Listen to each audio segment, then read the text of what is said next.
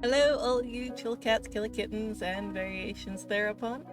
We're doing a surprise stream today. We're playing a game called The Bottom of the Well, which has been on my to play list for a while. It's a bit of a spooky Alice in Wonderland themed game, and I wanted to play it because I did this makeup and just filmed a video for my new YouTube channel that is about a Alice in Wonderland inspired horror movie, sorry, uh, called Red Kingdom Rising.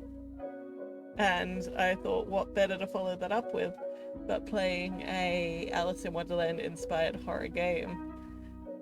And the makeup felt appropriate for a game about the end of the world called The Bottom of the Well that has a lot of red theming in it.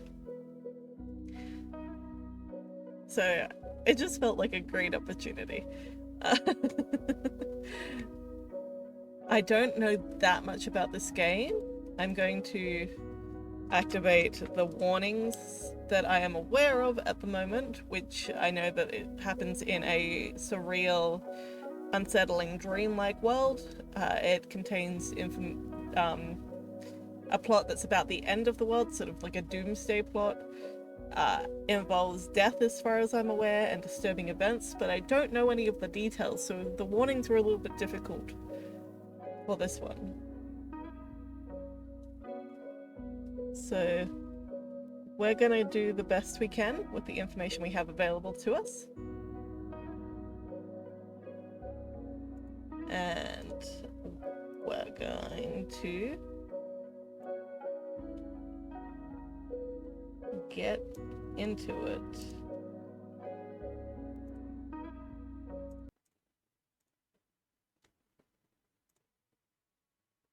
Alright. Oh, I need to unmute that one. Alrighty.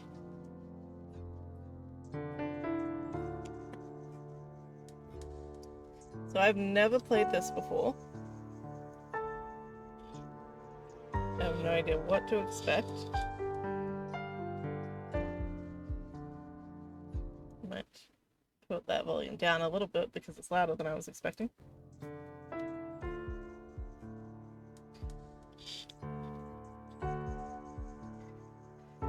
And I believe that this is a view from the bottom of the well.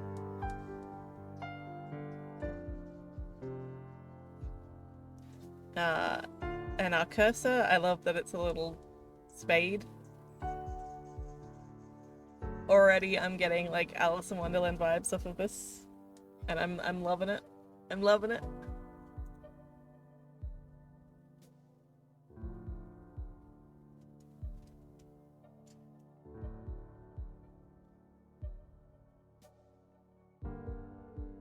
Do I have to click again? Oh. Alright. Change profile / help / about new game. My profile is Avoticat, because that's my Steam name, I guess. Let's help about.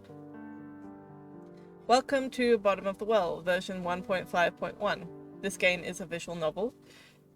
You will mainly interact with it by selecting one of many options during the narrative, which is mainly text-based. However, there are 2 additional layers of interaction. 1. Customizing Alice. This you do when you start a new game. Oh, we get to customize! And allows you to begin and play the game with an entirely different set of skills and characteristics. For example, a fit and survival-minded Alice will have a different experience from an unfit but social Alice. Interesting, interesting. Pick your skills with care, but have fun experimenting. 2. The inventory. At a certain point in the game, you'll be able to choose what Alice is carrying. How much you can carry depends on Alice's backpack, which is directly dependent on her organization skills. You only pick up items once in the beginning of the game, but you may lose them during the course of the game. Fascinating. All interactions happen through clicking. It's a point-and-click type visual novel game. No right clicks or keyboard commands are ever needed, but there are 2 keyboard commands that I use. Escape, that brings the in-game menu when in-game, and shift and space or enter will skip the text. Holding down shift and space or enter will skip text ahead faster. Okie dokie. And then there's some information of who to contact if there are bugs or if you have any questions or comments or if you want to leave feedback. Cool. So let's start a new game. It does bother me a little bit that the new is lowercase and the game is uppercase, but whatever. I guess it fits with the theming. The at the bottom of the well is lowercase, but bottom is uppercase. Welcome to Bottom of the Well. Am I going to read the same thing again? This game is a visual novel, meaning that it is mainly text-based pieces of interactive fiction. A book where you get to decide what happens next. Most of the gameplay consists of picking your own choices from a selection of options, which will further the story. Bottom of the Well does have some gameplay aside from the multiple choice though. The most important of which is the kind of Alice, our protagonist, you are going to play. For your first playthrough, we recommend you use the default Alice, but the customization is there to be used. Even if you complete the game, a very different Alice might have a very different experience. If nothing else, you might just find a new way to die. Thank you for playing our game. Alright. So they recommend the default Alice, but you can also randomly generate, you can customize. Ooh, Dark Alice. So this is our first playthrough. So I'm gonna stick by what they recommend, even though it is unusual for me to go with the recommended. I would like to get a pretty comprehensive understanding of this game. So I'm gonna go with the default Alice on the first go round, and then I might customize an Alice or do a Dark Alice. I'm gonna play through this game more than once today, because from what I understand, it's not a particularly long game. So we're going to do the default Alice. So the default Alice is capable of finishing the game to its true ending, but not necessarily through all branches. This Alice is career motivated, friendly, somewhat lazy, a hopeless romantic with no survival skills at all. She makes up for it by being a good organizer. Okay, so she has some supplies. She's very career motivated. She's a bit of a romantic. She's very social. She's a bit of a social butterfly. No fitness and no survival skills. So let's accept and start.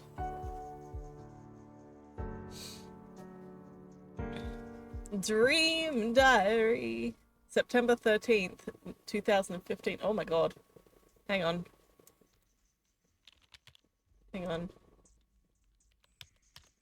Morning, A. Morning. So this looks like a Mad Hatter type guy. And this is obviously us, Alice. So morning, A. Morning. Did you catch the anniversary reading last night? No. Well, I tried, but I fell asleep. Listen about that. You fell asleep? Oh, come on, Alice in Wonderland. Oh, come on, Alice in Wonderland is like our favorite. Let me finish. Something happened. I was tuning in on my radio. You're such a Luddite. Amazing I can even catch you online. Shut up, I'm not a Luddite. I just like analog things. Weird that it overrode that. Anyway, I was tuning into the broadcast and I must have hit the AM switch or something because suddenly the channel changed to something else. What? Aliens? Oh, government-run number stations. No, it was this weird, like, white noise at first. It's hard to explain why I was so drawn to it. I could hear little snippets of some melody, maybe lyrics, but the signal was weak. So you turned it off and continued to look for the Alice broadcast. So I went on my balcony and turned the antenna around until the signal came through clear. And now it sounded more like music with the odd signal in the background. When logic and proportion have fallen sloppy dead and the White King is talking backwards and the Red King's off with her head. So this sounds like... Go Ask Alice by... I forget the band. You know? Let me look it up. Go Ask Alice.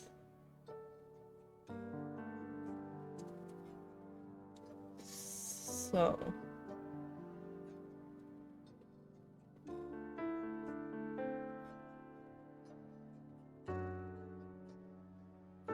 Apparently it's by Jefferson Airplane. One pill makes you larger, and one pill makes you small. And the ones that mother gives you don't do anything at all. Yep.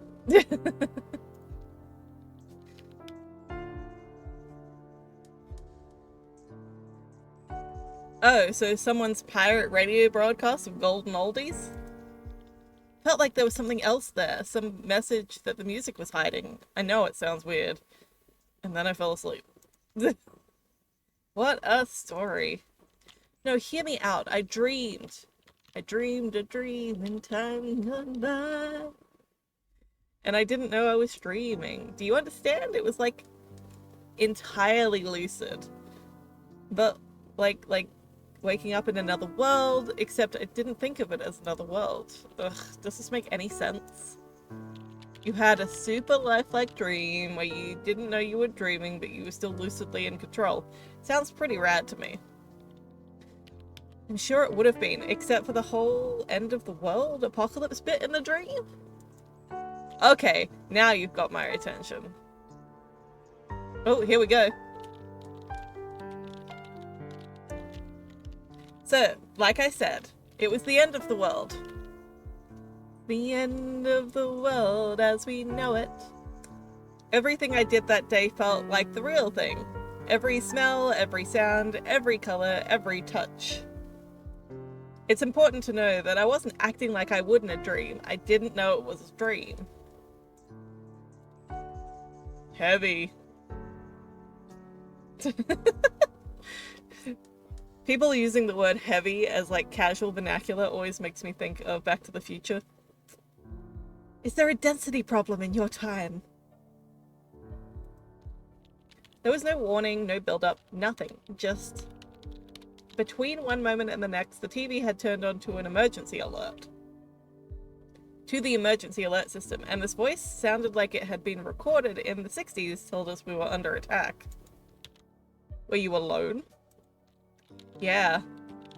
I'd had a really long day at the office, and so I'd sworn off all social contact for the evening.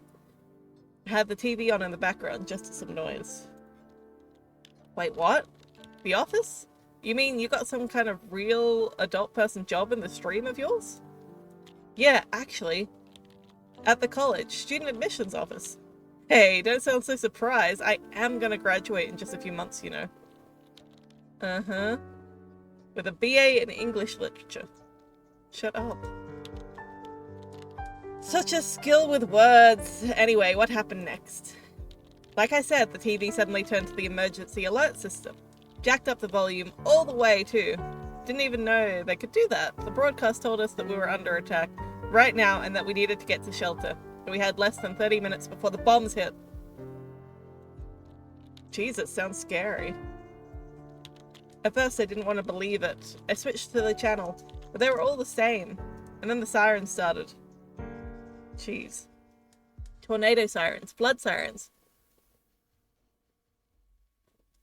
And I knew things were serious. So what'd you do?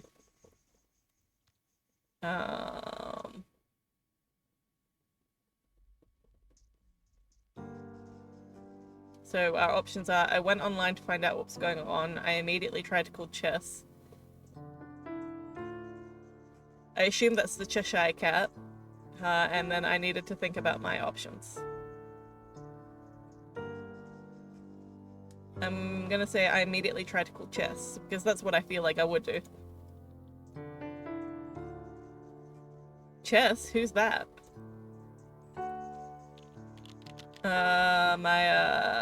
My boyfriend. I mean, I don't have a boyfriend, but in my dream I did. Wait up. Tell me more about this suddenly new boyfriend of yours. I thought you weren't in the dating scene. Actually, I've been thinking about putting myself out there. Like, maybe some online dating or something? Although I'm kind of afraid to check OK Cupid right now. What if there's a guy named Chess? Good icebreaker. Hi, I'm Alice. I dreamed about you last night. You were my end of the world buddy. Oh, puppy. You would be my end of the world Betty Yogurt. Do you want to say hello? Do you want to say hello, puppy? What do you think? Will you let me pick you up? Oh, stay hydrated, everybody. Go get a drink of water, puppy.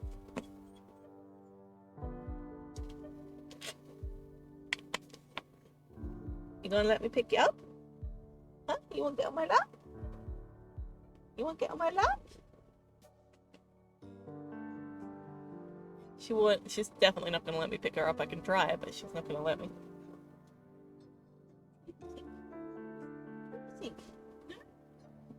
Oh, she said no. Come here. Oh, she said she ran away from me.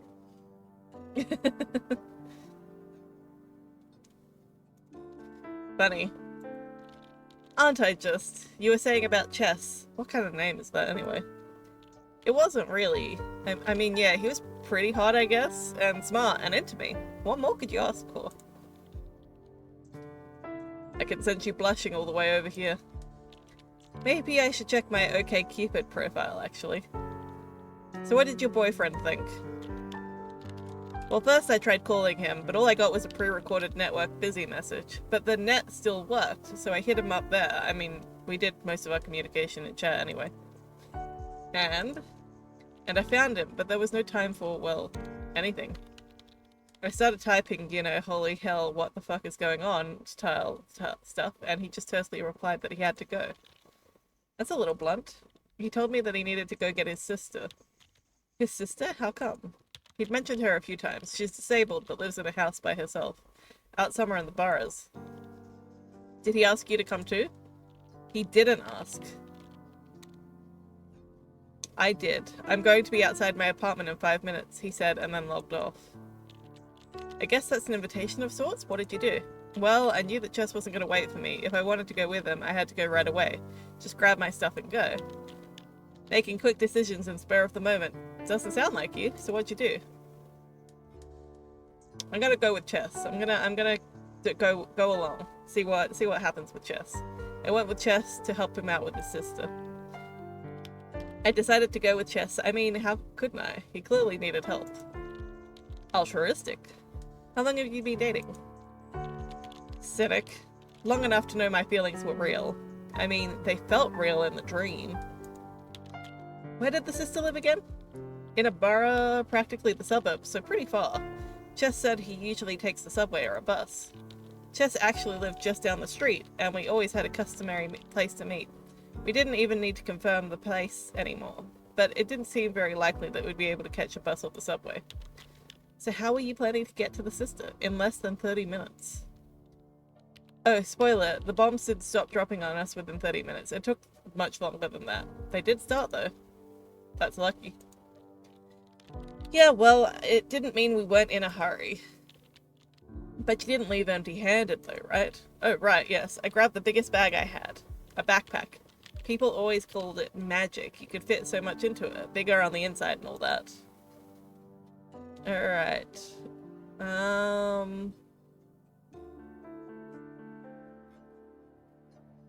What's this? My ID, except it's no longer a student but for staff, doubles as an electronic keycard. Can I... Let's take a flashlight. That goes in my hand.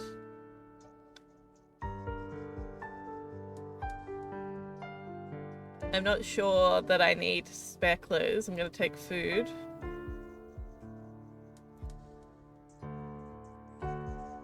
Take sleeping bag.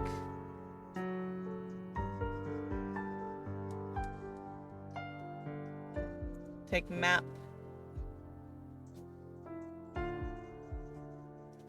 So I can either take the radio or take spare clothes. And I think that I'm gonna take the radio.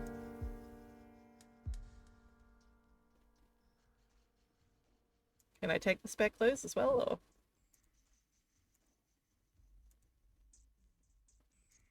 Oh. Can I only take 3 things in the bag? I thought I could take maybe 4.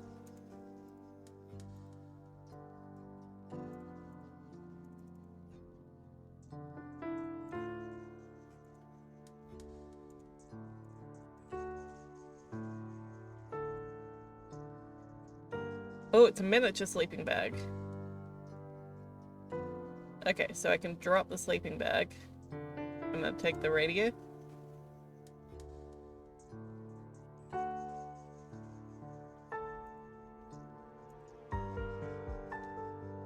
I can drop a day of food and take the sleeping bag.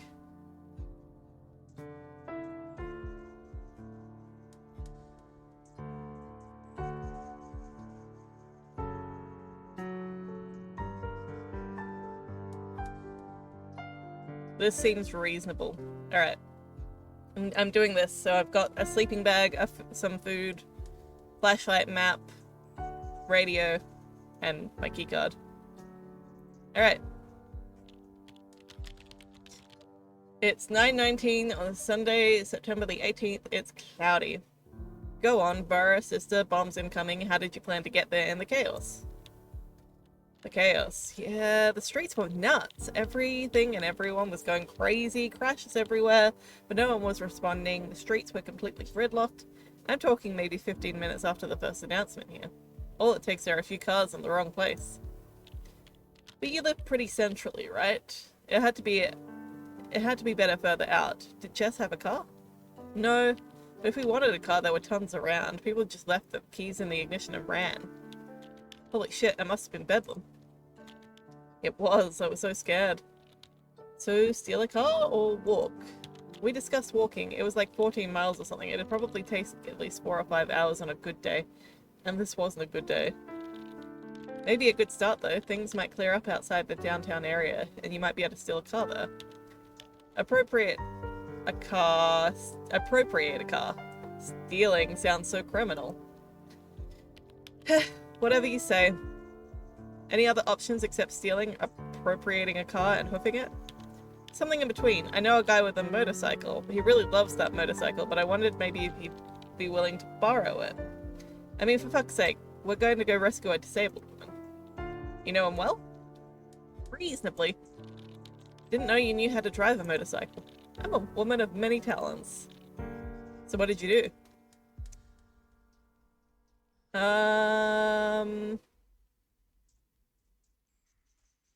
I'm gonna say we tried appropriating a car. Uh-huh. By your description, it seems like this is kind of a bad idea. Well, finding a vehicle was easy, but they'd all been abandoned for a good reason. They weren't going anywhere. I had to try to find one I could feasibly get out of there with. An abandoned one you could feasibly get out of there with. Right, so how did that go? And what did Chess have to say about this? He was game, anything to get to his sister faster. But he figured that we'd make better time if we split up. I went for the car, but he went to scout for a route. Sounds like a plan. Wasn't really sure what I was looking for, just that I needed a car, stat. Found a station wagon open with a key in the ignition, no sign of the owner. I jumped in and gunned it, and got maybe half a block before I hit a complete traffic stop. Everyone was beeping, people were abandoning their cars, all traffic rules forgotten. Not sure what you expected. Yeah, well... I decided walking was the best option. The whole downtown area was gridlocked, cars everywhere, people running down the sidewalk, sirens blaring. It was one of those disaster movies. No hope of driving anywhere at any rate. Where was everyone going? Most of them were going home, I think. People were just in the wrong place at the wrong time. And there you were, running away from home. Once I made my decision, I stuck to it, no matter how much I was filled with doubt. Half an hour was nothing at all. But luckily that estimate was completely wrong. Sometimes I'll walk half an hour in the wrong direction just because I stubbornly refuse to believe I'm lost. I didn't know what was the right direction. But I did try to get there as fast as possible. Although that was a lot harder than I thought it would be. I was swept in a mass of people, and manhandled in the wrong direction more than once. Every few minutes I stopped to consult the map to make sure I was going the right direction. Was there any danger? Like people attacking each other or something? No, I thought we were all going in the same direction, but then I realized that the crowd was heading somewhere I hadn't planned to go, a subway station. What did you do? I was swept along. It was that or get trampled or pinned against some wall.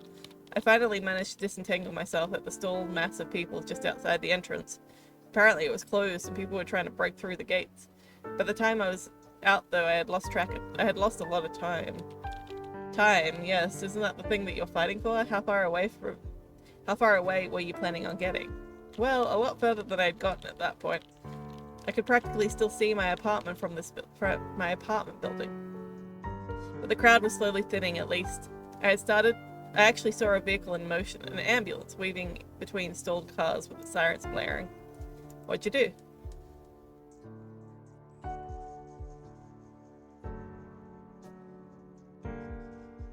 I kept walking, intending to get away from danger before I had stopped walking. Just single-mindedness is what led me. I was pretty sure that this was a monumental mistake, and that we'd get caught just outside and killed for sure, but I couldn't just leave him, so we kept walking. How'd that work out for you? You think it was easy? People had driven out onto the sidewalks and left their cars. Everything was a mess. I tried going down the main highway, but it proved pointless, and I had to backtrack. I didn't say it was easy. Did you consider running? I half ran and jogged as much as I could, but it felt like being late for class, and I got tired almost immediately, while the goal was still as far away as ever. Chess wanted to go faster, but he slowed down when he saw I was struggling. The worried look on his face went nowhere, though. And, well, once I got away from the downtown area, things were much smoother. I ran as fast as I could, as far as I could. No bombs, still no bombs. I couldn't believe it. Couldn't believe my luck, but I knew I was pushing it now. What'd you do? We were getting closer, so we kept walking. Did you make it? Maybe the bombs were just a scare. No, they weren't. I saw it as a glow high above the town. What, you were outside when the bombs fell? I thought. I don't know. I thought I'd have time to get away, but I just wasted too much of it somehow. I was out on the street when the initial shockwave came, and there was just no duck and cover. No duck and cover could have saved any of us from that, I don't think. Next thing I know, I'm showered in glass and every window above us shatters. Cars swerve off the road and crash bedlam. And light, bright light. I tried to crawl out of the way, but then something hit me. Maybe a piece from a building. I don't know, I blacked out. You have a really fucked up imagination, Alice. I didn't feel like a dream, that's the thing. Because you don't wake up in dreams, do you? But I did, bleeding alone out in the street. What'd you see? I saw a burning city. Ash rained down, and downtown, far too close, a mushroom cloud, just staring at me in the face. It was the end of the world. I just knew there and then.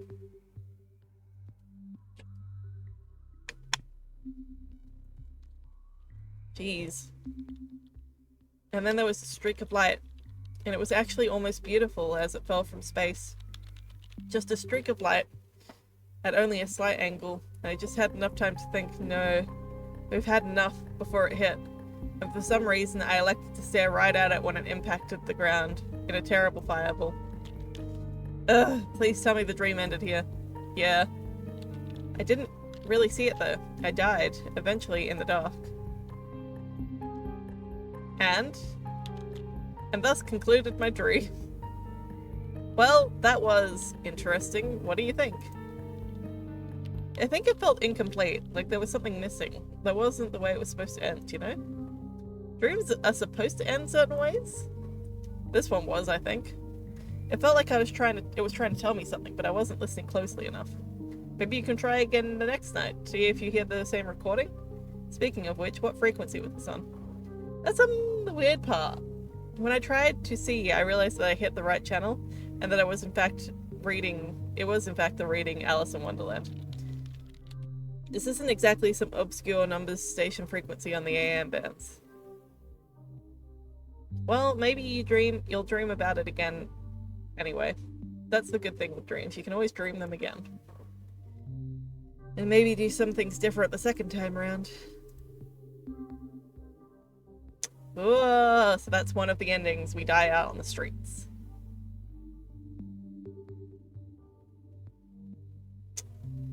Okay. Very small team.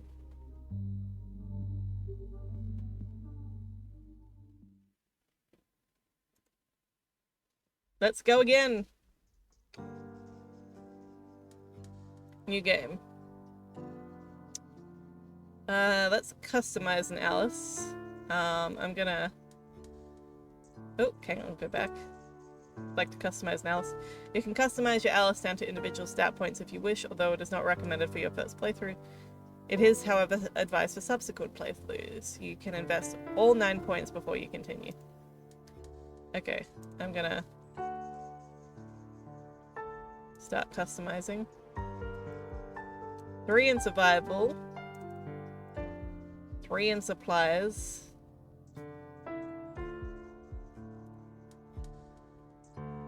Fitness. I'm gonna put 2 in. I don't think career matters. Let's put 1 in social life. And let's finish customization. Accept and start. We'll see how this one goes. Today I had the weirdest stream. I'm waiting for Joe to come online so I can tell him about it. God, I feel like I'm going crazy. Okay, so that's probably the whole thing. Morning, eh? Morning. So this is all the same, I believe. Like I said, it was the end of the world. Everything felt real. Okay. So this is all the same. Let's do some of the same stuff.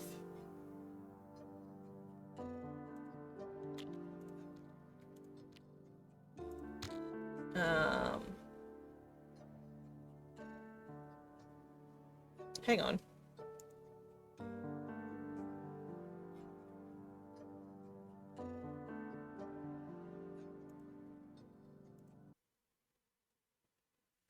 I think that, whoops. I think that something might have been different. I completely exited out of the game. Wasn't expecting it to completely exit out of the game.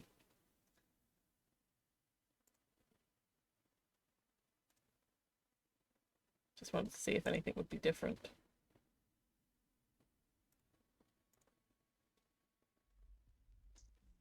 Alright, let's try this again.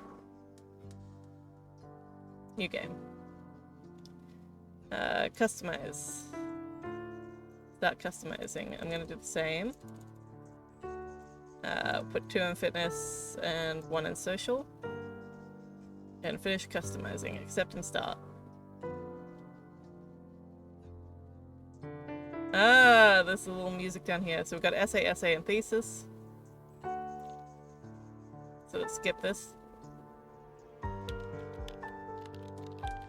Let's skip to the first choice.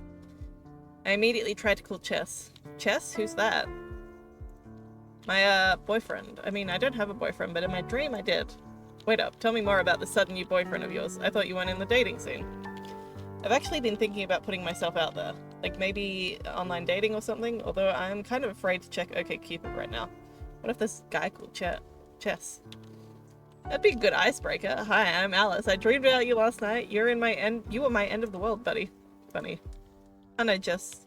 So you were saying about Chess. What kind of name is that anyway? I wasn't really. I mean, yeah, he was pretty hot, I guess. And smart and into me. What more could you ask for? I can sense you blushing all the way over here. Maybe I should check my OkCupid profile, actually. So what did your boyfriend think? Well, at first I tried calling him, but all I got was the pre-recorded network busy. But our net still works, so I hit him up there. I mean, we did most of our communication in chat anyway. And I found him, but there was no time for, well, anything. I started typing and thinking, holy hell, what the fuck is going on? Style stuff. And he just tersely replied he had to go. He said that he had somewhere he needed to be, and that was that. Okay, so because we're not as much into romance, I don't think he told us about his sister. No explanation, he logged off. No white knight to the rescue. Jesus. I didn't know him that well. We'd only be dating for a few weeks. It was kind of a dumb thing to try anyway. I guess. What did you go do then? I needed to think about my options. Okay, what was your plan? The broadcast just kept saying to stay indoors, keep all windows and doors closed, stuff like that. But what if the stairway got blocked or a fire started or something and I'd get trapped in there? It didn't feel very safe. I imagine it would hit downtown first. Not that you live right in the middle of town, but right. Getting out of town seemed like a good idea. It'd attack the cities first. It'd be much safer in the countryside somewhere. Spoken like a true survivor. Well, why do it alone? Wouldn't it be safer in a group? I thought of that. Could be done with a small group. Was it realistic of you to think you could stay in the apartment? Realistic? It wasn't like I hadn't been through a lot of apocalypses before. I'm not sure what constitutes as realistic. Stay hydrated, everybody. I had enough food in the cupboards to last me a little while, so I at least had that going for me. Oh yeah, and I had my trusty radio, of course. I tried it and it worked. It was sending off the same emergency broadcast as the TV, and you call me a Luddite. You got me there. So what'd you do? Let's try to tough it out at home. I suppose I decided to stay home, mostly because that's what the message was telling us to do. What's that? Is this the part where you start putting aluminium foil all over your windows and prepare a bathtub for extended living? I actually sat down and googled just that. Fact is the top story of apartment buildings might be the safest as far as protection against radiation goes. I don't know about other effects though, blast, heat wave, all of that. I guess that's what you need an underground shelter for, total protection. Didn't your building have some kind of shelter? At least this side of the pond it feels like you can't walk down a block without stumbling across half a dozen bomb shelters. Sadly no, we never got in the habit of getting bombed during our wars. We're the ones doing all the bombings. Anyway, bathroom it was. Did you bring anything? Oh right, yes, I actually grabbed the biggest bag I had. An honest to good hiking bag. Never owned a hiking bag in my life, but in this dream I did. So we're taking food. Oh, what's this? The closest thing I have to a tool in the house. Small enough to slip into my pocket, at least. Interesting. So food.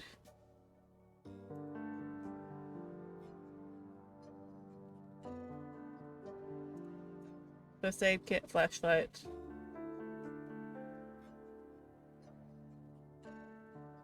I'm gonna drop one of the foods and take the radio.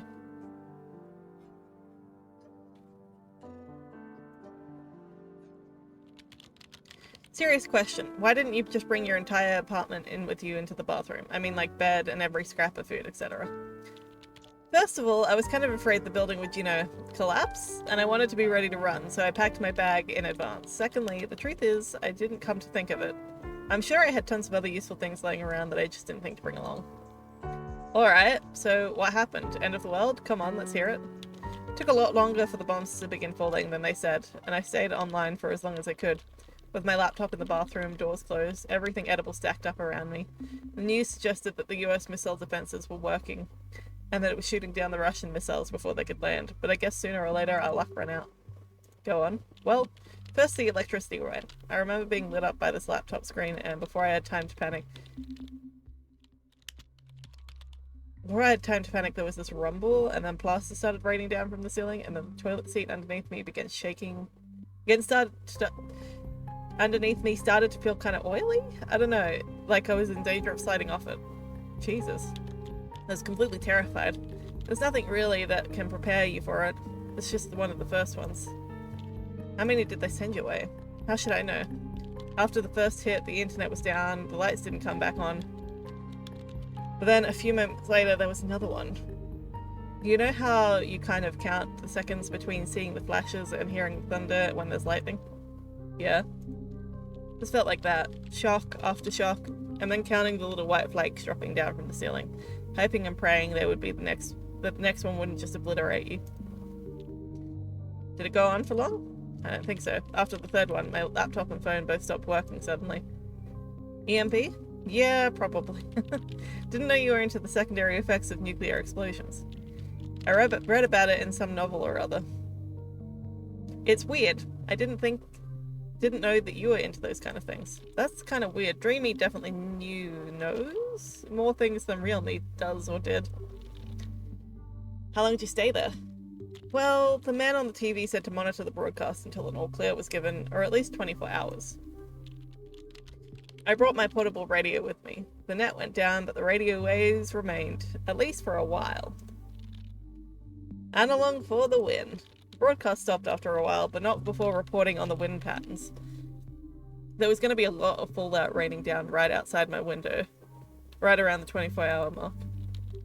Ooh, so not the best option? Well, I was pretty sure I did get inside whether I wanted it to or not. The question was whether it's worth waiting a little longer. Did you have enough food? I had enough to last me at least 24 hours. Dale, hello, welcome in. Thank you for popping in. We're playing a spooky Alice in Wonderland themed game right now. It's a visual novel about the end of the world. So what was your decision? Okay.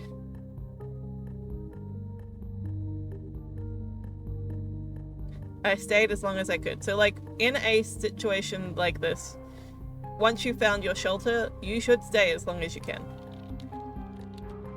I stayed as long as I possibly could until my supplies ran out. And how long was that?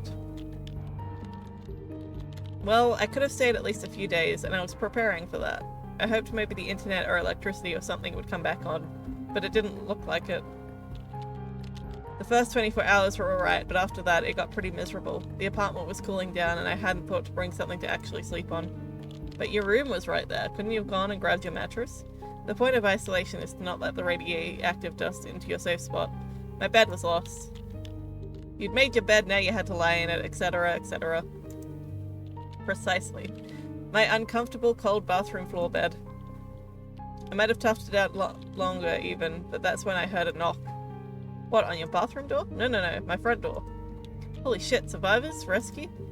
The former. But I thought the same as you. I couldn't just ignore it, so I got up and stepped out. What did it look like?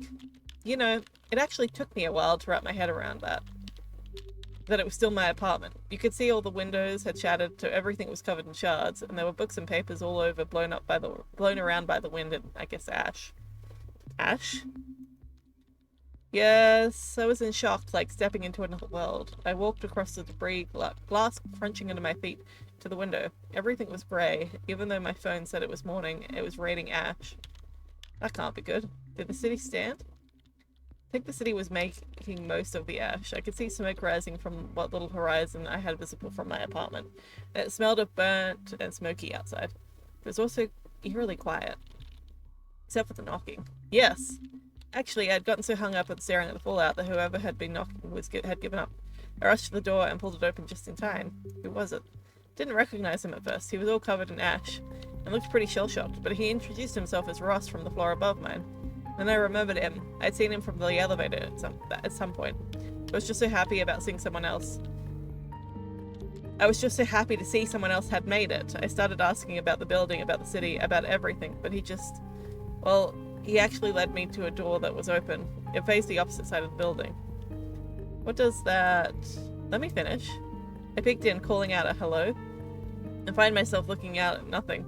You know, no walls, no floor, barely any roof left.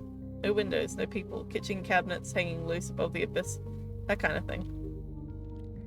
And beyond, nothing, just ruins and fire. The whole downtown area gone. There was the thick, ashy snow falling everywhere, a lot of it drifting inside. A sudden gust blew a face full of it at me, and I gasped.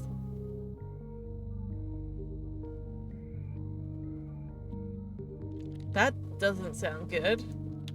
My stupid self was standing up there, mouth agape, staring, so of course I got a lungful of it. Damn idiot me. Can't really do the sight justice though. Can't really do the sight justice though, and I don't blame Dreamy for staring. Dream, you... isn't you? She is and she isn't. It's kind of hard to explain. Anyway, go on. Were there other survivors except Ross? Yes, we gathered around on the bottom floor, a little group of us.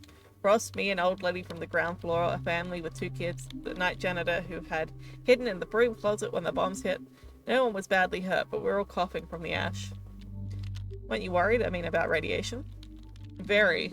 I knew I had to get out of these clothes and throw them away, and preferably wash myself with soap and water as soon as I got away from all the ash. That was a problem for later. I took a clean handkerchief and tied it around my face. First of all, I don't know how much good it would do against the ash, but it was better than nothing, I guess. Okay, so what did you do with your little group? Well, first we all sat down and exchanged stories of our survival, speculations on the causes of the attack, all that. It was the most natural thing in the world. But soon enough we needed to make our decision. Ross said I was the last person he'd found alive in our building.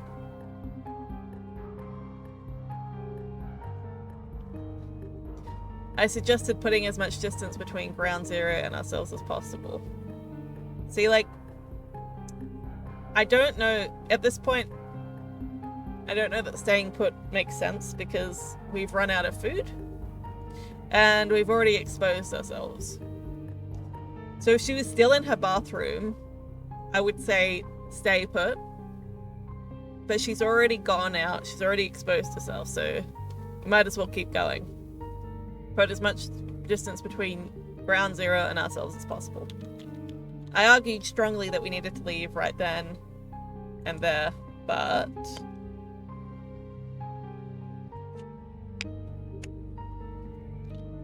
what? But they wanted to stay. The family with the child, he'd started feeling bad, nauseous, diarrhea. He wasn't in any shape to walk anywhere, they said.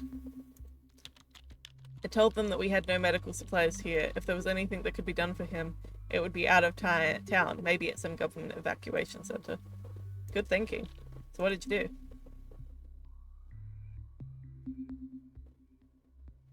We gathered what we could and set off. I argued that we had to get out of town. I knew the ash was coming and down was likely to fall out and was very dangerous. But it's not like I could do much of it in our bombed out apartment building. Did they come with you? What about the family with the kid? I said I'd carry him if nothing else. They were coming. Oh my gosh. Big party. So in the end they agreed and we all started heading out. How many were you now? There were 7 when we left the apartment building. Out of curiosity, was it you or Ross that led? You know, that's the weird thing. It was me. I never really thought of myself as the leader type, but I was the one who had convinced everyone to go, so I guess it was kind of my responsibility now. Admittedly, seems kind of out of character. Must have been nice to be in a group though. It was. Ross joked that we shouldn't worry. We hadn't even reached our first stage of the last 4 yet. The last 4? Death, judgment, hell, and heaven. It's a Catholic thing. What did it look like? The streets? Awful. Ruined buildings everywhere, charred by the fire, most of them. We had to pick our way through between the cars and debris and bodies. There were so many bodies. Made me sick just to think about it. Must have been pretty difficult to travel. Yes, although it was oddly inconsistent. I think my building was the last one directly affected by the blast. About a block in the opposite direction, there were mainly intact buildings. As much as you could call them intact, I guess. Still standing. What about others? Were there any survivors on the street? Yeah, there were others. A lot of them were a lot worse off than me. Some were blind, others were burned, broken, or in shock. There just wasn't anything I could do. Where was the government? I don't know, no one knew. Hadn't heard a single ambulance siren since the event. For all we knew, there was nothing left. How did you figure out where to go? We started coming across survivors soon enough. People like us. Some with backpacks and some with just the clothes on their back. It was absolutely wretched to see them. Some were staying put, but most were moving. Rumor had it there was an evacuation center set up at the college. What, like your college? Yeah, talk about going back to where you started. Go on, how'd it go? It's pretty slow going. And even though we tried to keep out of the black rain, there wasn't all that much that we could do. But at least we had a goal. And others to help us get that. My gosh, my ability to read. Shouldn't have chosen a visual novel today, folks. I made sure everyone had some kind of mask though, even if it was just a shirt to breathe through. So it was real, the evacuation center? Not so fast, there was a slight obstacle still on the way. Oh, what was that? The river. There's a river? Not something I had thought of either. I didn't live anywhere near it, but whenever I crossed it, I just drove over it. But there it was, a geographical reality. So, I mean, the bridges were surely still there. True. When we approached them, we realized they were occupied. Uh-oh, by who? Not sure. We saw from afar and kind of ducked to cover. I saw immediately that they weren't good news. They had guns and were harassing other people who'd come to the bridge. I think they were mugging them. Did they let anyone pass? Yes, some. But I didn't know what the price was, or if they had some criteria for letting people through. So what did you do?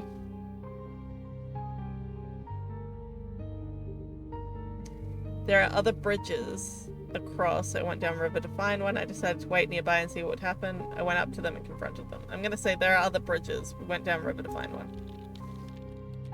I want to say the other bridges didn't have similar setups. It seems like the likely thing to do. I was willing to take the chance. I wasn't going to tangle with a group of armed men, even if I lost some time. How much time did you lose? Well, that's the thing. We walked about a day through incredibly terrible terrain towards the nearest bridge. Quakes had made the riverbank collapse in most places, and the river was, for some reason, churning and making it impossible to ford. When we finally arrived, it was broken. Yes, it had collapsed. Oh, geez, no hope of getting over. Well, it had collapsed, but not totally. Half of it was dragging in the currents, and cars still hanging on by some form of magic. Maybe it would be possible to balance across? Look at that face. But it looked pretty risky. I was so damn disappointed and tired that I actually felt like it was a good idea. How about just backtracking instead?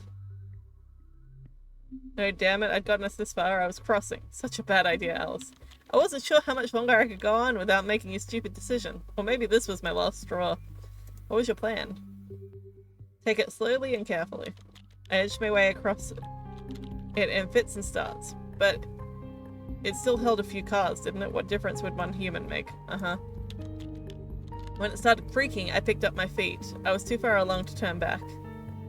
Told you so. I scrambled up onto a car that started sliding. I tried to grab hold of something in a panicked scramble and managed to steady myself against a piece of railing. The others were screaming at me from the shore. I couldn't hear what it was.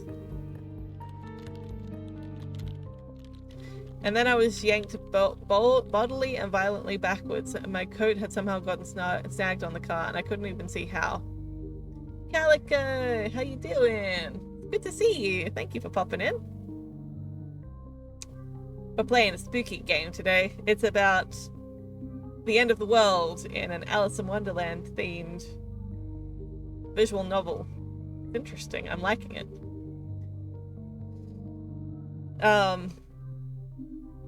Spooky games for spooky season. I'm glad to hear you're doing well. I barely had time to scream before I was already under the water, seeing nothing but bubbles and the rapidly disappearing light. Jesus, Alice. I wouldn't recommend drowning to anyone, but luckily it was just the first breath that hurt. After that, I just kind of drifted off. And thus concluded my dream. Well, that was interesting. What do you think? I think it felt incomplete. Yeah, so this is how the last one ended. Okay, so that's one ending. So the first ending we got, we went off with our boyfriend and we're outside when the bomb started to fall and we died at the initial impact. And this one we drowned. So let's try that again. I think I'm going to try the same stats, but a slight variation. But before we do that, we have an ad break coming up, so we're just going to have to take that break for about 3 minutes. Poor Alice, she died. She's died twice now in the stream. So we're going to take a quick ad break, and we'll be back after about 3 minutes to die some more. We're going to try to survive, but we're probably going to die a whole bunch. So we'll be right back. Alrighty, we are back. And we're going to try to run through that again, but make a different decision. So that we can not die straight away. So I think we put 2 into fitness and 1 into social life. Pretty sure that was correct. Accept and start. So we're going to skip a little bit.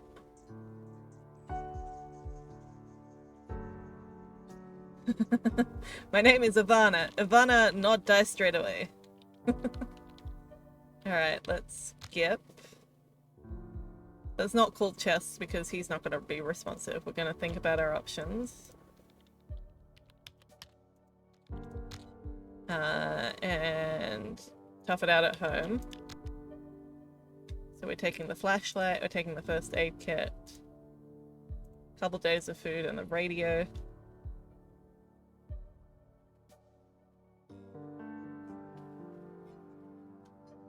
And exit inventory. Stayed as long as it could. And then a guy finds us, and then I suggested we put as much distance as we could. We gathered what we could and set off. And then let's say we decided to wait nearby and see what would happen. So then we're at the bridge. We're seeing people being aggressive at the bridge with guns. I don't play many visual novels, no. They're not my genre, really. I'm more of a point-and-click game, which is kind of a visual novel, but not really, you know? This is not the most visual of visual novels, though. This is changing, but the scenery isn't changing a huge amount. Somehow it felt like this kind of thing couldn't be forever. Either a bigger or more powerful group would come along and chase them away. The government would show up, or then they'd get bored and leave, so I decided to wait. Oh, shoot. Hang on. Hang on! I accidentally pressed skip. We didn't get to see what that was. We're gonna have to do that one again. I'm so sorry. I clicked skip and I didn't mean to click skip.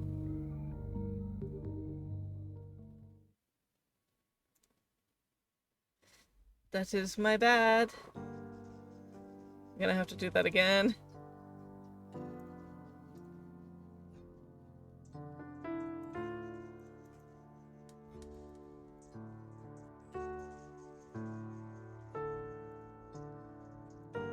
Okay.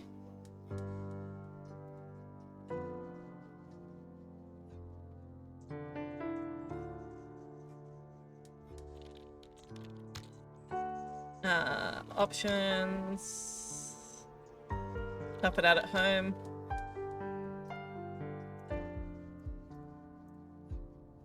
So that was it. As long as I could.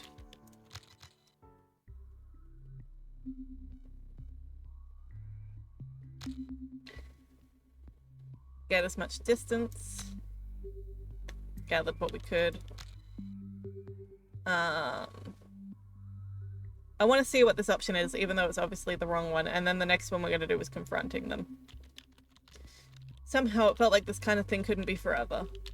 Either a bigger or more powerful group would come along and chase them away, or the government would show up, or they'd get bored and leave, so I decided to wait. Alright, where'd you hole up?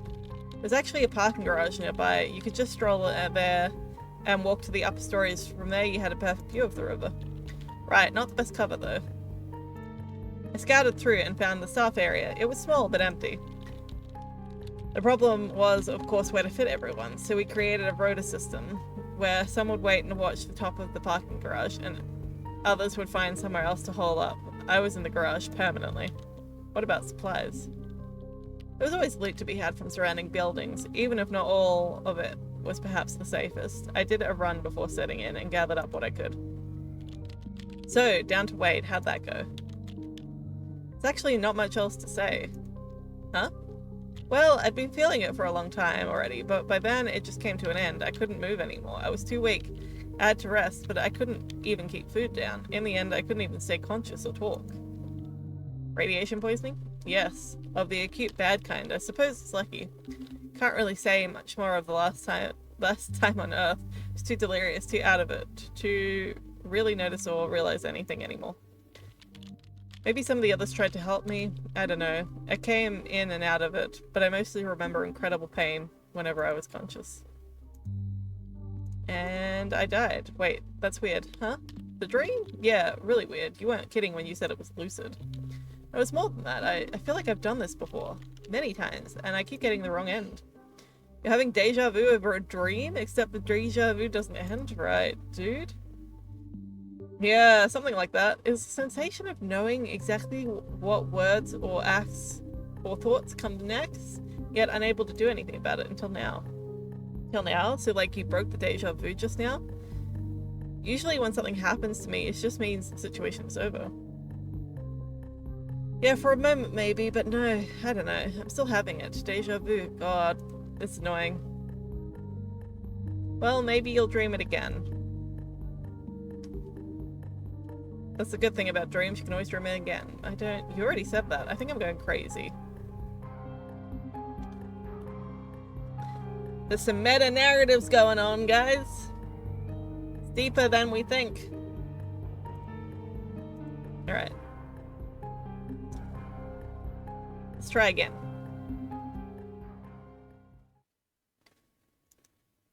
When in doubt, try again. Custom.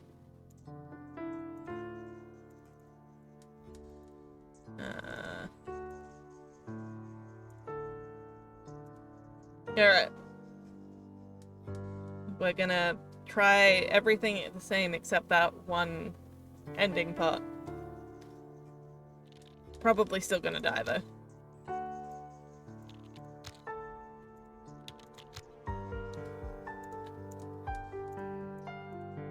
Okay, so that's what we're taking.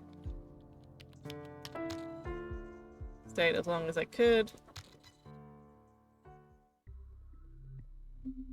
And then things get grim. Much distance as possible. Gathered what we could and set off. I went up to the people at the bridge and I confronted them. Brave. Well, I wasn't alone. We might have been largely unarmed, but we were a team. So what were they? Just thugs? Part opportunists, part worried townsfolk. They claimed that they were protecting their part of the town from riffraff who were just coming down from the city to steal all their uncontaminated food.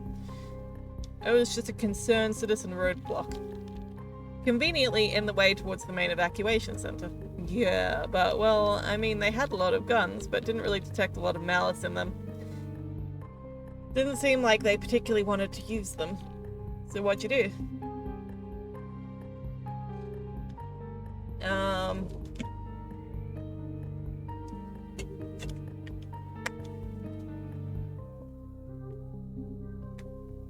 Told them we had enough food and didn't need to steal theirs. Explained that me and mine were going through and there was nothing they could do about it. Tried talking my way through.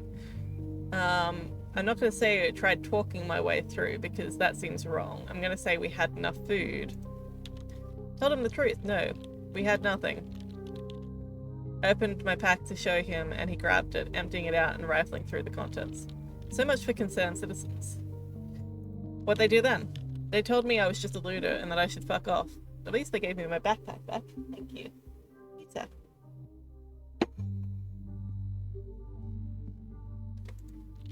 To which you replied,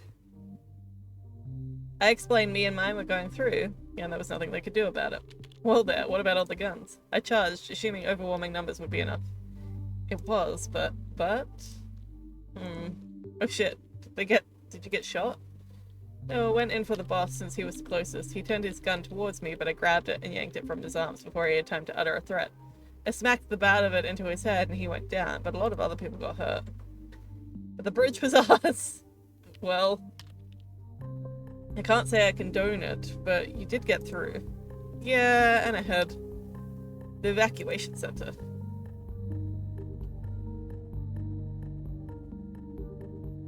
So, the evacuation center. My college. I'm not surprised, I dreamed about it, but it's like the center of my life right now.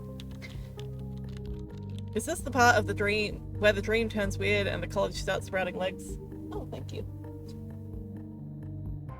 You're gonna go.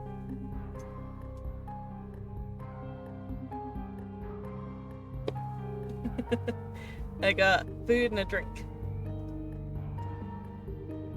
Is this the part of the dream where it turns weird and the college starts sprouting legs and begins smoking a hookah or something?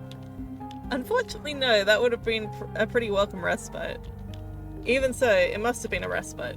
Proof that society survived the United States, weren't completely obliterated, etc., etc. Speaking of, what did happen to everyone? I don't know. Everything was still kind of hazy.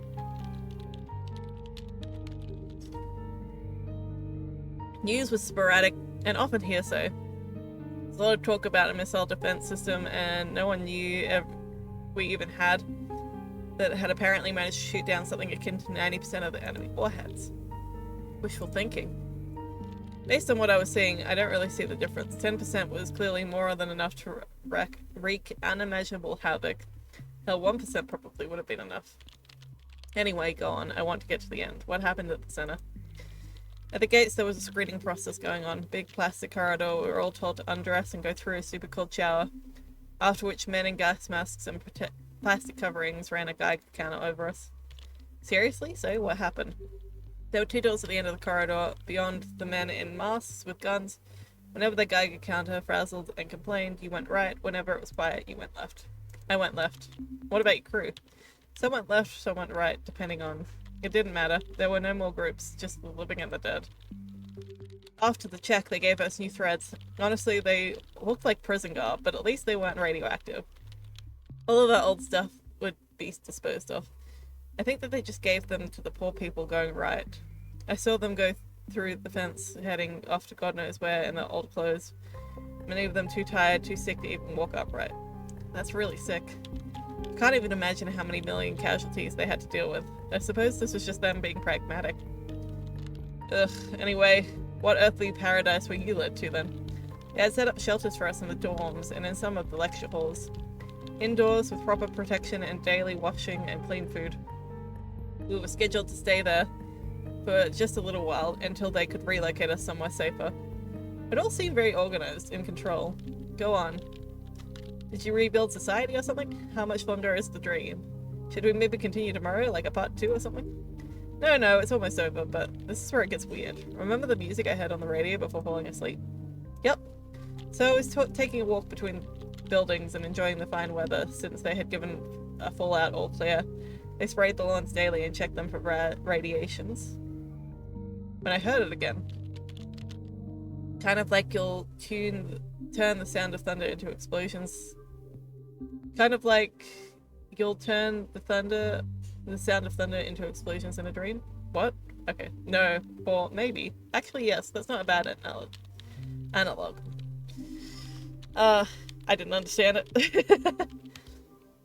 The music was a connection between the dream and the real world. When I heard it, it was like suddenly I remembered that I once had the dream that I was currently having. I remembered it in the dream, thinking of how incredibly unlikely that was. That it was really weird, okay?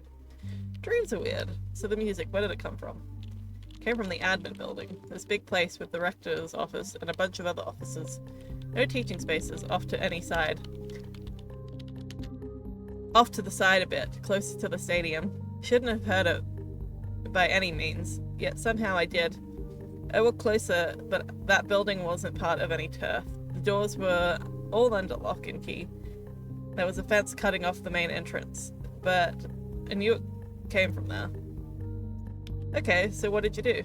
I just knew there was some connection there, some hidden truth in those tunes. Something that would allow me to wake up from this nightmare, because that's what it was. Every single aching, painful, awful moment, but that was beyond the locked doors, inside a building presumably filled with men with guns. You got this far, was there really nothing you could do? Not unless I came up with a way of breaking through solid metal doors with nothing but my bare hands.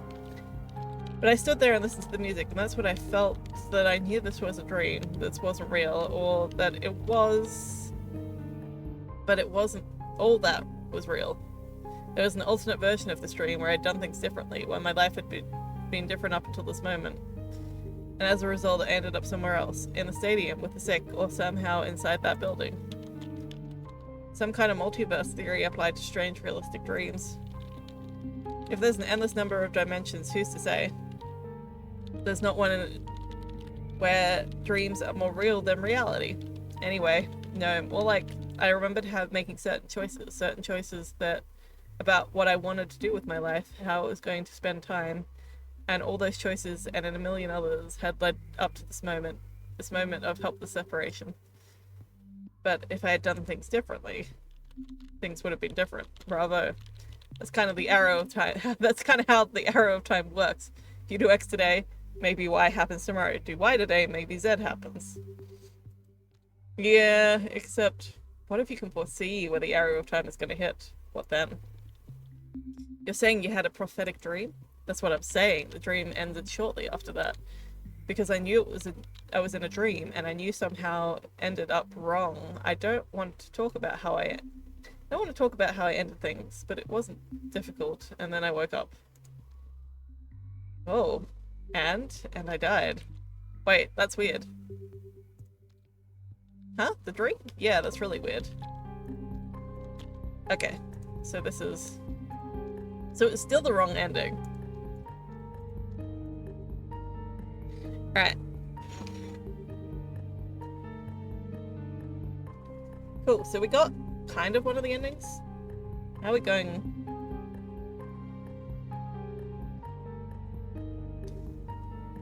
Let me check the Steam, because I know that I'm getting achievements here. What achievements have I gotten? I've gotten 3 out of 12. So I got first death. I got so close, reached the evacuation center alive, but failed to enter the admin building. So I think that I need to work there. Be better prepared, learn a valuable lesson, and get better prepared for the end times. Interesting. Alright, I'm gonna quickly eat some food.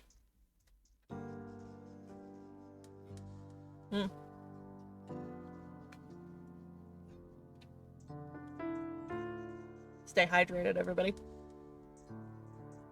Unfortunately, I'm not the type of person that can eat and talk at the same time.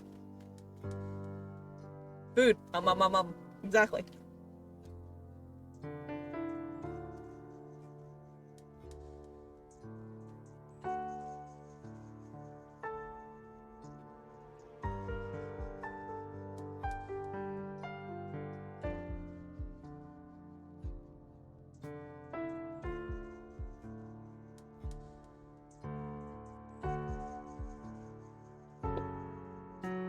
I will say, this pizza from Aldi,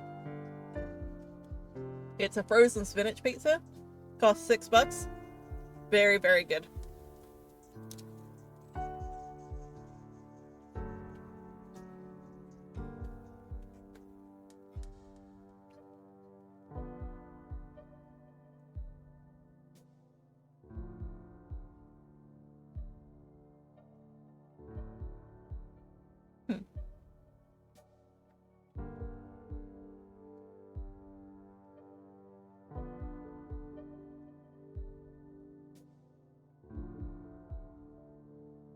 I think I've heard of that visual novel.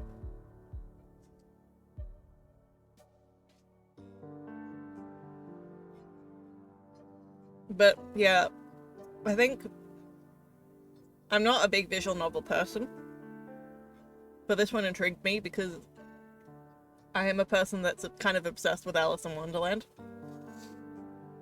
You can't see it very well, but these cards that I have in the background, they are Alice in Wonderland themed.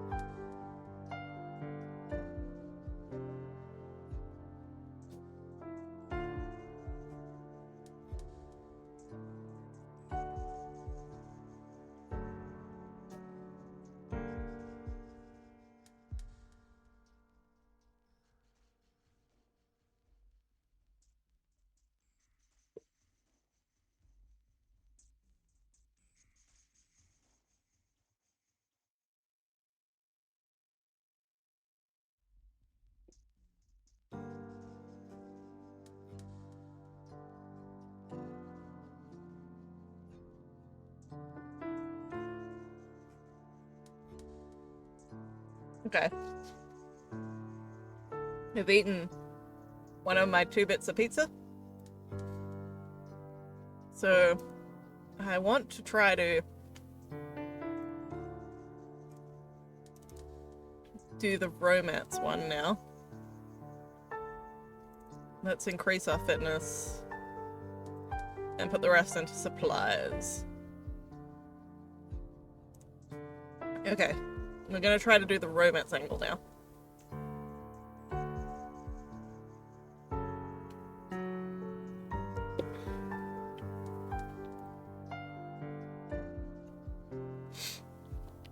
End of the world as we know it. I went... Oh, okay. So we immediately contact Chess. We went with chess. I decided to go with chess. I mean, how couldn't I? Clearly needed help. Alright, let's skip ahead. Oh my god, I have a crowbar? Hell yeah. I don't know how I have a crowbar. I guess this is... I've got... What else do I have? Spare set of keys. Oh, because I'm more romantically inclined with him. And let's also take the sleeping bag. Oh no, we can't take more. Okay, that seems good. I'm happy with that. Hold on one second. A crowbar? Did you say you brought a crowbar? Yes. Actually, that's weird. I was packing up my stuff when I suddenly remembered I bought a crowbar at some point years ago. I know. It's weird remembering doing stuff in the future that I will do in the future because I sure as hell don't own any crowbars.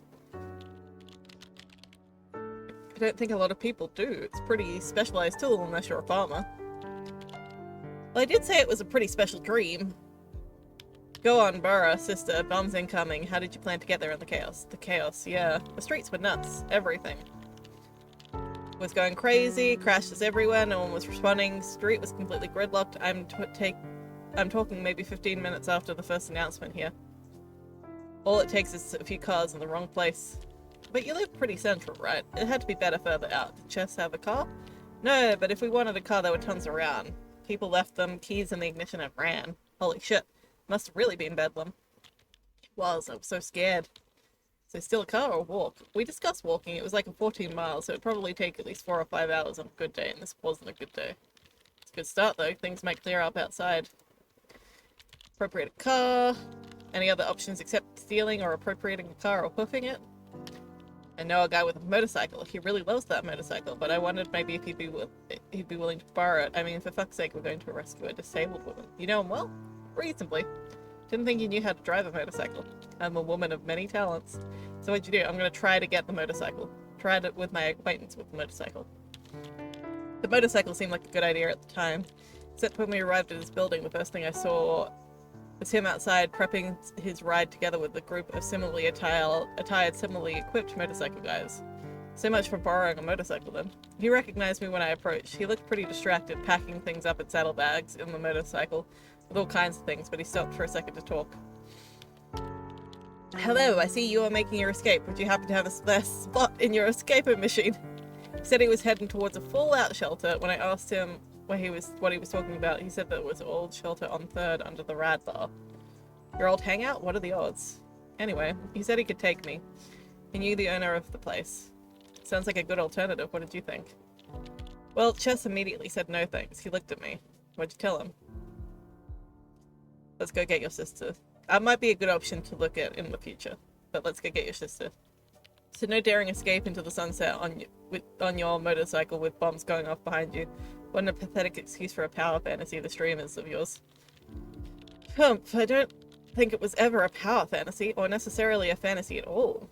Anyway, I still had time to make a choice. I had already lost a lot of time.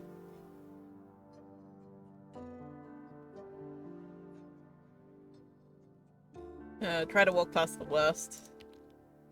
Decided walking was the best option. Where was everyone going? Running away from home.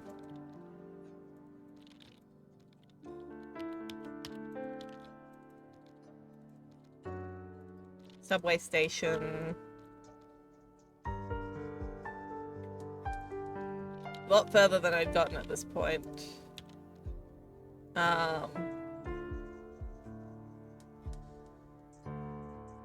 Let's try to find an appropriate car. Still not sure how you're ethically justifying this to yourself. I was scared out of my wits and it seemed like a good idea at the time. Fair enough. How'd you go about it? You're not going to be terribly proud of me, but I did have a crowbar. Perfect tool for car theft. Didn't you say people were leaving their cars unlocked in a panic? Yeah, that's not how I ended up using the crowbar. See, I figured I needed something big and strong, right? So I was looking and I came across this Hummer parked by the side of the road. Doors open, lights on, perfect. No need for a crowbar at all, unless you smashed its windows just for being a Hummer. Didn't need the crowbar to break into it. I was just about to slip inside when I heard an angry shout from behind me. I turned around and saw a man running towards me. apoplectic with rage. Get out of my car, etc. Oh shit. I was in total fight or flight mode. But I guess the heavy blunt implement in my hand let the fight part take over. I raised the crowbar at him, and I don't know, something in my crazy posture must have convinced him I was going to hurt him. He stopped long enough for me to get inside and slam the door shut, at least.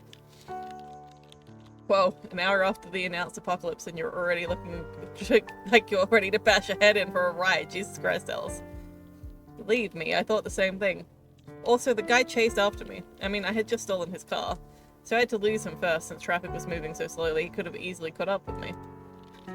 A truly accomplished car theft. I'd lost some time, but I had a car and traffic was moving. The roads were actually open? Well, no, everything was still extremely gridlocked, but the cars were at least moving without needing extra nudging. Getting caught on the freeway during the explosion doesn't seem like a good time, though. What was your plan? We had to get to the boroughs, of course, just near the address. You actually made it that far? How long was it till the bombs actually hit? Not entirely sure, but something like 2 hours? I think they hit everywhere else before they hit us. I'm not really sure why. Missile shield? We have one of those? Anyway, I knew that us getting this far was a miracle. Whatever hope we might have of finding a better shelter than Chess's sister was still nil. We told him that, and he agreed. All we wanted to do was get there. I parked the car and got out. So was she there? Come on, this is exciting. We went up to the door and just started banging on it. After a few minutes, it opened on the chain, and I could barely see a mop of pale hair and scared eyes. He told her it was him, and she immediately opened the door and jumped into his arms. Jumped? So not a physical disability. It was, but she wasn't wheelchair-bound constantly. There was, however, a wheelchair in the entry hall. Anyway, we didn't really have time for niceties. The bombs were coming. Right. So, Miss Pragmatic. Battle plan? Well, I tried looking for a basement, but the place didn't have one, so I suggested building a fort out of furniture in the living room, hoping that the roof wouldn't come crashing down. What about, like, food and things? Whatever the cupboard contained, we took with us into the shelter, of course, and tried to protect it the best we could. So the bombs, they actually hit then, in the dream? The first thing that happened was the windows blew in. I just closed my eyes and pulled my knees up, made myself as small as possible. Chess held his sister. The bombing continued for, I don't know, how long. But aside from the windows, we seemed pretty okay. Imagine what it must have been like downtown. I didn't want to think about what it was like downtown. Scary enough out there. Out here. A few cars drove past and I heard the sirens. At one point I ventured out to glance at the window, and once the bombs stopped hitting, I saw the city center in flames. But at least you got out. How long did you wait in the house? Oh, how long did we wait in the house?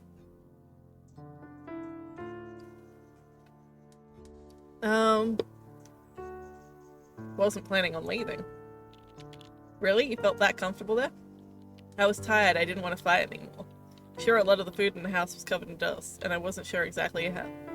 Wasn't exactly the most sheltered place in the world, but I was tired. Okay, so what happened then? I cleaned up the best I could, taped the windows, dumped all the refuse outside, made food with what I could. There was ash and rain, then black sludge rain, then beautiful weather. People streamed outside, but I ignored them. There's actually not much else to say, huh? Well, I'd been feeling it for a long time. Oh. Still got the radiation poisoning. Remember Chess being there and he was comforting you. Oh.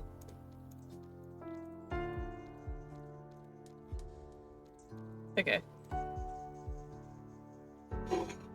So, radiation poisoning ending, but still...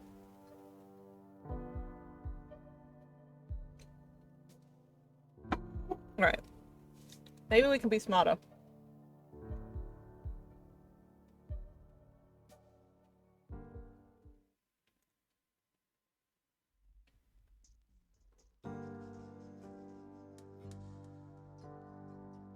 Alright, let's customize. Still want to put...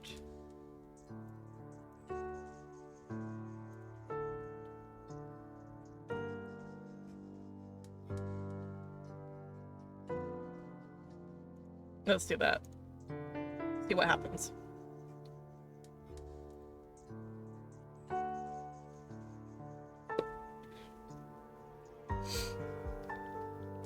End of the world.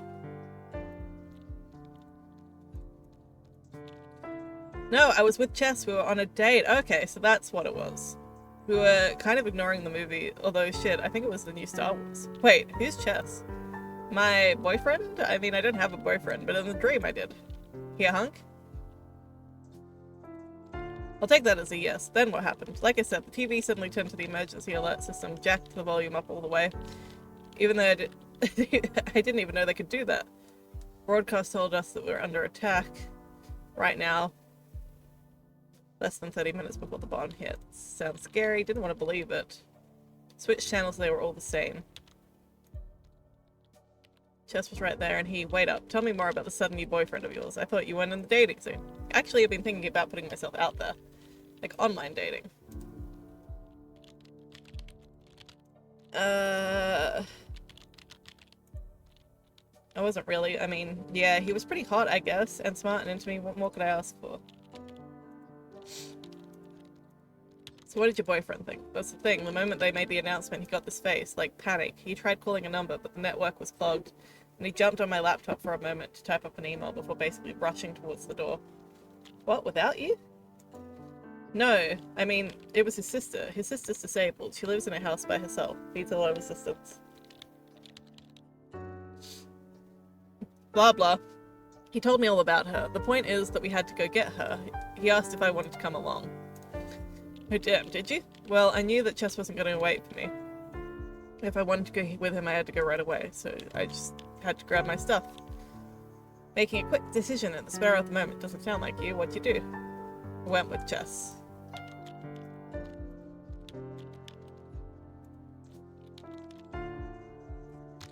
Alright. So we'll take the crowbar. Take the food. The radio hasn't really helped us so far.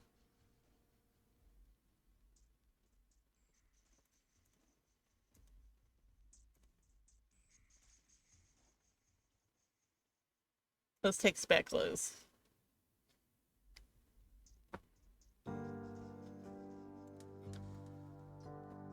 Crowbar. Tried to walk out the worst of it. Where was everyone going? Most of them were going home.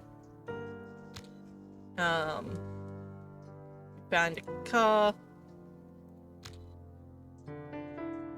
Had to get to the boroughs for as long as the supplies lasted. I don't know how safe the house was from fallout, really. Windows blasted open and all that, but it was probably safer than walking out in the streets, and as long as I only ate the uncontaminated food, it ought to be okay, I thought.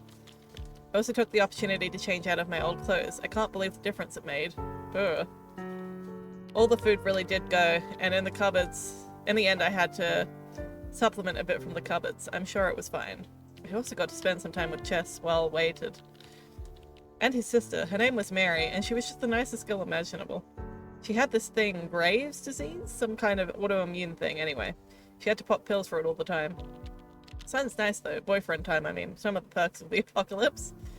Yeah, good god, he became so dramatic at the end. Oh, drama, we don't want that. What'd he do? He said I was the one. He was really dramatic, I'm telling you. But he told me that. Said that he'd had 2 other girlfriends, but never in 1,000 years would either of them have come with him rushing across the city to rescue his sister. Third time's the charm.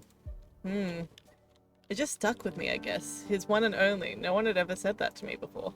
Anyway, you ate through your supplies and then? I wanted to keep going. There's only one option here. I wanted to keep going. There's a lot of other survivors on the road as well, and soon enough a rumor started circulating. There was a government evacuation center set up at the old college. Everyone was going there. College as in your college? Yep, talk about coming back to the beginning. Anyway, that's where everyone was headed. There was just one minor problem. Oh? The river. There's a river? Not something I'd thought about either. Didn't live anywhere near it, so whenever I crossed it, I just drove over it. But there was a geographical reality. So, I mean, the bridges were surely still there. True, but when we approached them, we realized that they were occupied. Uh-oh, by whom? Not sure. Saw from afar and kind of ducked. Okay. We need to go up and confront them. Brave. Wasn't gonna let them scare me. So what were they? Part opportunist, part worried townsfolk. They claimed that they were protecting their part of the town from riffraff. who were coming down from the city to try to steal all their uncontaminated food. It was just kind of a concerned citizens roadblock. Conveniently in the way towards the main evacuation center. Yeah, but well, they had a lot of guns, and I didn't really detect a lot of malice. Didn't seem like they particularly wanted to use them, so what did you do? I tried talking my way through. We've got the social skills, I think I could do this. Ah yes, the famous fast talk, how'd that go? I didn't talk fast, I just told them the truth. I was there to help Chess and his sister across. I told them the incredible lengths we'd gone to get what we were, I just told the truth. Did that just work? They said that they could let Chess and her through. I would still need to be checked for supplies. And? Well, I didn't have anything, so I just waved them goodbye. What a story. Sorry, I didn't feel very Prozac. Anyway, I still needed to figure out what to do. Jeez, okay. Told them I had enough food. And he rifled through. To which he replied, I decided to reconsider the whole thing. Okay. So I don't have the brass that I had earlier. I had to back off. There had to be some other way around. Clever thinking. What did you decide? Went down river to find one. 2 days. Jeez. Let's run across it now. It's gotten this far. Run as fast as I could. You're insane.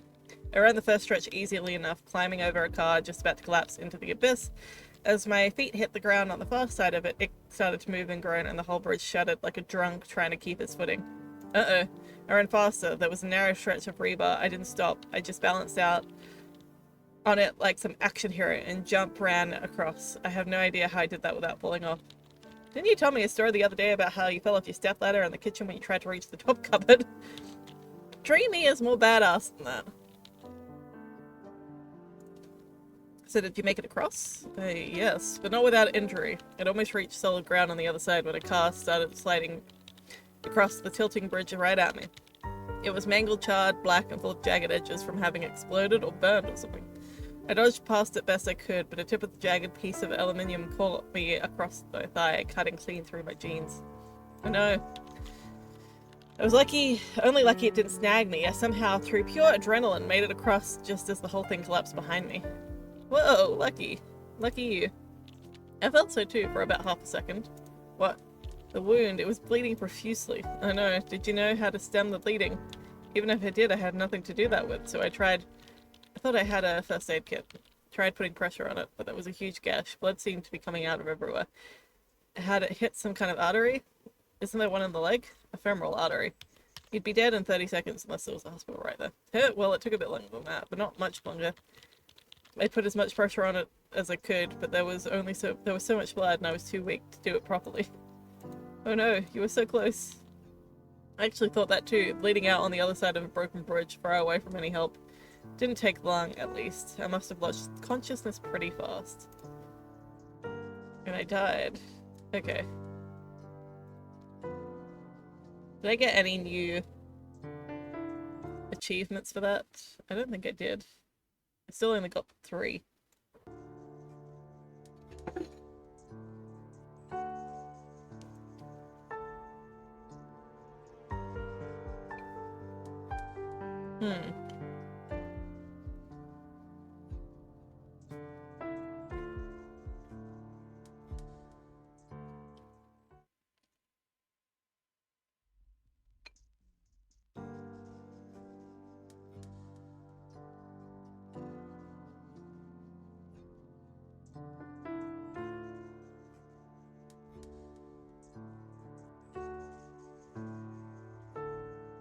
I'm gonna do one where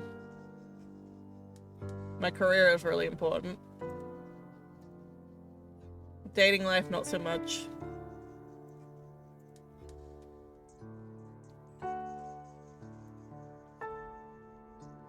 I think that's how I'm gonna log it. I want to see whether I can get behind that door.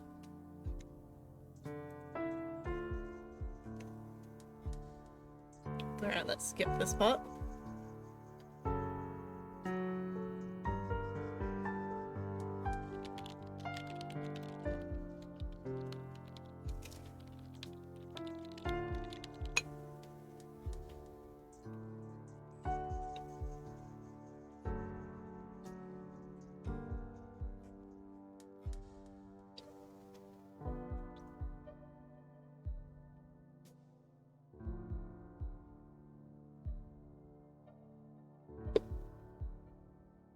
Alright. So this is the same.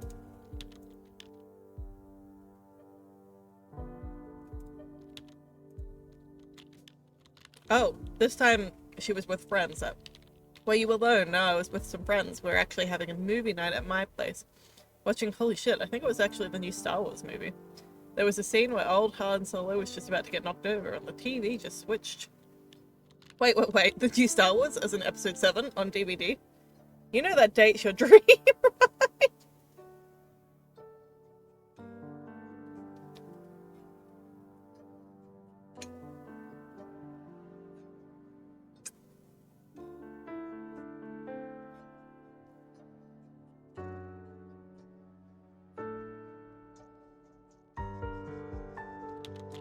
I hadn't even thought about that. Sorry, go on. What happened next? Like I said, the TV suddenly turned to the emergency alert. The fact that someone bought episode 7 on DVD is the least valuable part of the game.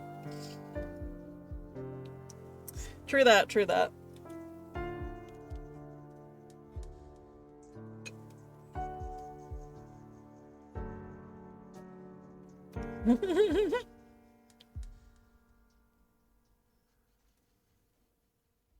Look, I'm not even a Star Wars fan, and even I know that they like have had a severe like dip in quality.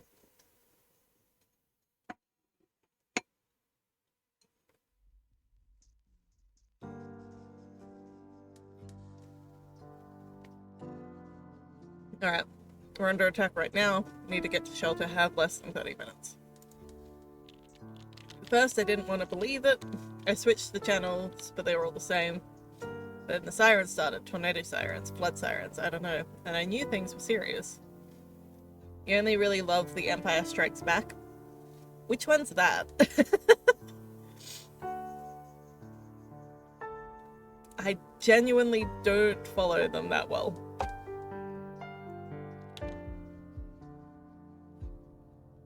Episode 5, okay. Is that the one?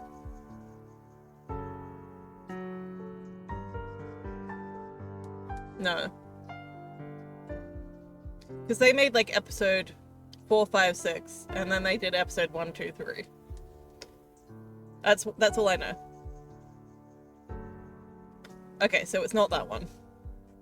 But it's after Yoda teaches Luke how to be a proper Jedi sort of thing. I have vague memories. The vague memories also revolve around watching these as a child on VHS, so we love a good videotape. So what'd you do? Let's think about our options. What was the plan? Broadcast kept saying to stay indoors, keep all the windows and doors closed, stuff like that. Was it realistic of you to think you could stay in the apartment? Realistic? It wasn't like I had been through a lot of apocalypses before. I'm not sure what constitutes realistic. I had enough food in my cupboards to last me a little while, so at least I had that going for me.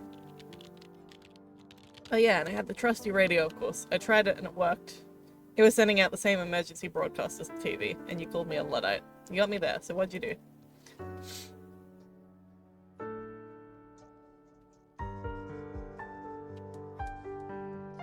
Was it gonna make me call chess? So I went online to find out what was going on. Didn't you try calling someone, like your parents? Of course I tried, but it was futile. The phone network was completely overworked, but the net still worked fine. Luke is in training and he leaves Yoda to fall into the trap and finds out Vader is his dad. Okay.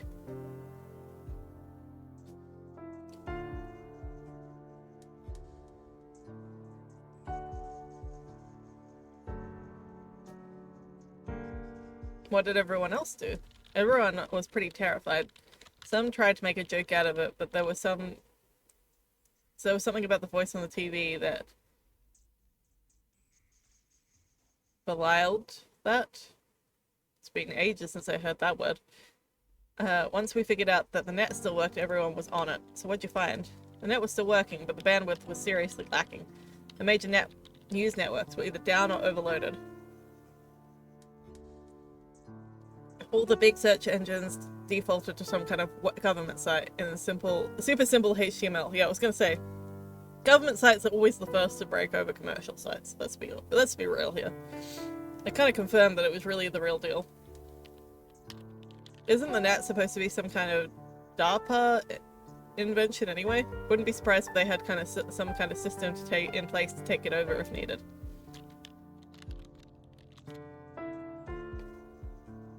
Well, they hadn't taken it over. You could still go wherever you wanted. Facebook still worked, see? Apocalypse-proof servers, nice. It was insane. I tried to get in touch with my brother. He's the only one who even got an account, but there was no reply. I spammed my aunts and sent emails to my mother, but I don't know. It felt like I needed to find someone right then and there. And a group chat. It was spreading through the social network like wildfire. Someone found the closest old Fallout shelter that was actually still operable under 3rd. People were going there, just grabbing what they could and running before the bombs fall. What happened next? You know, I did find you online. That must have been useless. I'm all the way over at Old Blighty. Unless things were different in your dreams. No, you were still in the UK. The bombs had already started falling there. You... Oh. Oh! You disappeared. There was nothing more to do. It's only a dream, Al. Sure. So then what? The Fallout shelter seemed like the best option. Fallout shelter was down on 3rd. It wasn't far, close enough to walk anyway. Did you think to bring anything? Yep, I grabbed the biggest bag I had. A backpack. People always called it magic, so you could fit so much into it, bigger on the inside than flat.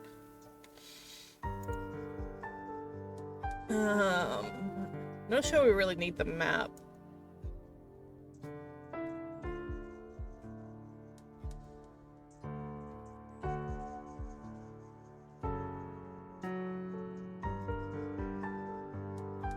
Okay.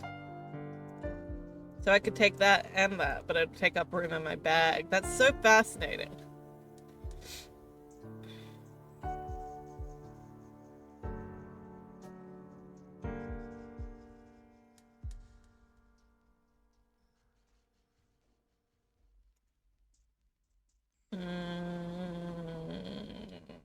This is unset. I don't know that a crowbar would be that helpful. I'm gonna take a sleeping bag. I think that's everything. Well, go on. What was it like? Did you run into trouble? You could say that. God, that shelter, so... If nukes hit Oz, you're heading north to Whoop Whoop Queensland.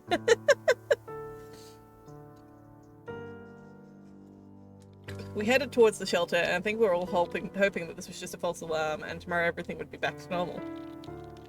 Like an extreme version of Orson Welles' War of the Worlds broadcast.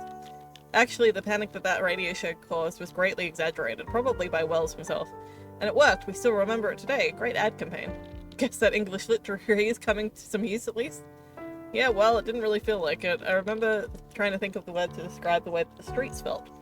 The way that the streets sounded. Turmoil, chaos, anarchy, tumult, pandemonium. The capital of hell. Now who's the one with a degree? Now who's got a degree in lit? Stop stalling. Yeah, it's just so fucking damn. Like I said, everything felt so real. The panic in the streets, the accidents everywhere with no emergency responders showing up, the ever-present sirens. It was like everyone walked with their eyes in the sky, just expecting to see a flash. Did you make it to the shelter okay? The shelter was actually in the basement of a bar. They used it as storage, which was handy, since there was a door towards the street. There was no signs or anything like that anymore. I just knew about it from Facebook conversations. Okay, wait, isn't that the bar you always go to? The Rad Bar? Yeah.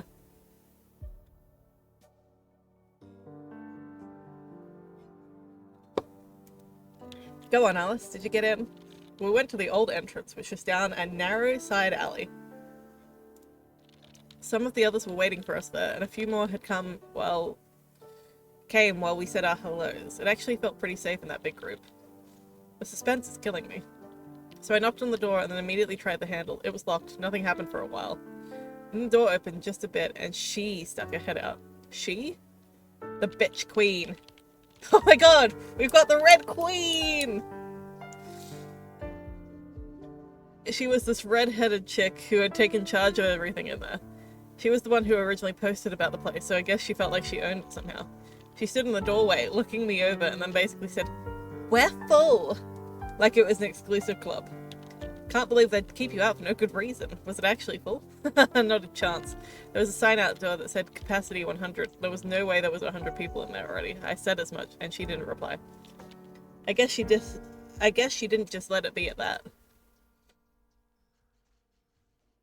I should have brought the crowbar. I said I wasn't the only one wanting to get in. I told her there were others out here and that we wanted in. It's not a very good argument if the premise is that the place is full. True, but I tried to appeal to a sense of common humanity. I guess she didn't really have any of that. She just repeated that they're full and we needed to find someplace else to look for shelter. So now what? I can't remember. I think we got good social. I tried talking my way in. You can't just leave us out here and so forth. She just repeated we're full and there wasn't enough room and we should try some other place to hide. Stone cold bitch indeed. I tried telling her that we wouldn't be abandoned, but we brought food. I opened my bag and showed her. You're nicer than I would be. What did she say? She looked at the food and then the others and said that she could let me in because I had food. But anyone who didn't have food would be let outside. What the actual fuck? What a bitch. Mm-hmm. What did you do? I tried to push the door open. I wasn't having any of this shit. The door clearly said capacity 100 people, and there was no way there was 100 people in there. So what'd you do? I pushed with all my might, but she wouldn't budge. She was stronger than she looked. We were at an impasse, but at least she hadn't just closed the door. Apparently I just give up. I stepped back from the door, the sound of it slamming shut still echoing in my ears. It was the sound of desperation. I knew there'd be no more opening it. I had to think of something else. What did the others think? They all looked to me for some reason. It was pretty weird. I didn't think of myself as the leader type. So what'd you do? So did you go with them together somewhere else? I was pretty sure they'd follow me, but the thought of being a leader, I don't know, it scared me. Thought about maybe heading off by myself instead.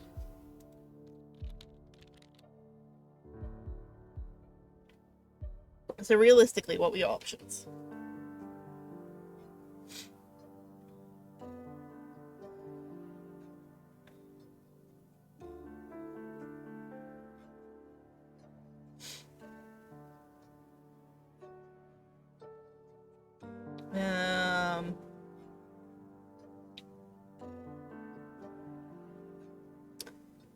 Not sure what to do here, but we have an ad break coming up, so we're going to do the ad break and then we're going to come back to this decision. So we'll be right back. Sorry about the extended ad, folks. I thought that the ads had started and they hadn't yet. So that's on me, my bad. Alright,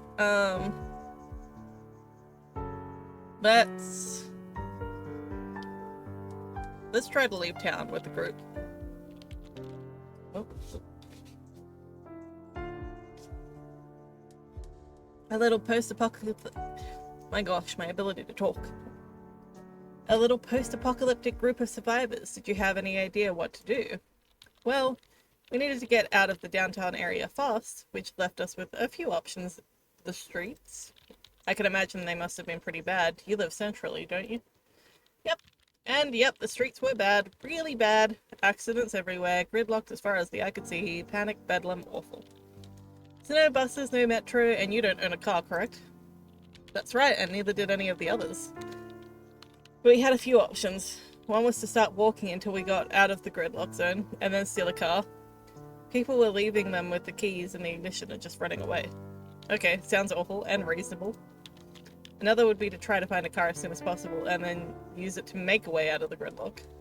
What, like in the action movies? Like a truck or a bus or something smashing through? Something like that. Alright then, so what'd you decide to do? Let's walk past the worst. Where was everyone going?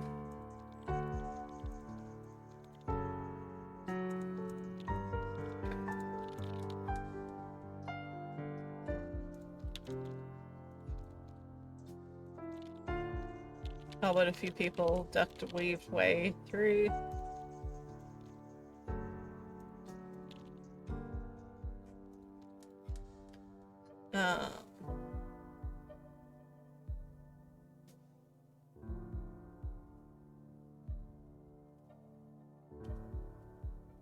kept walking although I started to look for shelter. Found myself looking over my shoulder all the time as if the flash could come at any time. Aren't you supposed to look away from the flash? Well, yeah, but how could I not? Some warning, something. The sirens were pointless. Weren't they supposed to warn when events were imminent? Now we've been out for at least an hour and no bombs yet. I think I would have just stayed home, or just about done anything but head out in the open. You do that when you have the street. I did what I did. So how long did you risk staying out?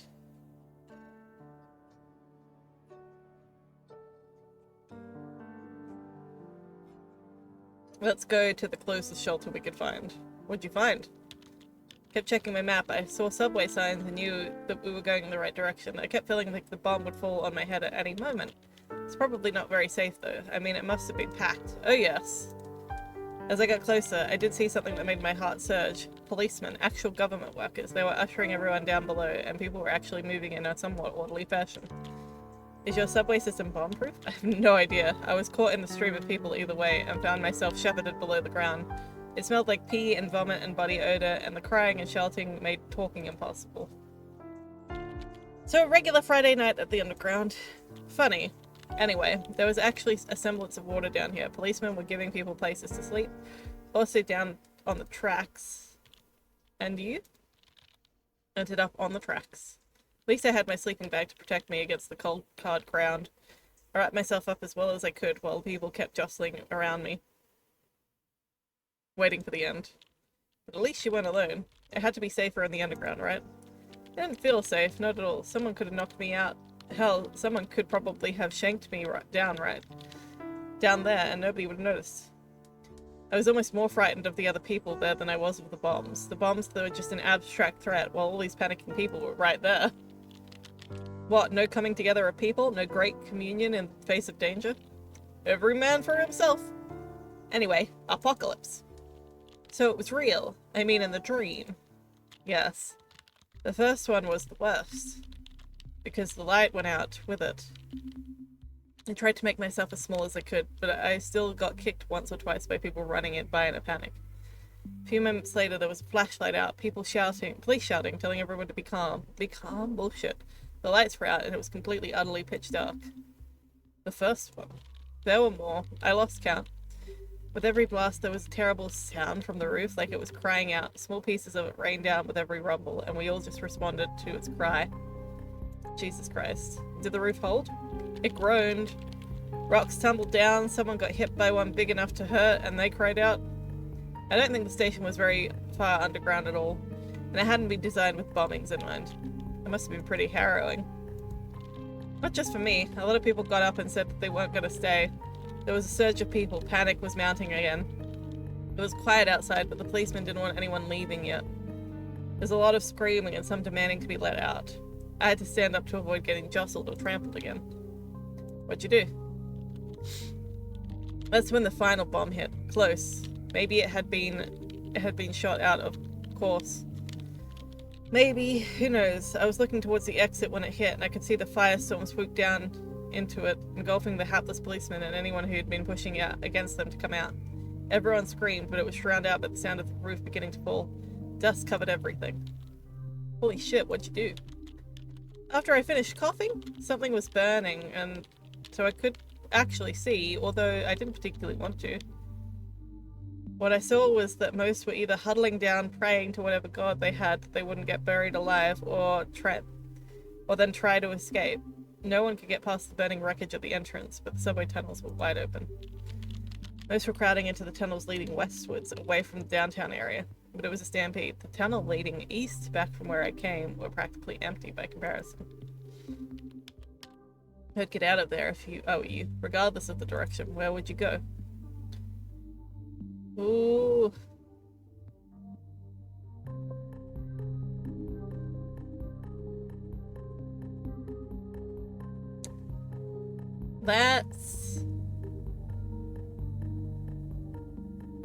Let's go east. I rushed into the east tunnel, heedless of what came behind me. As I ran, I heard the collapse of the subway station behind me and saw it as all the lights went out.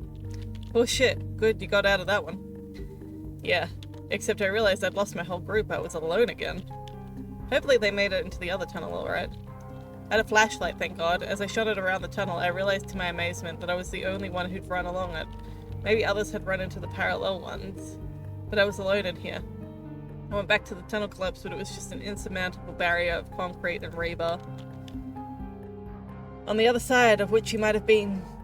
Well, I don't know if I was much better. What if the station had collapsed? What if I was trapped in this tunnel? And wasn't that a hell of a lot more likely the closer to ground zero you get? That point. The thing was, I knew this line. This was my line. And the next stop was my stop. Right, so back to zero. Pretty much. At least it was faster to walk underground than above ground.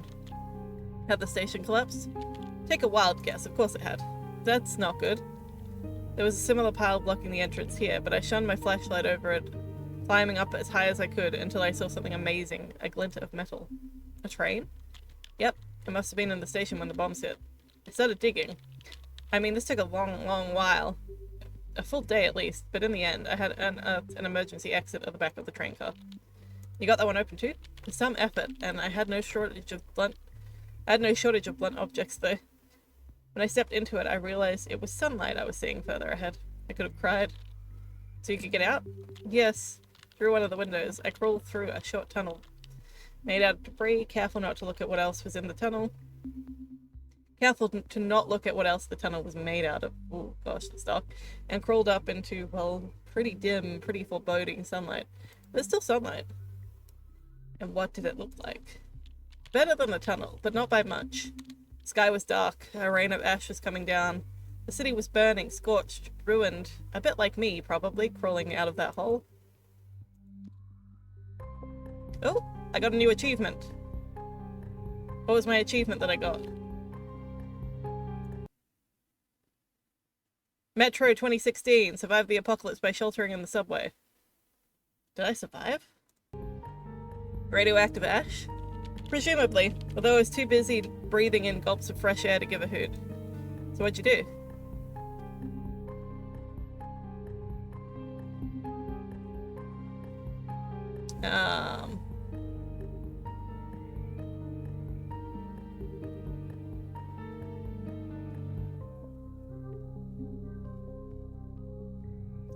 Same thing I'd set out to do in the first place, get the hell out of town. What did it look like? The streets, awful. Ruined buildings everywhere. Charred by fire, most of them. We had to pick our way between cars and debris and body. There were so many bodies, it made me sick to think about. Must have been pretty difficult to travel. Yes, although it was oddly inconsistent. I think my building was the last one directly affected by the blast. About a block in the opposite direction, there was mainly intact buildings. As much as you could call them intact, I guess. Still standing.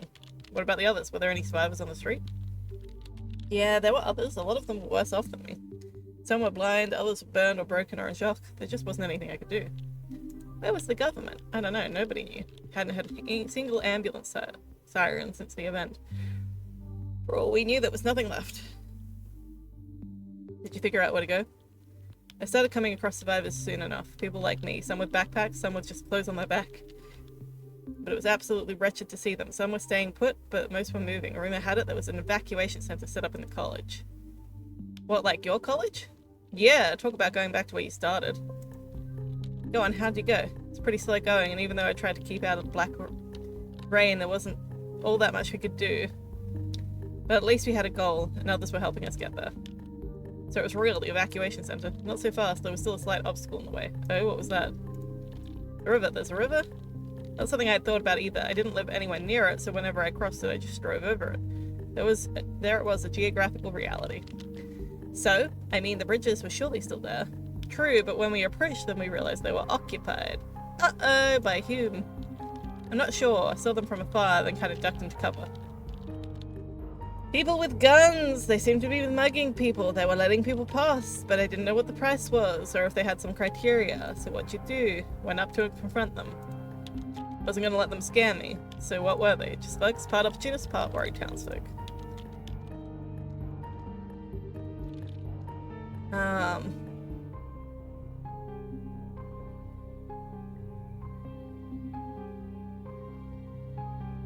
Tried talking my way through. Tried various versions of begging and cajoling, but they had heard it all. Either I had supplies to pass, or I didn't. That was that. What'd you do?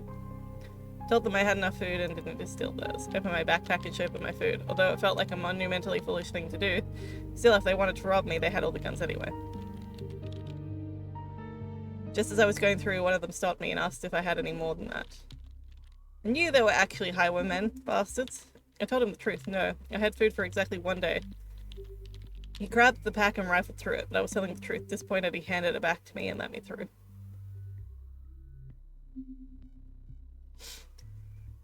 So, the evacuation center, my college. I'm not surprised I dreamed about it. It's like the center of my life right now. Still, in the dream, a big part of my life. That's where I worked, after all. Is this the part of the dream where... Is this the part where the dream turns weird and the college starts sprouting legs and begins smoking a hookah or something? Unfortunately, no, that would be a pretty welcome respite. Even so, it must have been a respite. Proof that society survived the United States, went completely obliterated, etc., etc. Speaking of, what did happen to everyone? I don't know, everything was rather hazy. News was sporadic and often hearsay. There's a lot of talk about a missile defense system that nobody even knew we had that apparently had managed to shoot down something akin to 90% of all enemy warheads. Wishful thinking. Based on what I was seeing, I don't really see a difference. 10% was clearly enough, more than enough to wreak unimaginable havoc. Hell, 1% would probably have been enough. Anyway, go on, I want to get to the end. What happened at the center? At the gates, there was a screening process going on. Big plastic corridor. We were all told to get undressed and go through the super cold shower, after which men in gas masks and plastic coverings ran a Geiger counter over us. Seriously? So, what happened? There were 2 doors at the end of the corridor. Beyond the men in masks with guns. Whenever the Geiger counter frazzled and complained, you went right. Whenever it was quiet, you went left. I went left! Survived. After the check, they gave us new threads. Honestly, they looked like prison garb, but at least they were not the most radioactive. All of our stuff would have been disposed of. I think that they just gave them to the poor people going right. I saw them, though, through the fence, heading off to God knows where in their old clothes, many of them too tired, too sick to even walk upright. It's really sick. Can't even imagine how many million casualties they had to deal with. I suppose this is just them being pragmatic. What earthly paradise were you led to, then? They had set up shelters in the dorms and some in the lecture halls, indoors with proper protection and daily washing and clean food. We were scheduled to stay there just a little while, until they could relocate us somewhere safer. It all seemed very organized, in control. You go on, did you rebuild society or something? How much longer is this dream? Maybe we should continue tomorrow, like a part 2 or something? It's almost over, but this is where it gets weird. Remember that music I heard on the radio before falling asleep? So, I was taking a walk between buildings, enjoying the fine weather since they had given the full all clear. They sprayed the lawns daily and checked them for rats, and when I heard it again. Kind of like you'll turn the sound of thunder into explosions in a dream.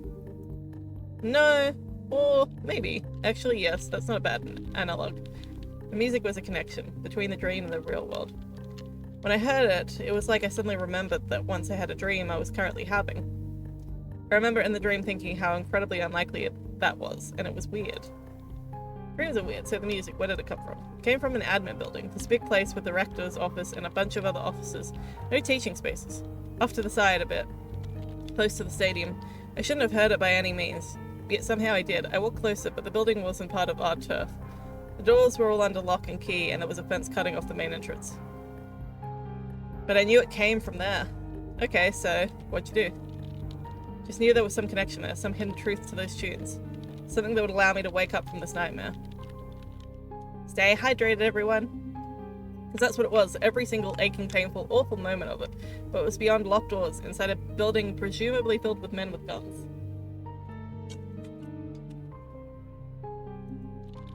You got this far. Was there really nothing you could do? Well, since I worked out of it, I did happen to know a smallish security flaw in its constraints. I knew that this would get me somewhere. Or it's not. It wasn't actually that I happened to know about it. It was more like I had consciously decided to look for a way to break in when I first started working there. Exactly in order to allow myself to get in when I needed to. I'm not sure if that makes any sense. That's hilarious. I love it.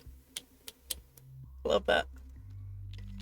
You anti-actively re-remembered in your dream that you had this dream and therefore changed your life in order to have the key when you had the dream again.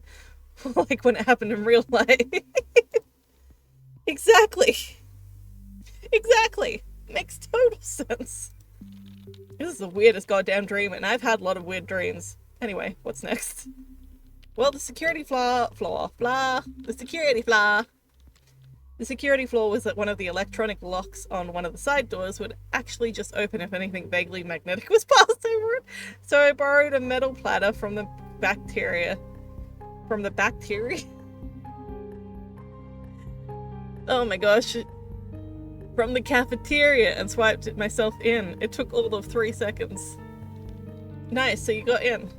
Guards? Alarms? No, nothing. Just the music. Even louder. I followed it upstairs to the room of one of the professors of archaeology, specializing in South American history, I believe. Mayan specifically. I was pretty aware that it was possible whoever was in there would just raise the alarm, and God knows where they'd throw me then.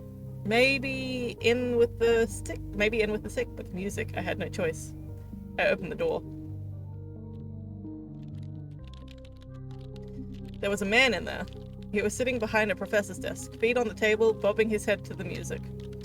He had a head of white and a thick beard and was wearing a ratty old band t-shirt and jeans. Around his forehead he had a scarf, and when I opened the door, I was greeted with the unmistakable smell of pot. His joint fell out of his mouth when he noticed me. One of the staff? No, but he definitely didn't look like a government official either. We stared at each other over the table. After a moment, he picked up his blunt again, expecting it for damage. Ascertaining it was fine, he offered it to me. Smoke? Did you accept? After all that had happened? Hell yes. He offered me a seat and then handed me the joint. He was an older man in his late 60s, or early to mid-70s, but he still looked sprightly. An old hippie. There was no malice in his eyes. He looked tired and sad mostly. It's the smoking caterpillar. This is pretty weird. Oh no, it's the rabbit apparently. Call me rabbit, he said. Sorry, I don't mean to quote directly, but no, actually I do mean to quote directly. I remember it all so clearly. I would have thought for sure it was the caterpillar because he was smoking, but apparently it's the rabbit. Don't let me stop you, Alice. We just quietly shared the blunt for a while and he started talking. He had a very pleasant, mellow voice, and I fought in the war, you know, Vietnam, he said, taking the joint back and inhaling it deeply. It's really good at what I did. Range stuff, behind the lines, nasty, nasty stuff, he frowned. Weirdest dream ever. You sure it wasn't a member of the staff? I'm sure, he just continued, ignoring my apparent confusion. When I got back, I was pretty messed up. Everyone hated me too. I couldn't understand it. I had fought to protect the US. I was supposed to be a hero like my pops before me, but instead all of these people my age were protesting, burning flags, hating. And I couldn't let go of what I'd done either. He smiled at me and then laughed like some kind of joke. You don't know where this is going, do you? So he was a traumatized war vet. You don't have any of those in your family, do you? No, I don't even know any modern war vets. We're very anti-war in my family. But this character, I mean, he was a character, like a walking stereotype, but he still felt very real, heavy, present, trying to smoke away his troubles 4 or 5 decades afterwards. Deep scars. And he was right. I was even more confused than when I had come in there. Wonder where you cooked him up then. Seems oddly anachronistic. That's when he leaned in under the table and took out 2 things. One was a safe, one of those small portable ones with the 4-digit pin code. The other was a heavy, ancient-looking 1911 semi-automatic handgun. You're drawn to this music, aren't you? He said. The gun and the box just lay there, like he forgot about them, the moment he took them out. He continued. Well, it's not the music really, it's what's underneath. Old sounds, older than you'd think, held together by God knows what. Magic as far as I know. My great-great-great-grandpops found it. Far down south. That's what my dad said, at least. He used it after his war to help him sleep at night. Like some kind of old Mayan type stuff? Prophecy stuff? I turned it on and holy shit, he wasn't kidding. The dreams it gave you. Of a future all rosy and beautiful. Peace, no war, east-west, living in harmony. learning from each other, free love, free drugs, rock and roll. Every night I could fall into this future vision of living a guilt-free life. Some kind of dream time travel device? But his vision sounded pretty utopian. Yeah, he was getting to that. But one night, it all changed. Instead of waking up to peace and love, I woke up to, well, kind of a version of this. He waved out the window, which had a nice view of the downtown area, still smoking. The bombs had fallen. I panicked. I mean, I had figured out already that it was some kind of prophetic device. But since the future looked so rosy, all I was doing was taking out a bit in advance while the rest of history caught on. Except now something had changed. Fascinating.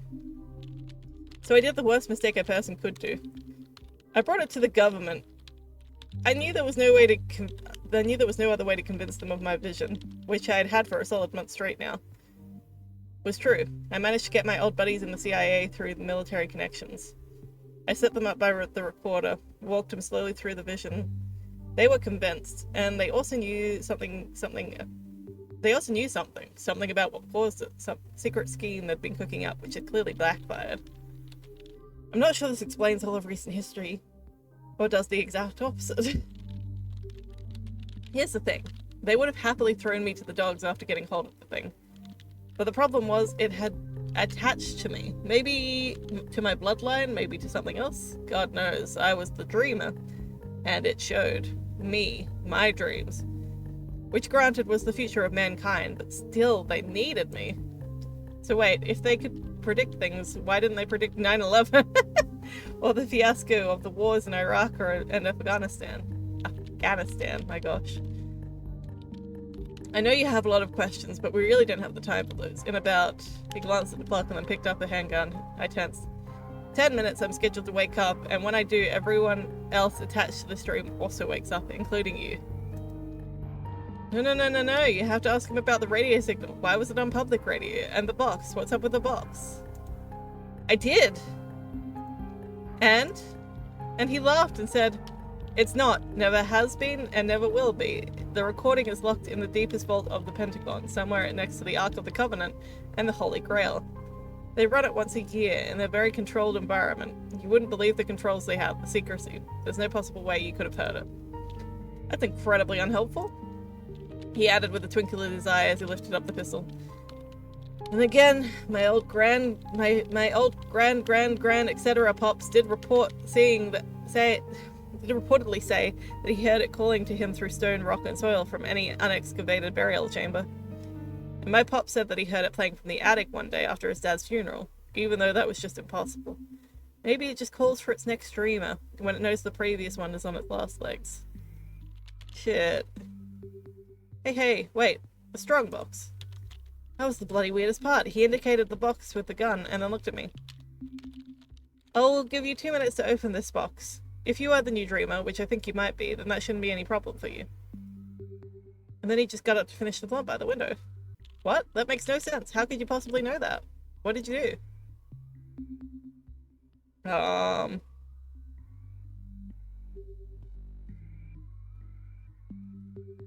wish I could save here.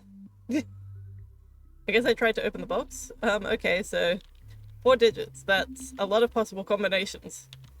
Better than nothing. Ah, frick. I typed in random numbers, but how was I to have any chance of just hitting the right combo? I gave up. And please tell me he gave you some kind of hint. Well, he said a weird thing. He said, and I quote, once you know the code, you'll never unknow it. And then he laughed like it was the funniest thing. And I had no idea how to react to that. And then he brought the gun to his temple and fired. Holy shit. And then I woke up. Wow, okay, that's quite some dream. I'm not sure that was a dream. I don't think it was either. So what was it then? A prophecy? We're all gonna die? And I think I just saw a test. Maybe one of them missile shields? Who knows what they use it for? Whatever it is, it's about as top secret as it can get. This is crazy. I'm almost starting to believe. What did he mean by calling it streamer? I don't know. All I know is that I have to find him again, Rabbit, before they find me. Why would they look for you? And who's they anyway? Because they need a dreamer, but I have this feeling it's not what the thing was meant for. A rabbit knows it too. There's something else. Something else than manufacturing monstrous future scenarios that may any day come true once they perfect the formula? Whatever else could such a power be used for? Funny. I don't know yet, but I intend to find out. It almost feels like I've already... Wait. What? Nothing. Just for a second, it felt like I heard it again. The music. Like this was one decision-making moment that determined my future. As if it will somehow affect a dream that I'm going to have. Careful with your future perfect tense there. Sorry, I just got the feeling that things aren't over yet. Oh shit, someone's at the door, BRB. Okay. Alice, are you there? God damn it. Did they get you? Did they get Alice?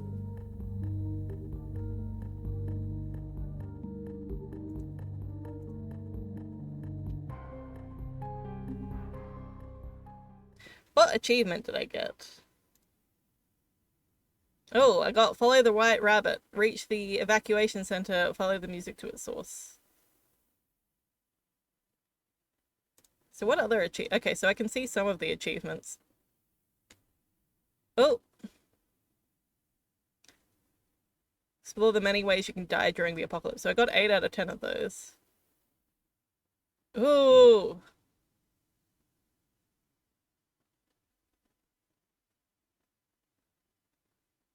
Okay.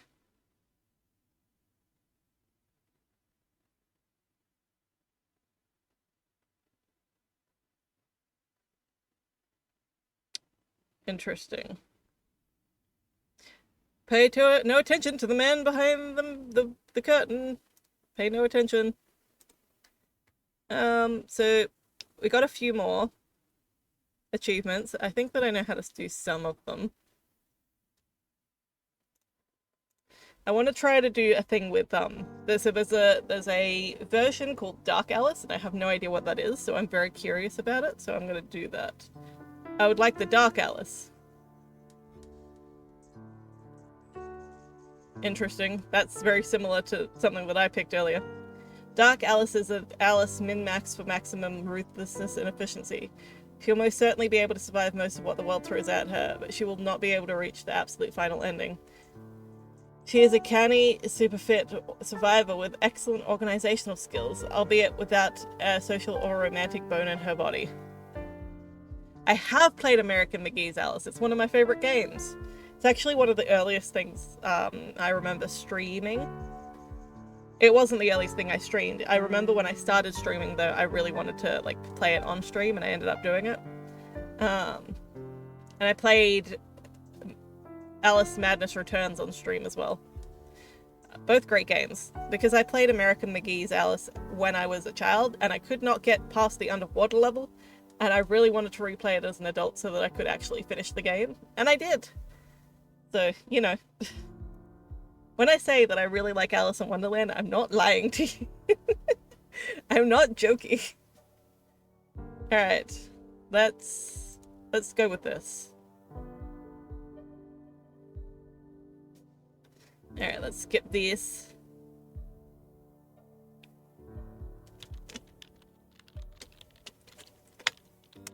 Like I said, it was the end of the world. No warning. Were you alone? Yeah, I had just gotten back from the store and was unpacking my groceries. I had on the TV to catch the evening news and the weather. I remember buying a lot of canned food for some reason. Since when do you have more than a spare packet of ramen noodles in your cupboard? Hey, stop underestimating me. Future Dream Me was pretty organized type. Although, blech, I don't know what I was thinking with all those cans. Definitely paranoid. Anyway, what happened next? Like I said, the TV suddenly turned into the emergency alert.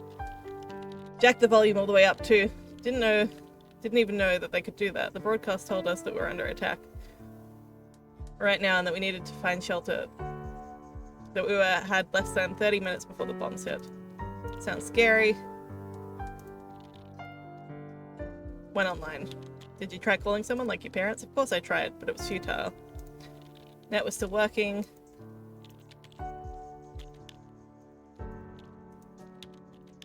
Tried to get in touch with my brother. Pretty much described my online presence. Okay, so you don't get the message about the bunker then. Your girlfriend's first cosplay was Steampunk Alice. I love that. Steampunk Alice is great. Alice Madness Returns has such fantastic costumes, and I really want to get good at sewing so that I can make some of them. So I did take the opportunity to search for closest fallout shelters to my address. Clever, and I found one, down on 3rd. There was a second result just under it, which I guess the search algorithms were still going strong. Led to a Facebook group discussion. Seemed a lot of people were heading there, maybe worth a shot, so what happened next? You know, I did find you online. He had gone missing. Fallout shelter seemed like the best option. You gotta bounce, time to sleep. Oh, good Dale, thank you for hanging out. I appreciate you. Did you bring anything? Oh, right, yes, I grabbed the biggest bag I had. An honest to God hiking bag. I never owned a hiking bag in my life, but in the dream I did. Good luck, Alice. Good luck, Alice. Oh my gosh, what's this? GPS. Real-time map. Nice.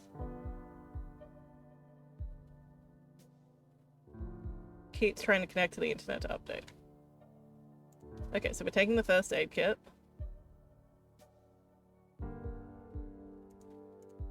Flashlight, crowbar.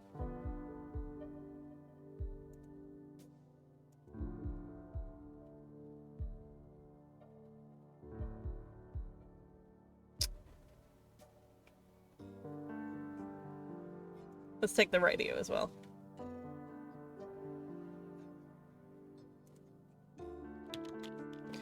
Hold on a second, a crowbar? Yes. Water crowbar. Specialized tool. Did you run into any trouble? You could say that. God, that shelter. So... I headed towards the shelter from my apartment. I'll admit, I was still kind of hoping that everything was a big false alarm, and by tomorrow everything would be back to normal. Like an extreme version of Orson Welles' War of the Worlds broadcast. Actually, the panic was blown up.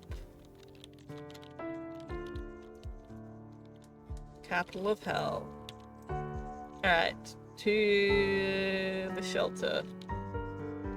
The shelter was actually in the basement of a bar. They used it as storage, which was handy since there was a door towards the street, but no signs and anything. I just knew about it from a Facebook conversation. It's the bar that I always go to, the Rad Bar. I went through the side door. It's the kind of alleyway I'd usually hang out in. I could imagine the junkies and hobos sleeping among the trash bags anyway. The suspense is killing me, so I knocked on the door and immediately tried the handle. It was locked. Nothing happened for a while. Then the door opened just a bit, and she stuck her head out. She? The bitch queen. She was this red-headed chick that had taken charge of everything there. She was the one that had originally posted about the place, so I guess she felt like she owned it somehow. She stood there in the doorway looking me over and then basically said, "We're full!" Like it was an exclusive club. Can't believe they just keep you out for no good reason. Was it actually full?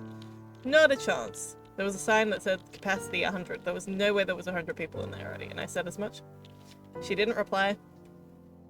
I guess she didn't just let it be that. Tried to push the door open. Wasn't having the shit. The door clearly said capacity 100 people. There was no way there was 100 people in there, so what'd you do? Figured from the way she was standing holding the door that she was poised to slam it in my face is if I so much just tried pushing it. So I didn't. Nothing else that I owned would have been able to withstand the heavy door but my crowbar. Oh no, turning out to be a useful purchase already. The moment she saw me move, she tried slamming it, but she didn't even notice the crowbar. That was her mistake. The door slammed against the metal, like when you try to close a car door, but your seatbelt is in the way. This is a terrible jarring sound. She was out of balance. I pushed against the door and she stumbled back. Woohoo!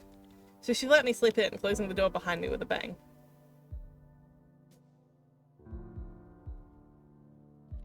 I barely had time to get my bearings before she started taking command again, telling me to hurry up and empty my bags. Empty your bags? She had some kind of notion that she should be in charge of the supplies. What'd you say to that? I asked who the hell put her in charge. Holy shit, Alice, I didn't know you had it in you. I don't know. I was tired, stressed out in my mind, panicking. The bitch tried to keep us outside. Now she wanted my stuff. I didn't have time for her shit. You go, girl. How'd she react? Stunned that someone would actually stand up to her. What'd she have to say for herself? Stay hydrated, everybody.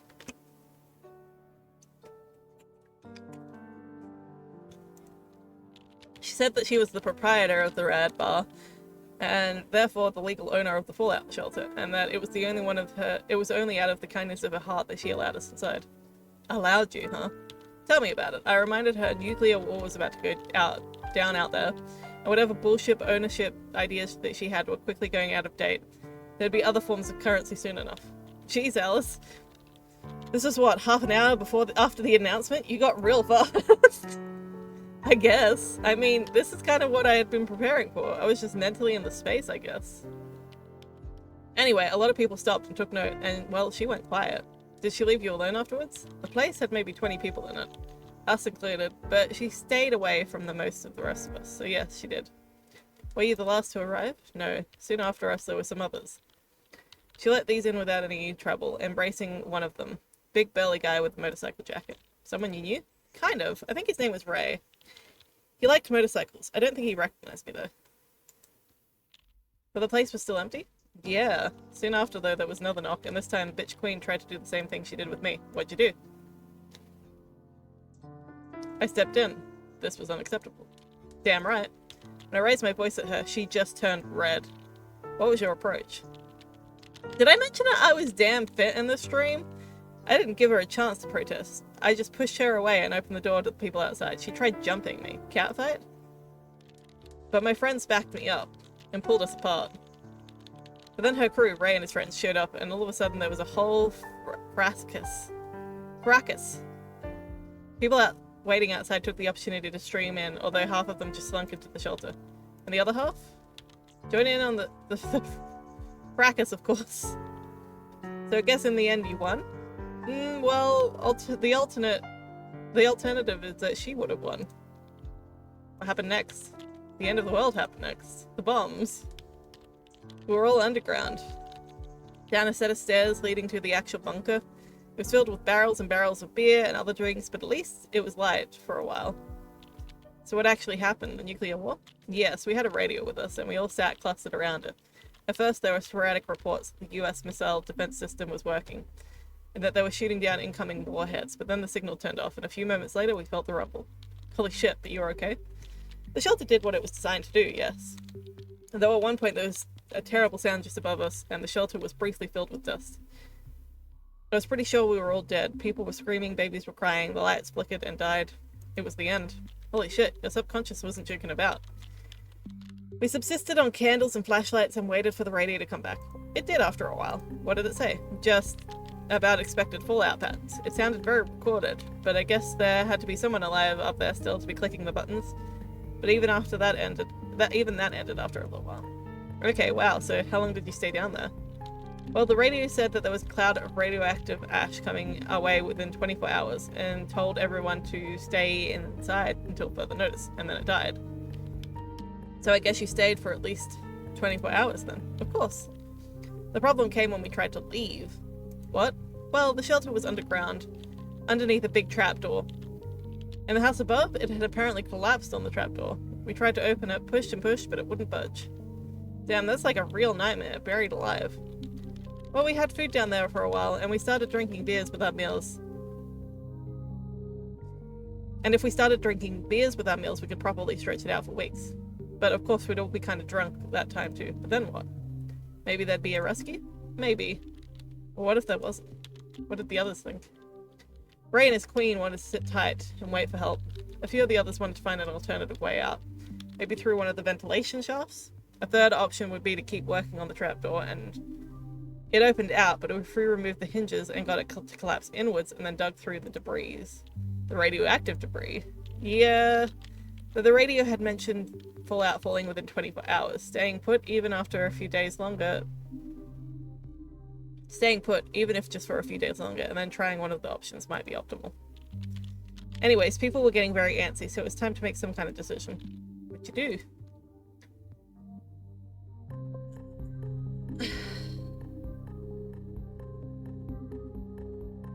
Opening up an alternative exit seems like the wisest, like a ventilation shaft. Correct me if I'm wrong, but don't you get your air from a ventilation shaft? Well, yes, so it was kind of risky to go messing with it.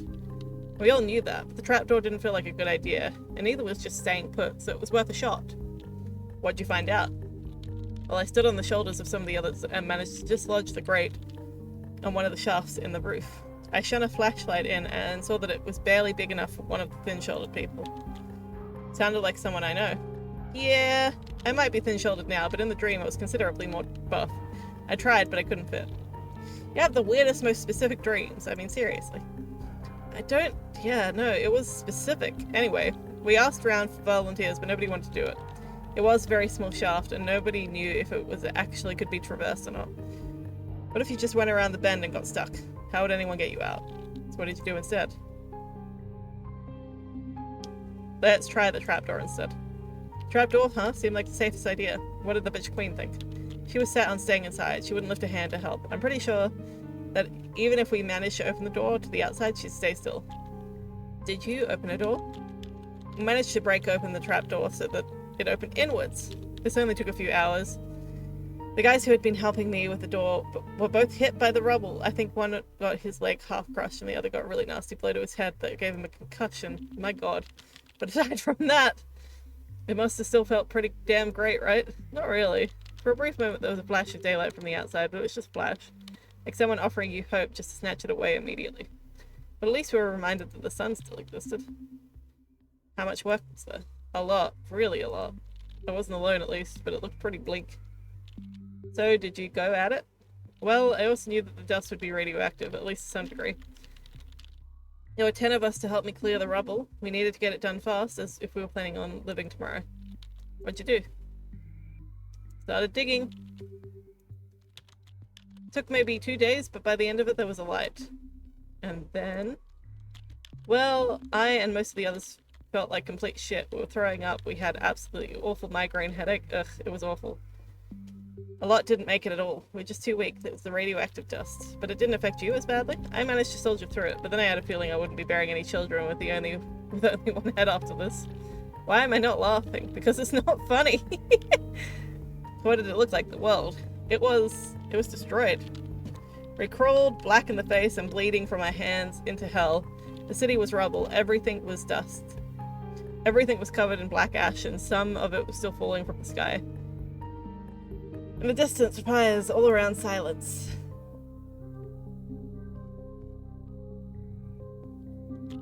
Jesus, so what did you end up doing? Well, that bitch queen wanted to force our hand. She said in no uncertain terms that she was staying right here, and that anyone who didn't want to wait for rescue was free to leave. And you? Were you free to stay? Not in a million years. She was adamant that I left, me specifically, Queen Bee syndrome. The others? The others crawled up after me. They'd do what I wanted. A few others joined as well. Jumping camp. What'd you decide to do? Oh! I wasn't going down without a fight. That fallout shelter was ours. Well, I admire your moxie, but she doesn't seem like the kind of person you want to pick a fight with and lose. What was she gonna do? Throw me out? I was already out. That was your avenue of attack. I was done with the bitch. I socked her in the jaw. You what? The whole world stands in ruin around us.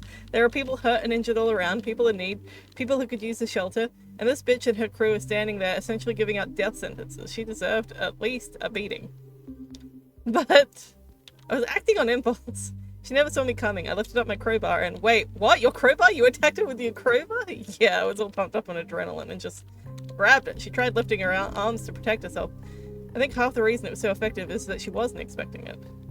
Crowbar to the head. Must have been pretty gruesome. Effective though. She was out cold. And Ray? Did I not tell you that I was goddamn Sarah Connor in this stream? I knew he was coming. I grabbed the bitch queen before she could fall. Christ, Alice. He pulled out his gun and aimed it. But I was now holding the very much knocked out girl as a shield. Go on. He hesitated long enough for one of my friends to rush forward and grab his arms and wrestle the gun away. Long story short, I won. That's cutting it short. What did the others say? What did the bitch queen say? What did you do with the gun? Bitch queen didn't say much. She had trouble talking. I think I knocked half her teeth out. Maybe broke her jaw. I don't know. I'm not a doctor. She had a concussion, that much for sure. And Ray was subdued. We didn't kill them or anything. We kept them like prisoners, I guess. The price of coming in second place. Drainu is a weirdly sadistic character. She deserved it after everything she'd done. Anyway, the shelter was ours. And the gun? I, actually lost it. Someone took it in the fracas and it was gone. I don't know who. I don't really care either. Maybe one of Ray's friends had it. They didn't stay. At least they didn't come back to bite us in the ass. Why didn't you just kick out Ray and his queen too? She was in no state to travel and he wanted to stay with her. I remember this moment. The queen and Ray were sitting on the bench down in the shelter, huddled so up close. Ray took his jacket off and wrapped it around her shoulders. I remember the jacket had a big gold embroidered text that said Lucky 7 on it. Not so lucky. I don't know why it jumped out so clearly to me. 7. So 7 is one of the numbers. Oh, it flashed. 7. Anyway. So you stayed at the shelter for how long? Well, the idea that you would be...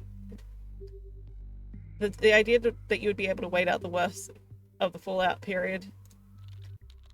Unfortunately, the trapdoor was totaled and there was a lot of debris already inside the shelter, but we built a kind of makeshift thing out of a tile instead to keep out the worst and did our best to clear out what had come in.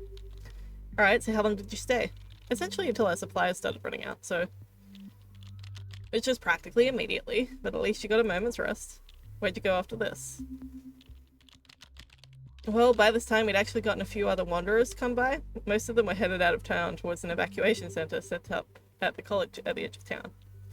What, like your college? Yeah, talk about going back to where you started. I think I got an achievement. What achievement did I get? I got Shelter King! Hell yeah.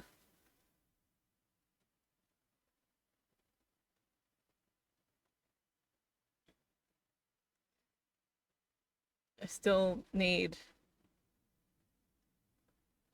to do other things. What do I have in my bag? Okay, so I've still got a first aid kit.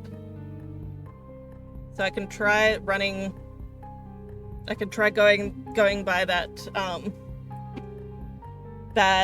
the bad bridge. I can try doing that this time.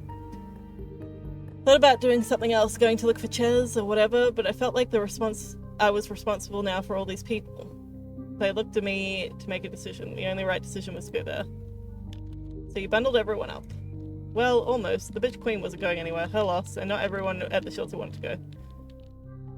Many other places to see first. Homes, families, friends. You bundled everyone important up and headed out. What was it like? It was pretty heavy. The streets were jammed, there were bodies everywhere. No. Everything was covered in ashes, not to be recommended, but eventually we neared our goal. So it's real, the evacuation center. Slight obstacle is the bridge. Confronted them.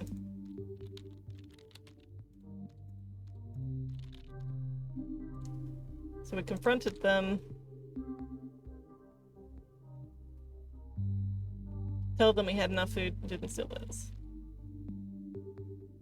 Fuck. No. Emptying it out and rifling through the contents. So, did I lose my first aid kit or do I still have it? What did I do next? Told me I was just a looter and I should fuck off, but at least they gave me the backpack back. Decided to reconsider the whole thing. Went down river to find one. I think I've still got the first aid kit. Ah! I died, but I don't know how. Not sure how I died there. Confused. But we do have a 7.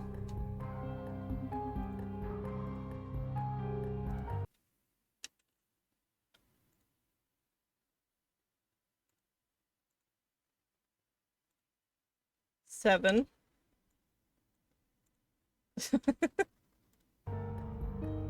don't know.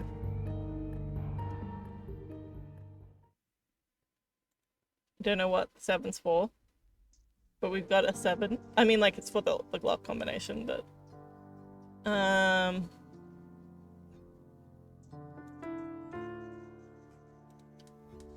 customize Alice.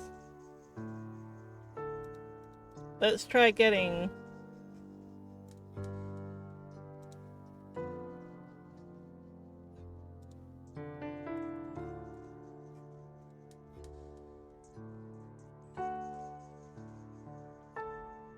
chat through.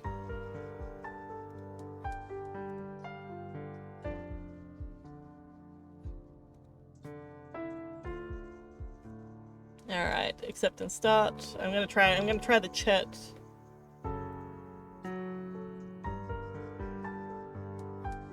Cause like there's a thing about getting his chat and his sister through.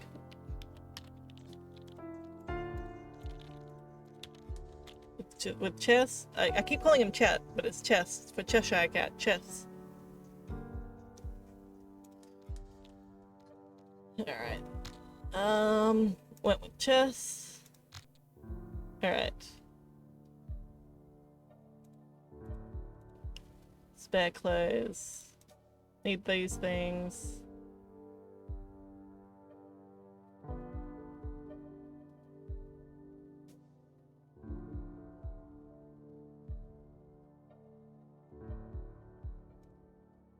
Alright.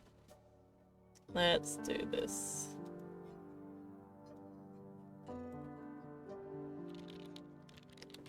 Crowbar. Walk out the worst of the chaos.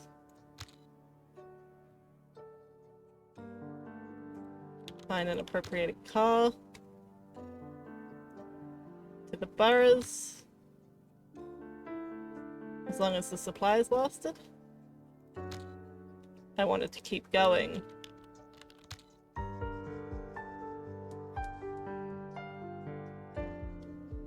Went up to them and confronted them. Brave. Wasn't gonna let them scare me. Just thugs. What'd you do? Told them we had enough food and didn't need to steal theirs.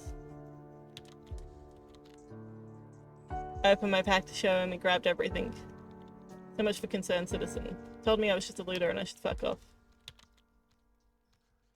Tried talking my way through. Didn't fast talk, I told them the truth. I was there to help Chess and his sister get across. I told them incredible lengths we'd gone to. Did that work?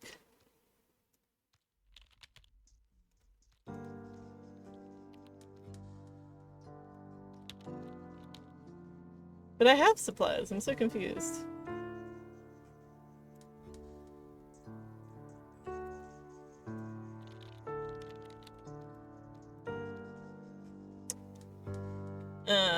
Okay.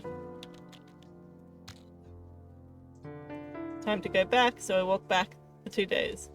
Even more harrowing on the way back than on the way there.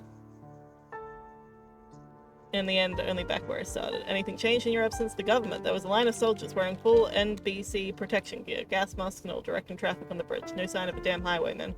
Rescued at last? Well, they did let us all through, but what?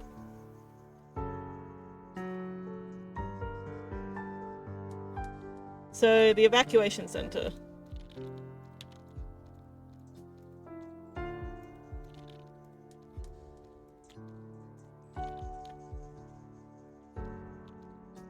There were 2 doors. If you frizzled, you went right. If you were quiet, you went left. I went right. Oh, they gave us back our old clothes at the other end, which is just the things we should have had.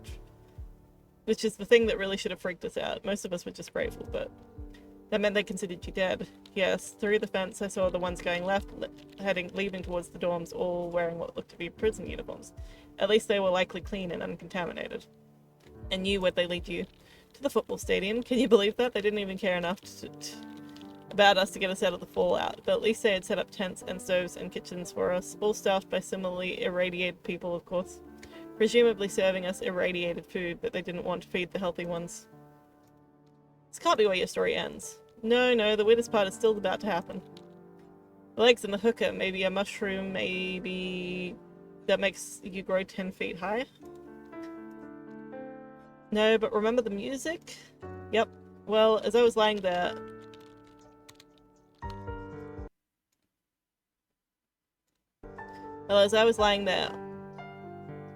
on my no doubt lethally radioactive mattress, staring at the sky about half a second away from tears, I heard it again. Kind of like you'll turn the sound of thunder into explosions in the dream. No. Or maybe yes, that's not a bad analog. Or is it supposed to be analogy? It's probably analogy. Don't know if that's how you spell analogy, though. The music was connected in between the dream and the real world. When I heard it, it was like I was suddenly remembered that I once had this dream that I was currently having. I remembered in the dream thinking how incredibly unlikely that was, and it was weird. Dreams are weird. The football stadium is connected to one of the campus buildings by the long covered annex. They had put down the gates and locked them. So could still go all the way there. Beyond the gate, beyond the annex, in the building across, there was the admin building, you know, where the student offices and rector offices were located. And there was an open window with the light on, and that's where the music came from. Pretty amazing, you could hear it all the way from over there. I knew there was some connection there, some hidden truth in those tunes. Something that would allow me to wake up from this nightmare. Because that's what it was. Every single aching, painful, awful moment of it. But it was beyond locked gates, another side of the building. Presumably filled with soldiers with guns. You got this far, was there really nothing you could do? I stared at the open window, listened to the music, and that's when I felt I knew this was a dream. It wasn't real. Or it was, but it wasn't all that real. There was an alternate version of the dream where I'd done things differently, where my life had been different until this moment, and as a result, I wasn't stuck on this side of the fence. Some kind of multiverse theory applied to the strange realistic dreams. If there's an endless number of dimensions, who's to say that there's not one where dreams are more real than reality? Anyway, no, more like I remembered having made certain choices about what I wanted to do with my life, how I was going to spend my time, and those choices and a million others had led to this moment of helpless separation. But if I had done differently, things would have been different. Yeah, except what if you can foresee where the arrow of time is going to hit? Prophetic dream? That's what I'm saying. Dream ended shortly after that. I think I ended up killing myself by jumping from the top of the stands. A final swan dive rather than the slow wasting away they had condemned us to. Then I woke up. And I died. So that's one of the endings. Oh, okay. We're about to have an ad break. So we will do another one after this. I am genuinely very keen to try to get the true ending here. So we'll be back in about 3 minutes. Alrighty, we are back. I really want to try to get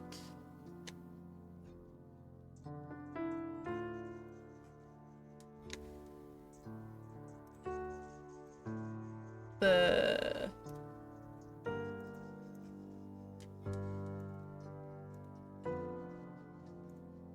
chat one.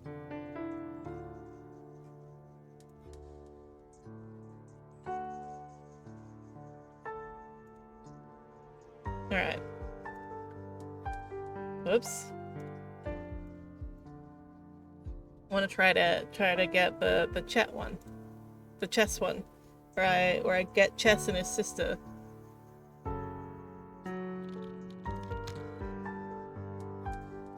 Went with Chess. Okay.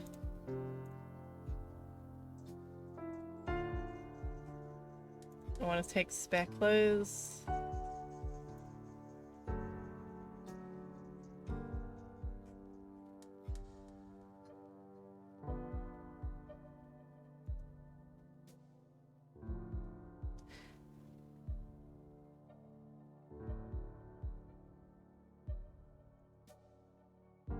Take the radio.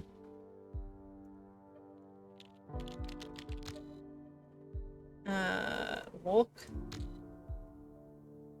Appropriate a car. Get to the bars. As long as the supplies lasted. Wanted to keep going. Wait, there was a 1 there!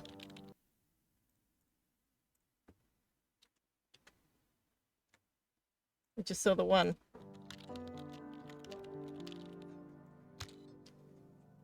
Confronted them.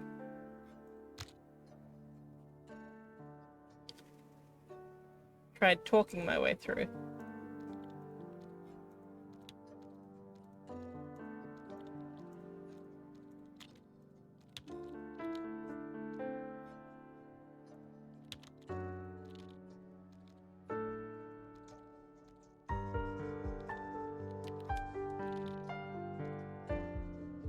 Let's wait.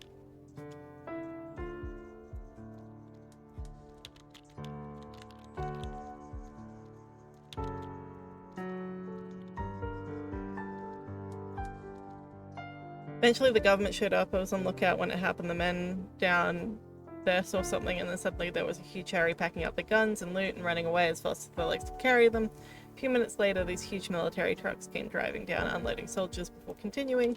Ain't that just lucky? I was pretty happy, yes. I ran down to meet them. They were detecting survivors, calling them with these huge speakers. Guards at the river handing full NBC gear, masks, and all of which was a stark contrast to us. It was sent through and soon enough on the way to the evacuation center.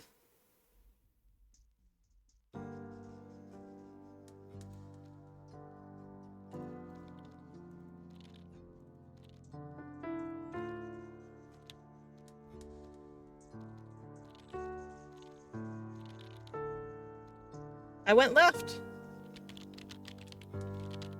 Not radioactive.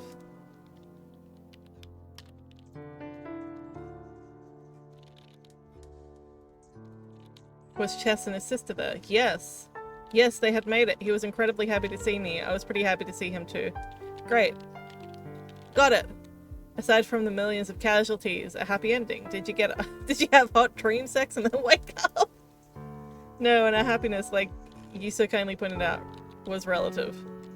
The world would never be the same, and we knew it. But at least we had each other. But no, that wasn't the end of the dream. Go on. Did you rebuild society or something? Radio.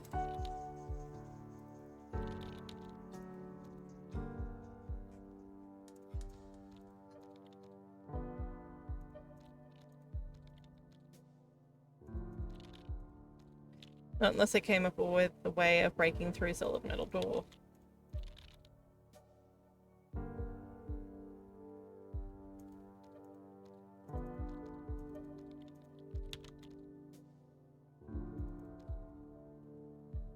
Okay. So I've gotten the happily ever after against all odds get Chess and his sister to the evacuation center.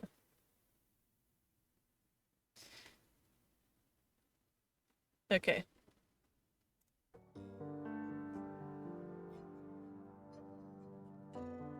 We've got a couple more endings to try to get. And we also want to get the goddamn code. So we've got a 7 and we've got a 1.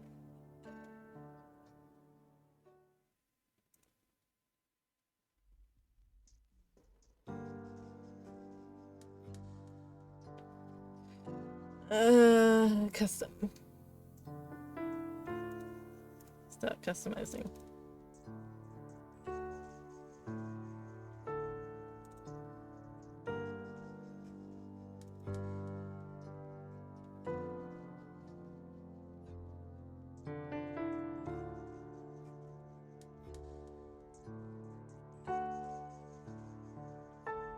Cool, let's do that. See what happens. Alright, skip this first part.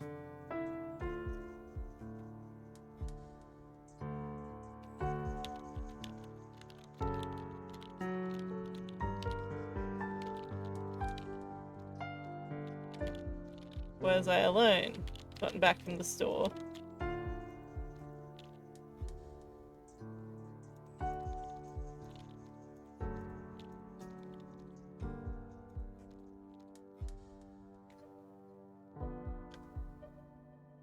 I needed to think about my options. Stay indoors.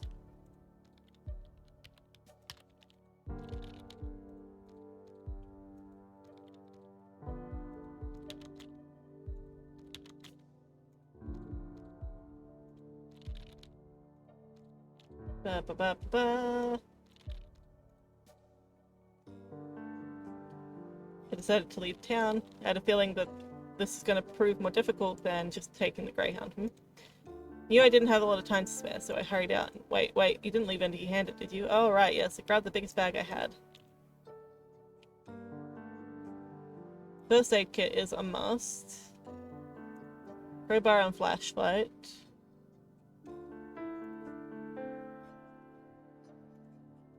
Okay. I think that's probably good. Did you say you brought a crowbar?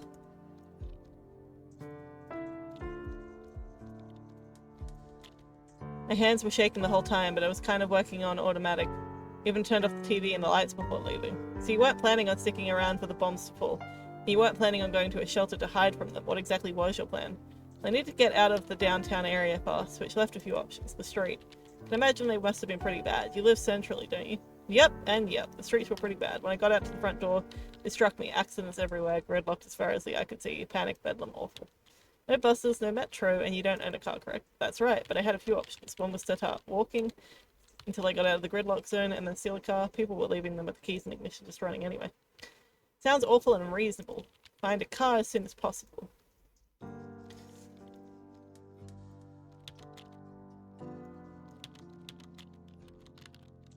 Motorbike is maneuverable.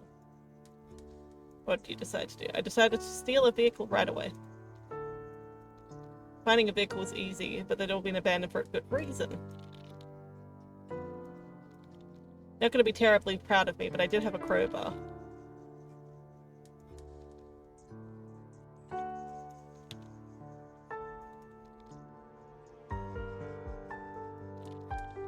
It's in total fight or flight mode, but I guess the heavy blunt implement on my hand let the fight part take over.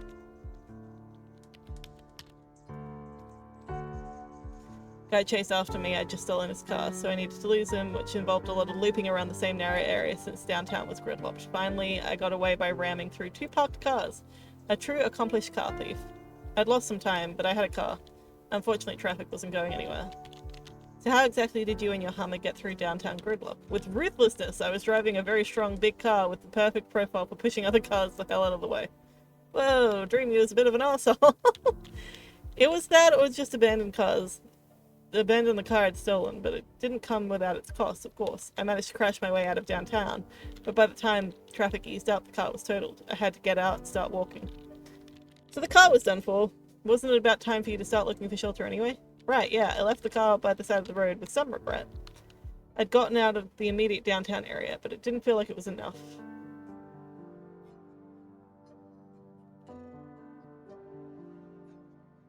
I tended to get as far as possible, even if on foot. Just kept walking. I don't really know what I was thinking. I don't think I was thinking. If I looked down and put one foot in front of the other, maybe nothing would happen. Something like that. How did that work out for you? I think it was easy. Did you consider running? As far away as I could. Once I got away from the downtown area, things were much smoother. I ran as fast as I could. No bombs, still no bombs. What'd you do? Started looking for shelter. You actually made it that far? How long was it until the bombs actually hit? I'm not entirely sure, but something like 2 hours. I think they hit everywhere else before they hit us. I'm not really sure why. A soul shield? Do we have one of those? Anyway, I knew I was pushing my luck trying to get any further, so I started looking for likely shelters. Stat.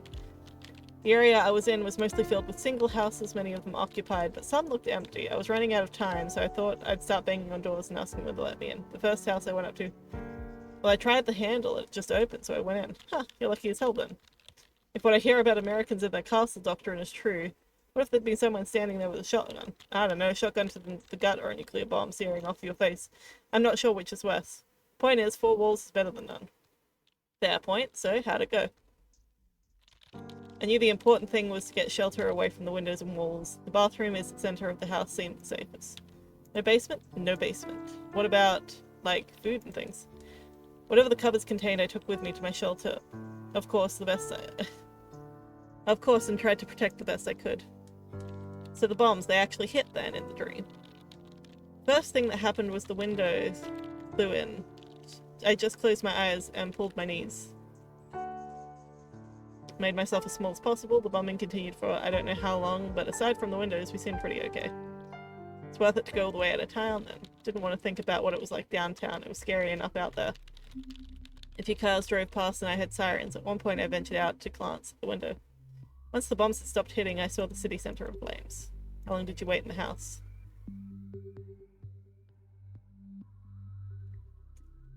I'm gonna say for 24 hours. I don't know how safe the house was from the fallout, really. The windows blasted open and all that, but it was probably safer than walking the streets. As long as I only ate the uncontaminated food, it ought to be okay, I thought. So you ate through your supplies, and then...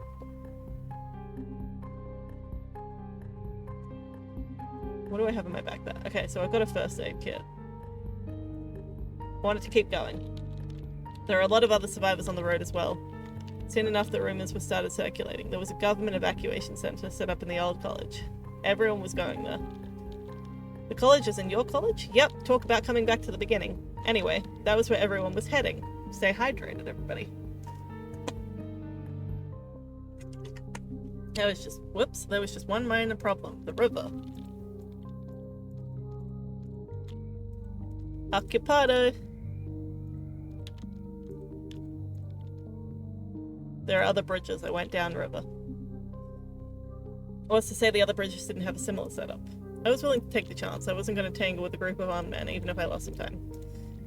Walked for about a day through incredibly terrible terrain towards the nearest bridge. Quakes had made the riverbank collapse in most places, and the river was for some reason churning, making it impossible to ford. When we finally arrived, it was broken. Yes, it had collapsed. Half of it was dragging in the current, some cars. I'd gotten this far, it was crossing. I wasn't sure how much longer I could go on without making a stupid decision, or maybe this was my last straw. Run as fast as I could. My resolve almost failed me when the remnants of the bridge started creaking underneath me. Imagine the feeling of something so massive actually moving as you moved. It felt like it could collapse at any moment. You're insane. I ran the first stretch easily enough, climbing over a car just as it was about to collapse into the abyss. As my feet hit the ground on the far side, it started to move and groan, and the whole bridge shuddered like a drunk trying to keep its footing. Uh-oh. Ran faster. There was a narrow stretch of rebar. I didn't stop. I just balanced out on it like some action hero and ran across. I have no idea how I did that without falling. Didn't you tell me a story the other day about how you fell off your step ladder in the kitchen when you tried to reach for the top cupboard? Dreamy is more badass than that. Did you make it across? The bridge was falling behind me, being swept away by the river, and I dashed as fast as I could. I almost thought I'd made it when something snagged my heavy backpack. What snagged it? I think it was a piece of the bridge support or railing or something. It was ducking underneath some rubble when it happened. My backpack got caught, and I felt the ground shift underneath me while I struggled to get it off. No way. I was dragged across the tilting bridge by an unstoppable force while I scrambled helplessly for a handhold. But even if I'd found one, I would have been too late. Me and a few tons of concrete and rebar. And cars all tumbled to what's ground. No. Luckily, I got most of the breath knocked out of me when I hit the water. No! I need to survive!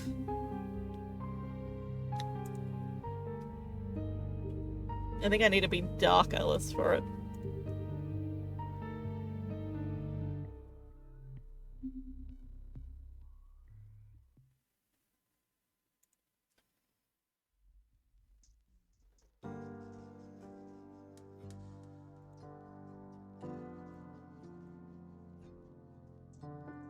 Start. Skip.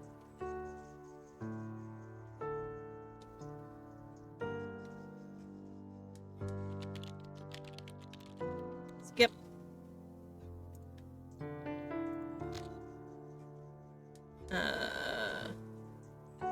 Tough it out at home.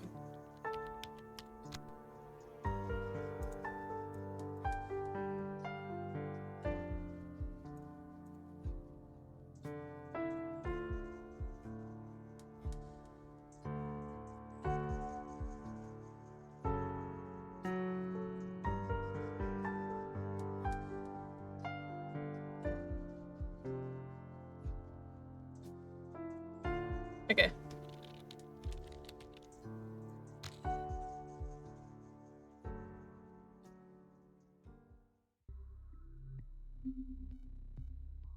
Left as soon as the explosion stopped. That doesn't seem safe. I was afraid.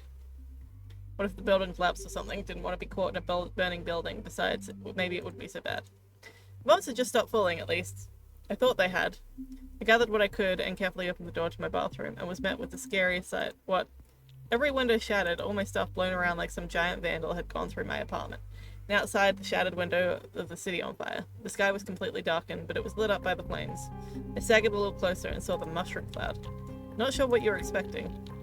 Sorry for not being prepped for the end of the world. Anyway, I stood there and heard or felt this vibration. I knew it was my building. Was it collapsing? Sure sounded like it. I hurried into the corridor and holy hell yes.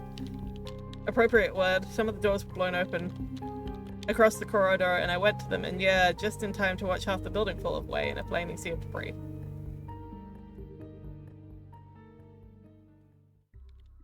Jesus Christ. Like, can you imagine? I ran to the stairs. Luckily, they were all still intact. I was afraid the whole thing would come crashing down at any moment. You got a very overactive imagination. That overactive imagination caused me a lot of hurt, in the dream anyway. See, I was dashing down the stairs and I suddenly realized it was very, very dark. The fire from outside didn't reach all the way here, so I was already running as fast as I could. I tripped, of course. I think I managed to throw up an arm at the last moment, which saved my life, but didn't save my head from bashing into the concrete wall. Ow. I was out cold for the rest of the night. What was your status when you woke up? Sore, in a lot of pain. I think I might have lost a tooth. But alive. Bruised, but alive. The building hadn't collapsed on top of me. I think I was actually awakened by a flashlight shining in my face, blinking on and off and doing other kinds of pseudo-medical things to get me to react. Who was it? Couldn't really form coherent thought for a while, but after a bit I found out his name was Ross.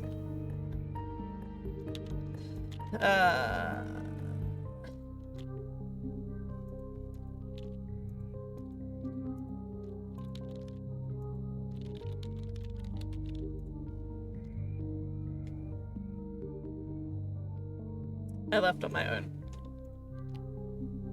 A couple of others here had also gone off on their own. This is a suspiciously involved drain, you know. Tell me about it. So what happened next? Wanted to find a safe space to hunker down.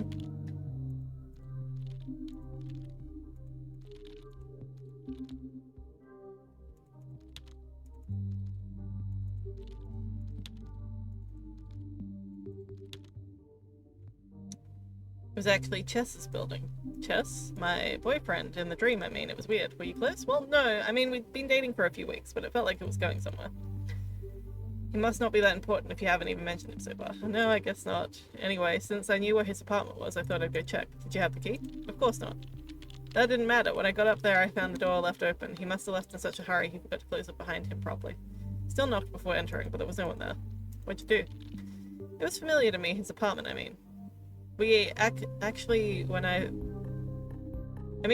we meet, say no more. Yours or mine, etc. Damn, what a dream. Uh-huh. He had some food I could eat, fresh food, that kind of thing, so I availed myself to that. There was a sofa, I took a nap. Sounds like you struck gold. It was interesting, or weird, to be there. He had these pictures of his sister and him everywhere. I hadn't really noticed them before. She was in a wheelchair in most of them. And on his fridge, a post-it with her address and phone number. He must have really cared for her. I wasn't thinking past tense. I took the post-it. I'm not even sure why. Anyway, I stayed overnight, but the truth was that I was starting to feel very ill. From the radiation? Yep, what'd you do? Stayed in the apartment for several days more, eating Chess's food and looking through all the things. No diary, sadly. He only had a desktop computer with no power. Was that why staying there? No, but the truth is I really didn't have a choice. I realized I was too weak to travel. The ash rain turned black sludge outside. I tried to keep the ash and wet out, but at first I thought I was just tired from the long night and stress of seeing all those bodies, but it was something worse. Wouldn't wish it on anyone. The nausea, the diarrhea, didn't matter what I ate, it all came back up again. Soon I was too weak to leave the sofa. Is this when you woke up? I wish. I lingered. It was slow. Towards the end, I don't even know how many days passed, but it was many. Someone came through the door. In my delirium, I was dehydrated and in a fever. I thought it was Chess who had come home from the store with my medicine. I called out. Was it Chess? No, or maybe it was. I couldn't see any longer. I know they ended me. I think it was a mercy killing more than anything else. You have an incredibly fucked subconscious. And I died.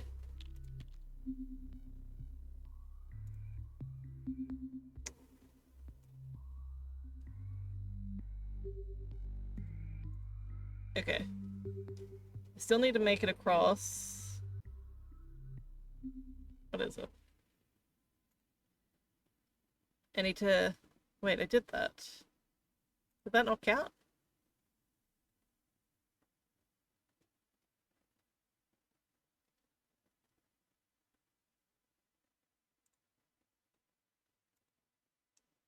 Why did that not count? I used the car to get out of downtown. Didn't count though. Weird.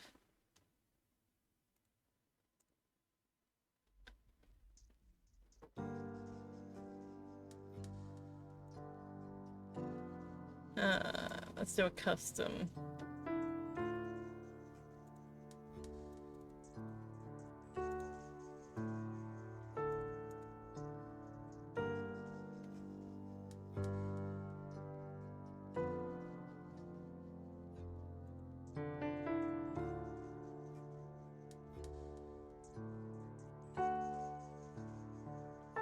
Let's do that.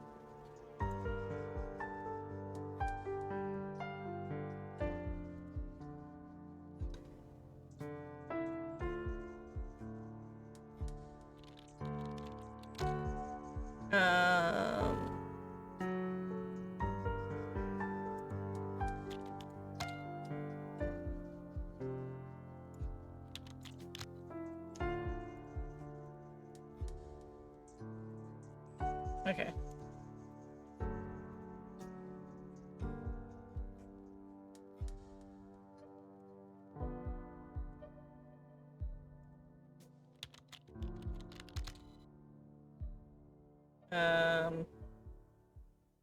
Stayed for 24 hours, like the man on the TV said.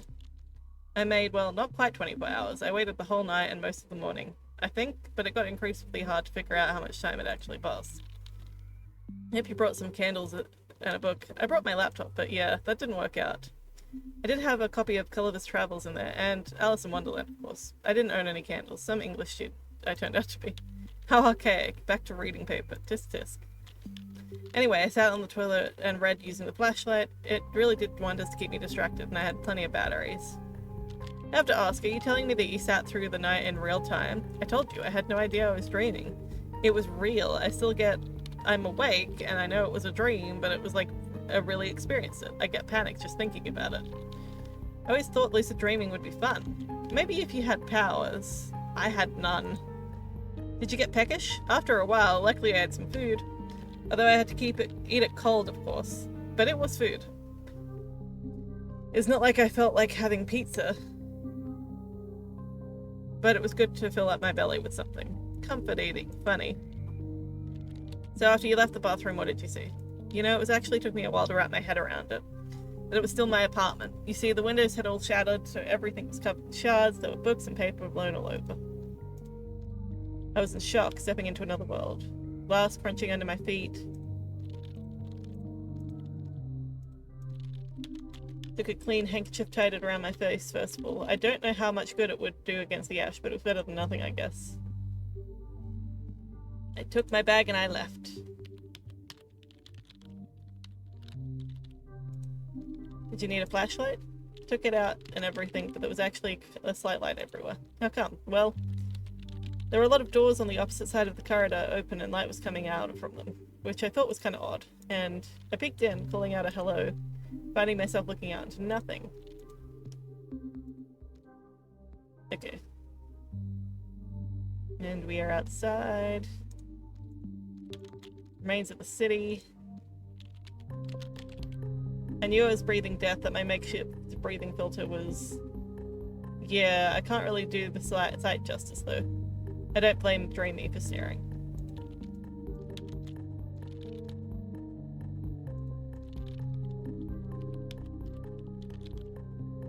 I didn't actually have to make that decision. I was standing there, ears perked, when a voice called out to me. Someone you knew? No, although I think I may have seen him in the elevator once or twice. His name was Ross, and he and a small group of other survivors.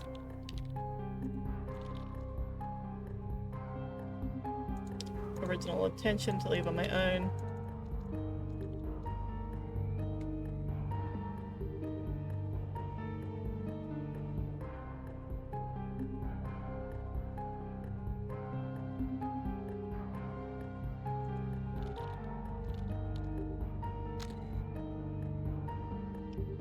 Other bridges?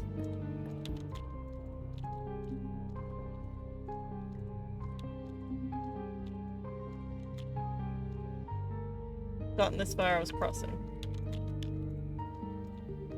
Run as fast as I could.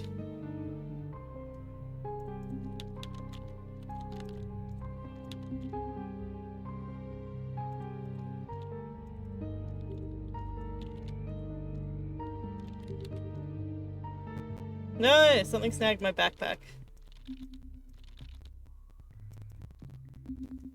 What the heck? What the heck? I think that I'm gonna see whether I can look up some videos on this. I just don't think that I'm smart enough.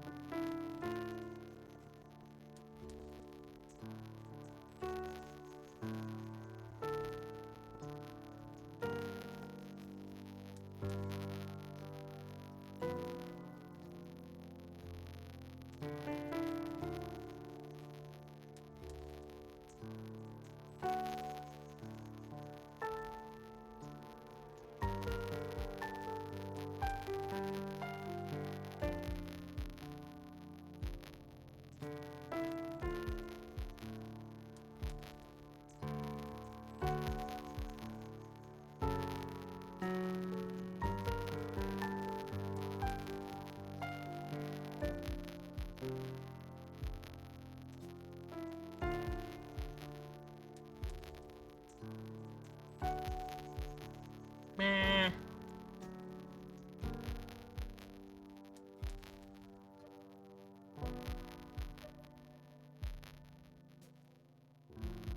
Let's do a randomly generated one. Random stats.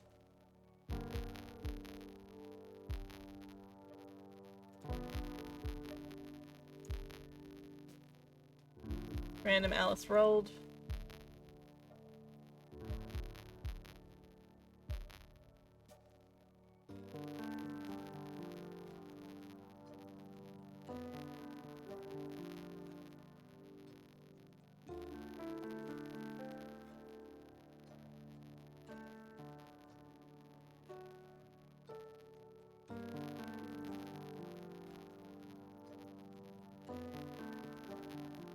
Hmm.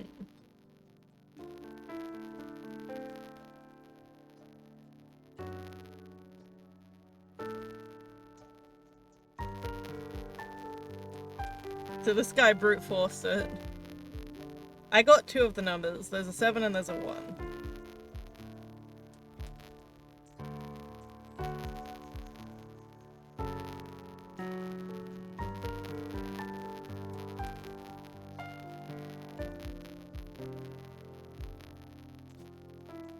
So let's see what they actually are.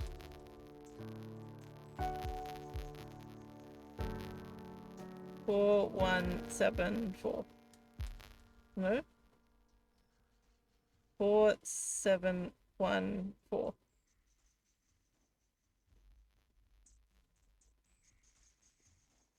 Four, 7, 1, 4. So we got the 7 and we got the 1. Don't know if we got the 4. I'm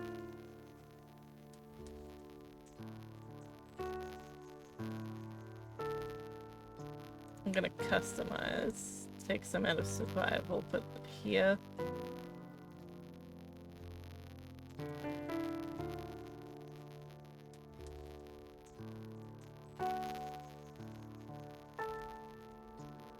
Do that.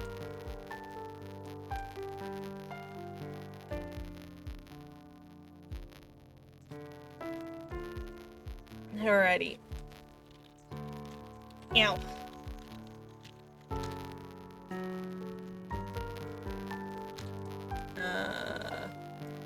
Dump it out at home. Wait, what? Oh, I think I have friends over. I'll let them stay. Okay, I'm confused. About what I did.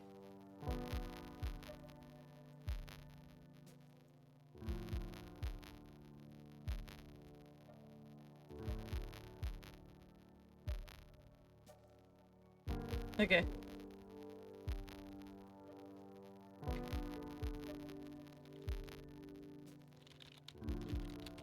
So we got shelter.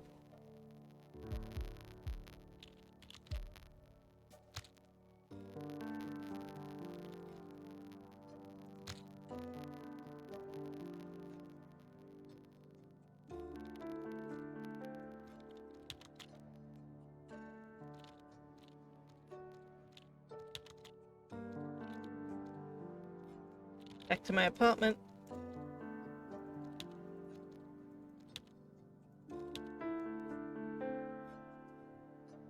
I just listened to the man on the TV. He said, move you and your family to the centermost room in your house, preferably one without windows, preferably underground.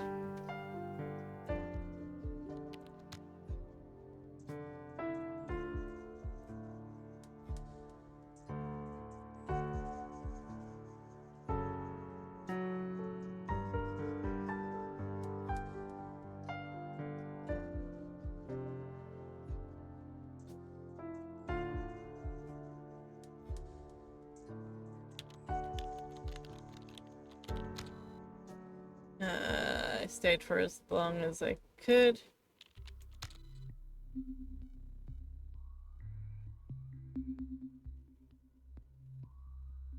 See if anybody else was alive.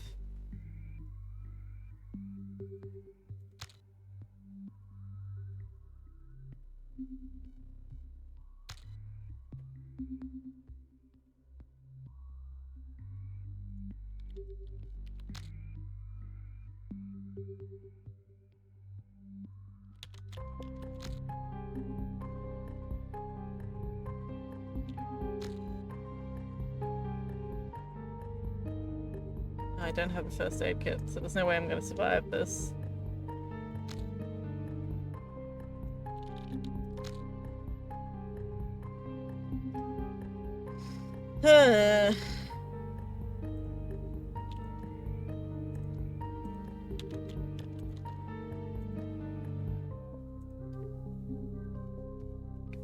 Alright. I think that I want to open up the... I don't think I'm going to be able to get all the achievements. It's really annoying me. So I feel like I'm close. I feel like I know what I need to do for some of them. I'm going to try...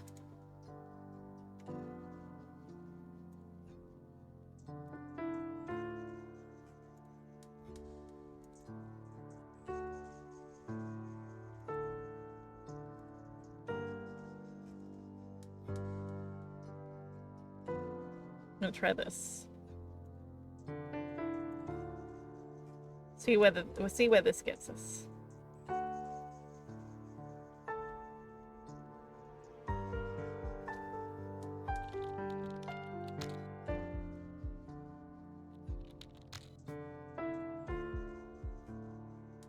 Leave town. Got a first aid kit. Okay.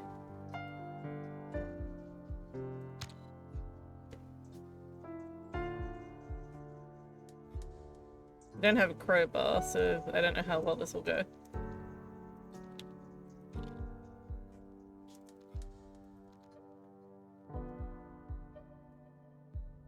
Of course, there were no keys because the driver still had them. He'd been on the other side of the car. He came around the corner and saw me sitting there. He had a minor apoplectic fit and ran at me, keys in hand. God damn it, Alice, I knew you weren't the car thief material.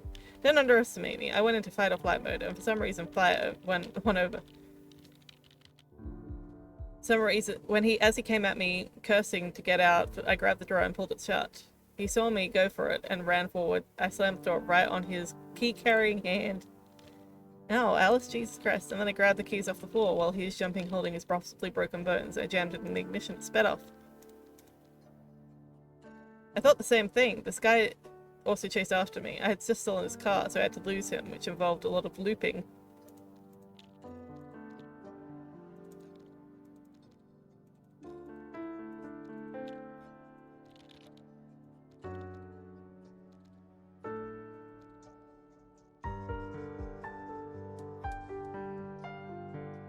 Kept an eye out for a shelter.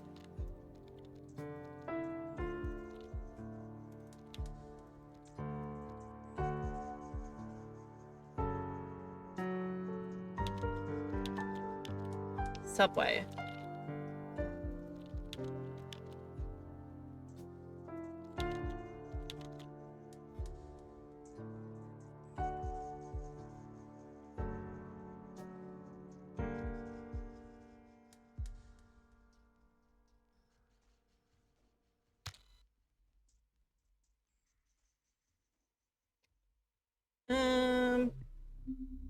Let's go west. Started running, almost immediately ran into a solid wall of backs. Immediately started elbowing my way through. How charitable of you. Be kill or be killed. Did you get through? Kept pushing my way through. That's when the roof started to collapse. Oh shit. Whatever common courtesy remained was thrown aside. It was a stampede. I let myself be carried along the tunnel while the slow crush began behind us. Jesus, after it was all over, I was just relieved. I didn't feel anything else. Does that make me a terrible person? Only if you trampled a few children to get where you were. I don't think I did. Whatever the case, I got into the tunnel just as the subway station collapsed behind us. I don't know how many got caught back there, but yeah, I added my flashlight to a few of the others. But even so, it was pitch dark. It's pretty terrible. Faces flashing in and out, people crying after loved ones. There was one woman, she was crying for someone, maybe a child, and it just escalated and escalated, and she couldn't find him. Ugh. What did you do? There wasn't like a discussion or anything. Once it was clear the tunnel had collapsed, people started moving in whatever groups or then solo. The next station wasn't very far, and there was some talk about staying down there in case the bombing was still going on. But I think we were afraid of what that meant if the next station collapsed too. Trapped underground in the dark. That sounds less fun. I was getting hungry too. I finished a cracker from my backpack, and that's when somebody made a grab for it. What, seriously? Yeah, I reacted instinctively and ripped the bag from his hands, shouting loudly. A few people stopped to look, but no one stopped the bastard as he slunk off. I didn't even get a good look at his face. There were a few people who came up to me, my age, looked like they were a group, and asked if I needed any help. Don't trust strangers. I know that, but it was good to talk. They shared some of their food and complained about thieves, and they wondered if I wanted to travel with them.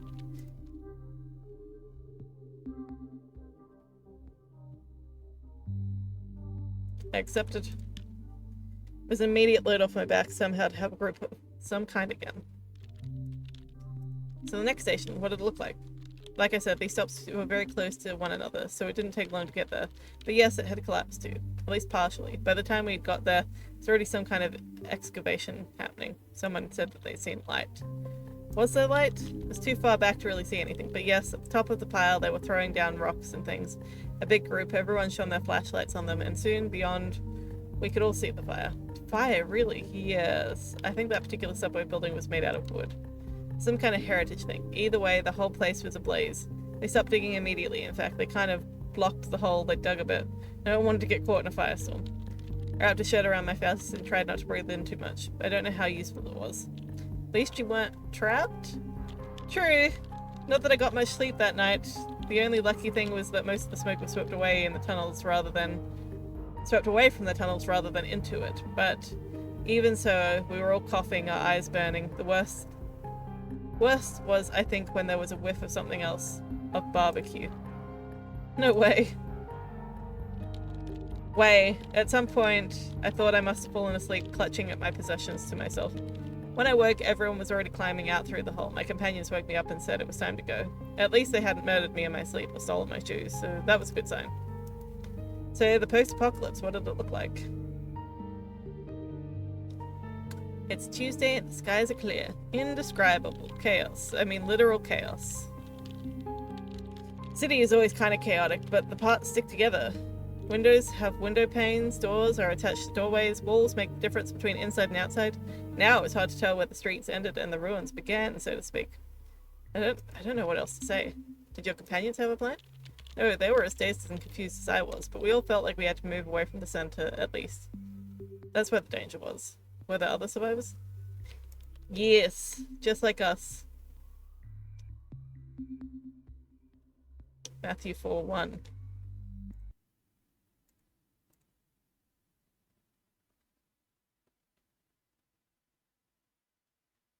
I'm gonna pretend that that's something.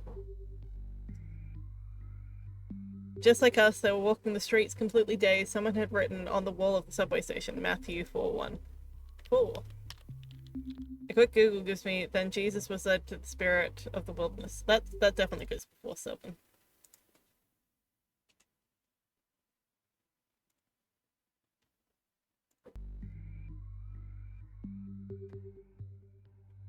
Then the devil, and I'm pretty sure 1 goes last. Then Jesus led up the spirit unto the wilderness to be tempted by the devil. Weird.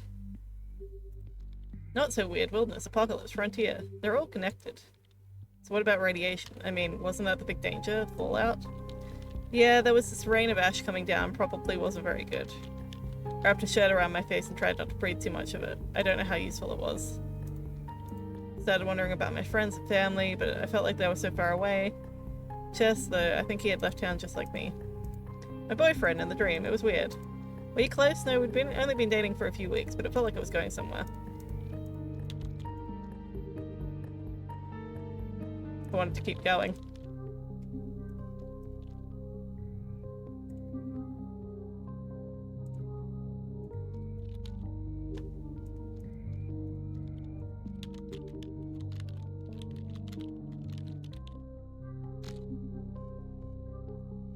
Let's confront them.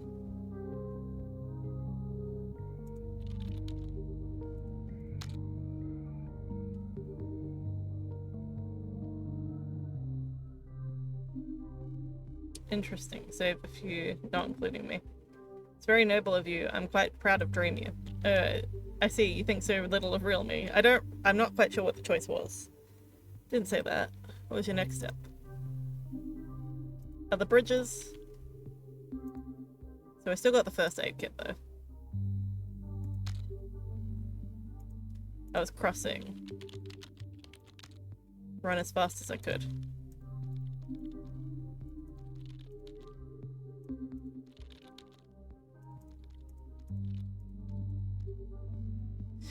God damn it!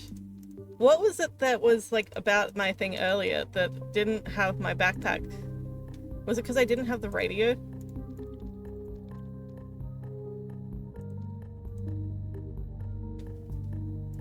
Okay, I need to fix something out.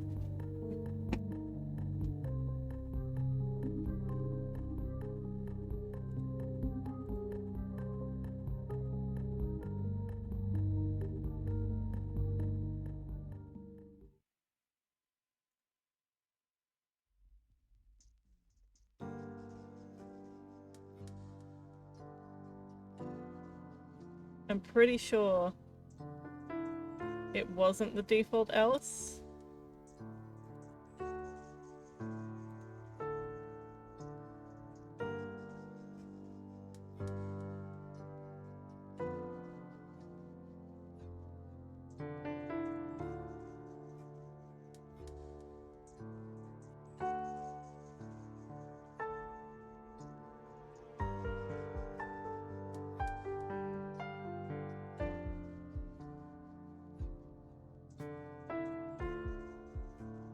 Go into that. Skip.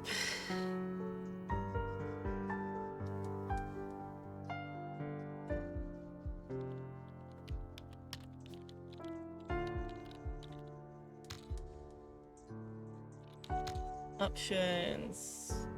Tough it out at home. Okay, so I'm career driven. Oh, I didn't have enough survival skills. Hang on.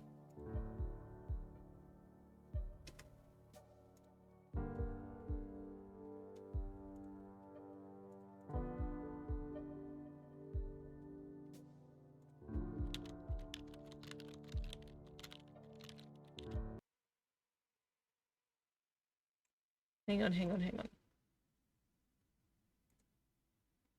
Let's try that again. Let's try that again.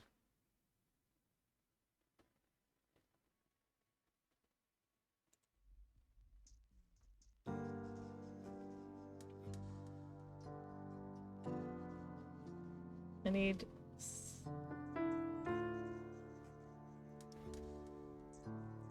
How many survival skills do I need? I don't need all of them.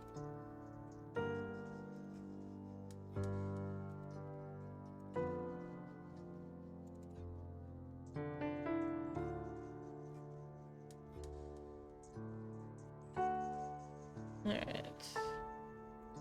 Let's try that.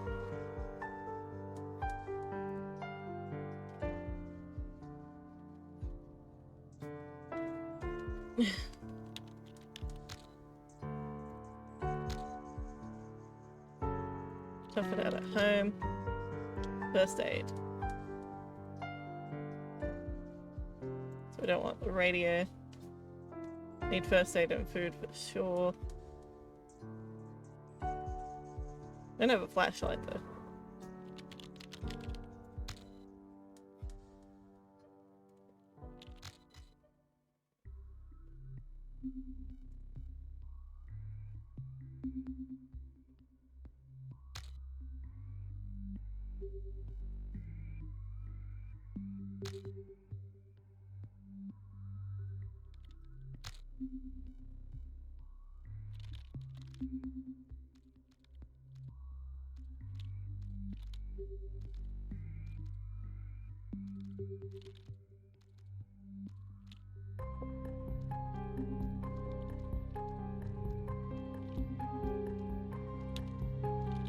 I think I've chosen the wrong option.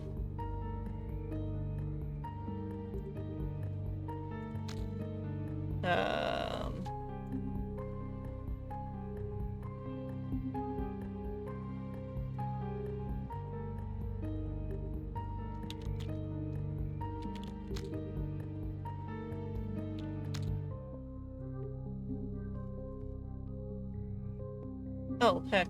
No, I chose the wrong option.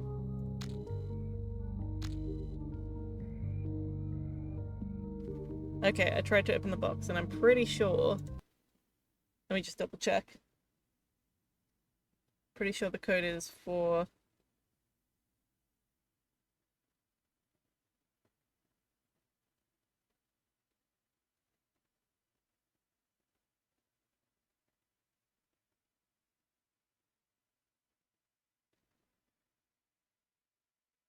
Four, 1, 7, 4.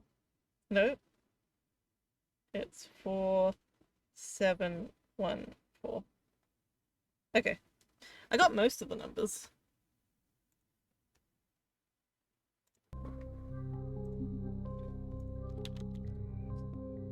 4, 7, 1, 4. What? What? You opened it? What? How? I knew the code. I'd lived it. I'd learned as I fell into the rabbit hole of getting it again. You're scaring me, Alice. I'm sorry, it wasn't my intention. I didn't start this conversation with the intention of scaring you. I didn't remember that then. That what? Alice, you were going to say... What was in the box, Alice? The box? The box was a test, damn. How didn't I see it earlier? The music, the radio, the rabbit. What? I still don't understand. And what did you mean earlier? What didn't you remember when we started this conversation? I didn't remember the music. I didn't realize what it meant. Don't you understand? Habit is free. No, I don't understand. For God's sake, Alice. It was just a dream. Just a dream. Yes, it was. Thank you for reminding me. Alice C. has just logged out. She's the new dreamer. Alright, so we got that ending.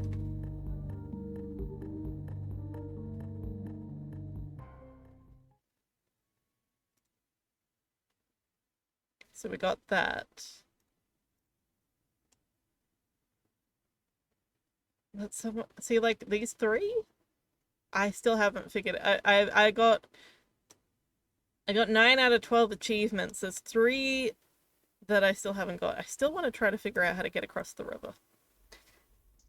I very much want to do that. I don't know. I genuinely don't know the Furiosa one about like using a car to get out of downtown. I don't know why that one's not letting me get the achievement because I'd done it. I'm pretty sure the first one that I customized had like at least 2 survival, at least 2 fitness.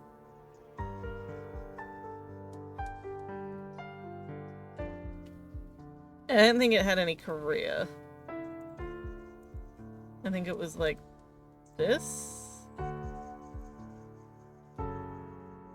I think.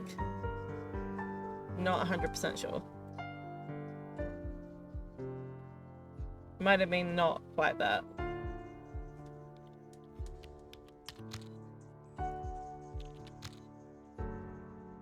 tough it out at home. I definitely had that, but I didn't have this.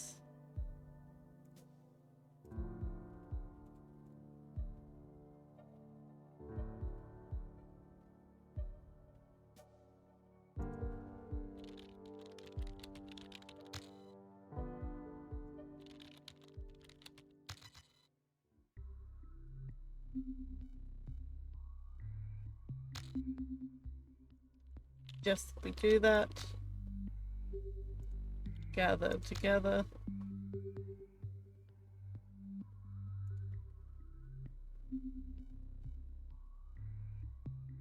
So I didn't have any food. What happens if I confront them?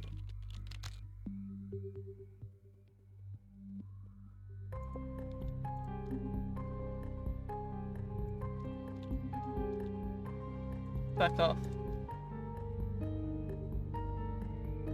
Reconsider the whole thing.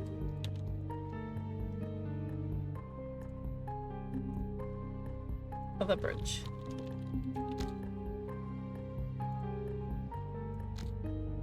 Run as fast as I could.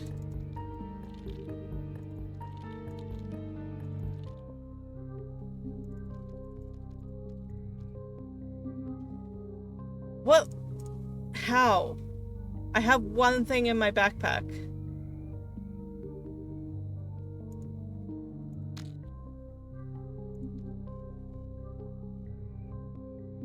So annoyed.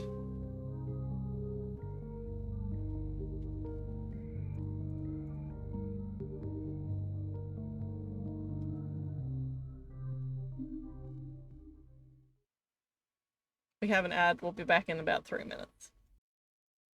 Alrighty, we are back and I've managed to find, whoops, a bit of a walkthrough to help figure out how to do this. So let's do such a bad idea, which has been the one that I've been trying to do. Okay, so we need 3 points of survival, 3 points of fitness, 1 for supply, 2 points for career. Okay, accept and start.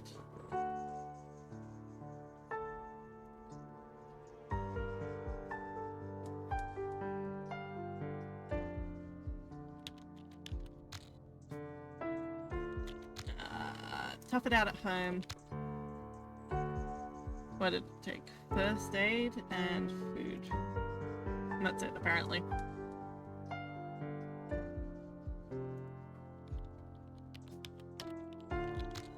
Stayed for 24 hours.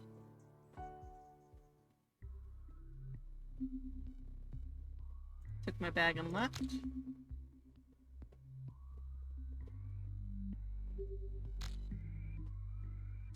I stuck with my original intention to leave alone. Needed to get out of town.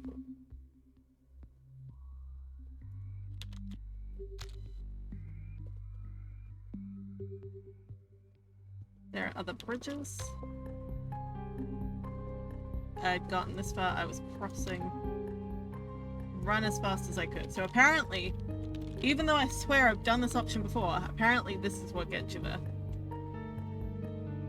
I swear I did this before.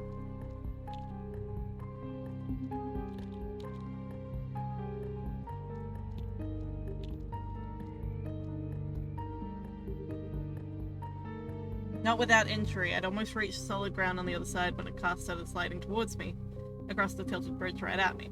It was mangled, charred, black, full of jagged edges from having exposed or burnt or something. I dodged as best as I could, but the tip of the jagged piece of aluminium caught me across my thigh, cutting clean across my jeans. And no, I was only lucky it didn't snag me. Somehow, through pure adrenaline, I made it across just as the whole thing collapsed behind me. Lucky you, I felt so too for about half a second. The wound, it was bleeding profusely. Oh no, did you know how to stem the bleeding? I had my first aid kit. I grabbed it in my pack with shaking hands. It's nuts how fast I started feeling weak once the adrenaline rushed past. I made a tourniquet above the wound. Smart thinking. Bringing the kit? Yeah, I was thinking the same. I don't know if it was as much the stuff in the kit or the confidence it gave me that it actually saved me. But perhaps the wound wasn't as bad as I had imagined. And then you called an ambulance. I wish. And then I rested for a while. Then I started looking away from the scene. Didn't you say it taken literal days even to find this crossing, and now you were injured? If I would actually have to live the whole way, there was no way I could have made it. But I was actually picked up. The first bit of good luck in this whole sordid story. By a military patrol less than half an hour, after less than half an hour. But then I was already ready to lie down and give up. So the government still existed. The evacuation center was real. Yes and yes. They had a medic look at me. Turned out I was mostly fine. And then they dropped me off a block from the college. They said they had reports of some bridges being overtaken by bandits. Okay, we've been through this one before.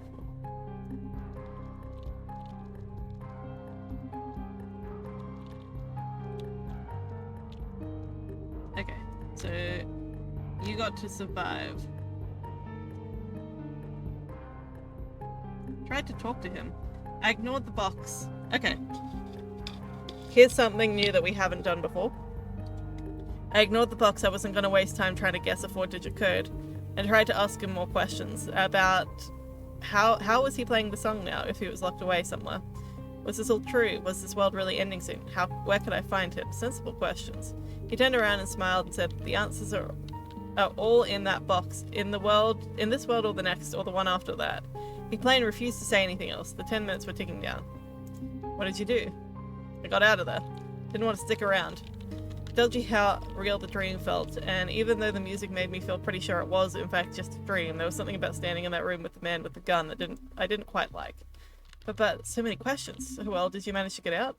Just as I was leaving, Rabbit turned towards me and said, it's no use, but I like how you keep fighting, so I'll give you a hint. You're looking for names and numbers. He winked. What the hell did he mean by that? I don't know.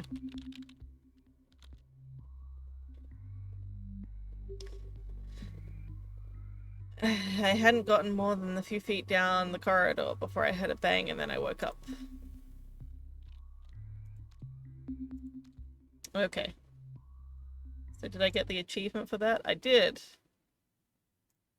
Alright, so let's do the Furiosa one. We're gonna get all the achievements.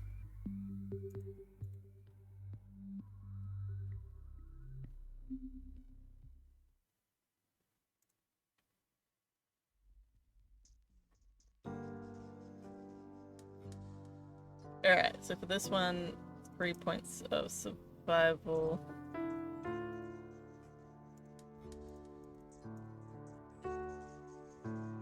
Three points of fitness and 3 points of social life, apparently.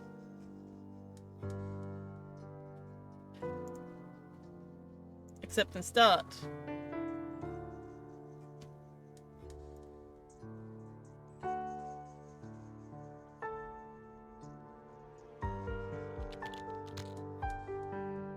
I need to think about my options. I decide to leave, try to leave town. Says take the crowbar and the first aid kit.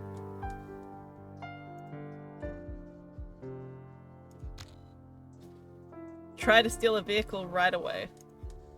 By your description it seems like kind of a bad idea. Finding a vehicle was easy, but they'd all been abandoned for a good reason. They weren't going anywhere. I had to find one we could feasibly get there without. And the others? Were they just going to sit around doing nothing? It was my idea in the first place, but the others had much more important tasks.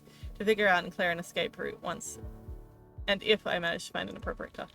Sounds like a plan. You're not going to be terribly proud of me, but I did have a crowbar. It's a perfect tool for car theft. Didn't you say people were leaving their cars unlocked and open in a panic? Yeah, that's not how I ended up using the crowbar. See, I figured I needed something big and strong, right? So I was looking and I came across a Hummer. Parked by the side of the road, doors open, lights on, engine on, perfect. No need for a crowbar at all, unless you smashed its windows just for being a Hummer. Didn't need the crowbar to break in, no, but it was just about to slip inside when I heard an angry shout behind me. I turned around and saw the man running towards me, apoplectic with rage. Get out of my car, etc. Oh, shit. I was in total fight or flight mode, and I guess the heavy blunt implement in my hand let the fight part take over. I raised the crowbar at him, and I don't know, something in my crazy posture must have convinced him I was going to hurt him. He stopped, long enough for me to get inside and slam the door shut, at least. Not an hour after the apocalypse, and you're already looking like you're ready to bash your head in for a ride. Jesus Christ, Alice. Believe me, I thought the same thing. Also, the guy chased after me. I mean, I had just stolen his car. So I had to lose him first, which involved a lot of looping around the same narrow area since downtown was gridlocked. Finally got away by ramming between two parked cars. A truly accomplished car thief. I lost some time, but I had a car. Unfortunately, traffic wasn't going anywhere. The others? I plotted an escape route. I picked them up a bit down the street, bypassing the worst of Bedlam through a narrow alley, and they had cleared out of the waste bins. So how did you and your Hummer get through downtown gridlock? With ruthlessness, I was driving a very strong big car with a perfect profile for pushing other cars the hell out of the way. Whoa, Dream you was a bit of an asshole. It was that, or just abandon the car I'd stolen. But it didn't come without its costs, of course. The Hummer got plenty dented and bruised, but I think I dented and bruised a lot of other cars a lot more. Definitely mad maths. Finally. I don't know. Apparently I needed to be with friends for this part. At a few other points we actually had to get out of the car and push other cars out of the way, but we managed. It took a while, but in the end traffic cleared and I could actually hit the accelerator, and we were out. The roads were actually open? Well, no, everything was still extremely gridlocked, but the cars were at least moving without needing extra nudging. Getting caught on the freeway during the explosion doesn't seem like a good time though. What was your plan? It wasn't gonna stop for anything. That seemed risky. I mean, traffic stalling, etc. I was in the car, I was moving, albeit slowly. It was almost normal. Almost like being caught in traffic on a particularly busy weekend. Did you get away? I got out on the freeway proper, from where there was no escape. That's where the illusion of movement stopped. Why? Honestly, I think there must have been an impassable blockade up ahead. This is a trailer, who knows? People were beeping their horns as if somebody would come along and clean things up. If they were just persistent enough, did you get out and walk? Well, I realized I made a terrible mistake sooner than most think. I think. Most everything else was still in the mindset of being an early bird. It was unthinkable to them that no matter how fast they'd been, they were still too late. So you left the car? I just want to end this one, so I'm gonna stay and pray until the bombs fell. You were outside when the bombs fell? I thought we'd have time to get away, but we just wasted too much of it somehow. The worst part was that everyone else, they had trusted me when I said I was out in the street when the initial shockwave came. There was just no duck and cover that could have saved us.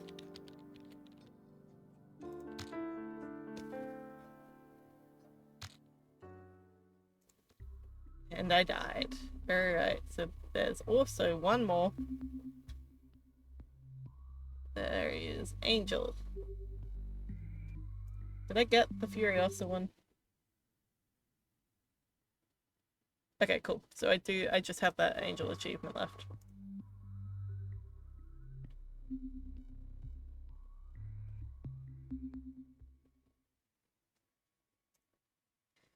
Okie dokie, picking a pokey, last achievement. Last achievement. Alright, custom Alice. Survival. Fitness. Social. Supplies. Career. Dating. Accept and start.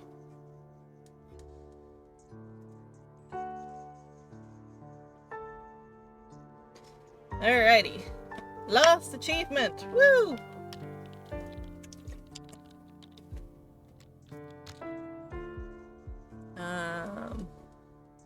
Went online to see what was going on. Fallout shelter seemed like the best option. Alright, so it says to take food. And that's it. That's all it says to take.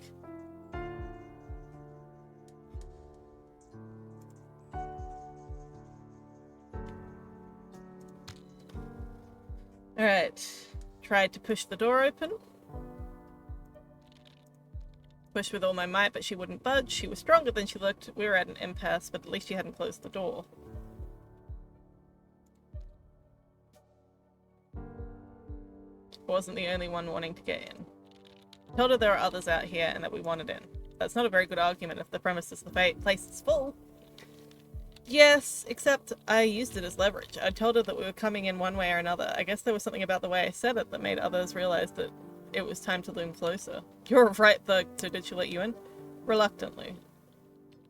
But did you try to get the rest in with you, right? I tried to get in as many as I could. Well, good. So how did that math work out? It wasn't math, it was narrative. Her narrative was, this shelter is full, but we can take people who have their own supplies because we have none to spare. I knew then already that it was bullshit, but I had to humor her. Anyway, the narrative math was very simple. 1 day of food for every person she was letting in. So we talked about it. But of course, I only had enough for myself. Or for one other. I gave up both my food and my spot. Wow. What else was I supposed to do? Well, I mean, go in. It didn't feel right. I gave up my food and turned around and left. I stepped back from the door, the sound of it slamming shut still echoing in my ears, the sound of desperation. I knew there'd be no more opening it. I had to think of something else. What did the others think? They all looked at me for some reason. It was pretty weird. Didn't really think of myself as the leader type. So, did you go with them together somewhere? I was pretty sure they'd follow me, but the thought of me as a leader? I don't know. It scared me. I thought about maybe heading off by myself. So realistically, what were your options? Let's do that.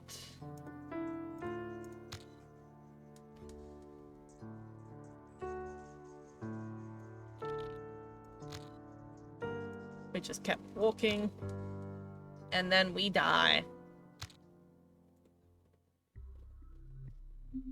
And that is all the achievements in the bottom of the well.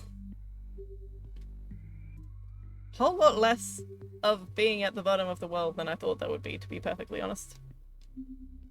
But I got all 12 achievements. I do like the meta-narrative of it being like a future-telling device. It is fun that she sort of got chosen to take over from the rabbit. And the Alice components of this, I think, are woven in nicely. I like that Alice in Wonderland is also a thing that exists, as well as, like, other Alice in Wonderland referential media. I really like this story. It's, you know, it gives you enough information that it's fun. Doesn't give you all the information, which is also fun. I like it. I think it was very well done, so great job, the bottom of the well. I like it. Gets a couple of thumbs up from me. So that is the end of the game for us today. We will be back again. I'm not quite sure when, because I'm not going to be streaming this weekend. But we'll be back at some point playing some more horror games because it is spooky season. And I'll catch all you chill cats, killer kittens, and variations thereupon next time.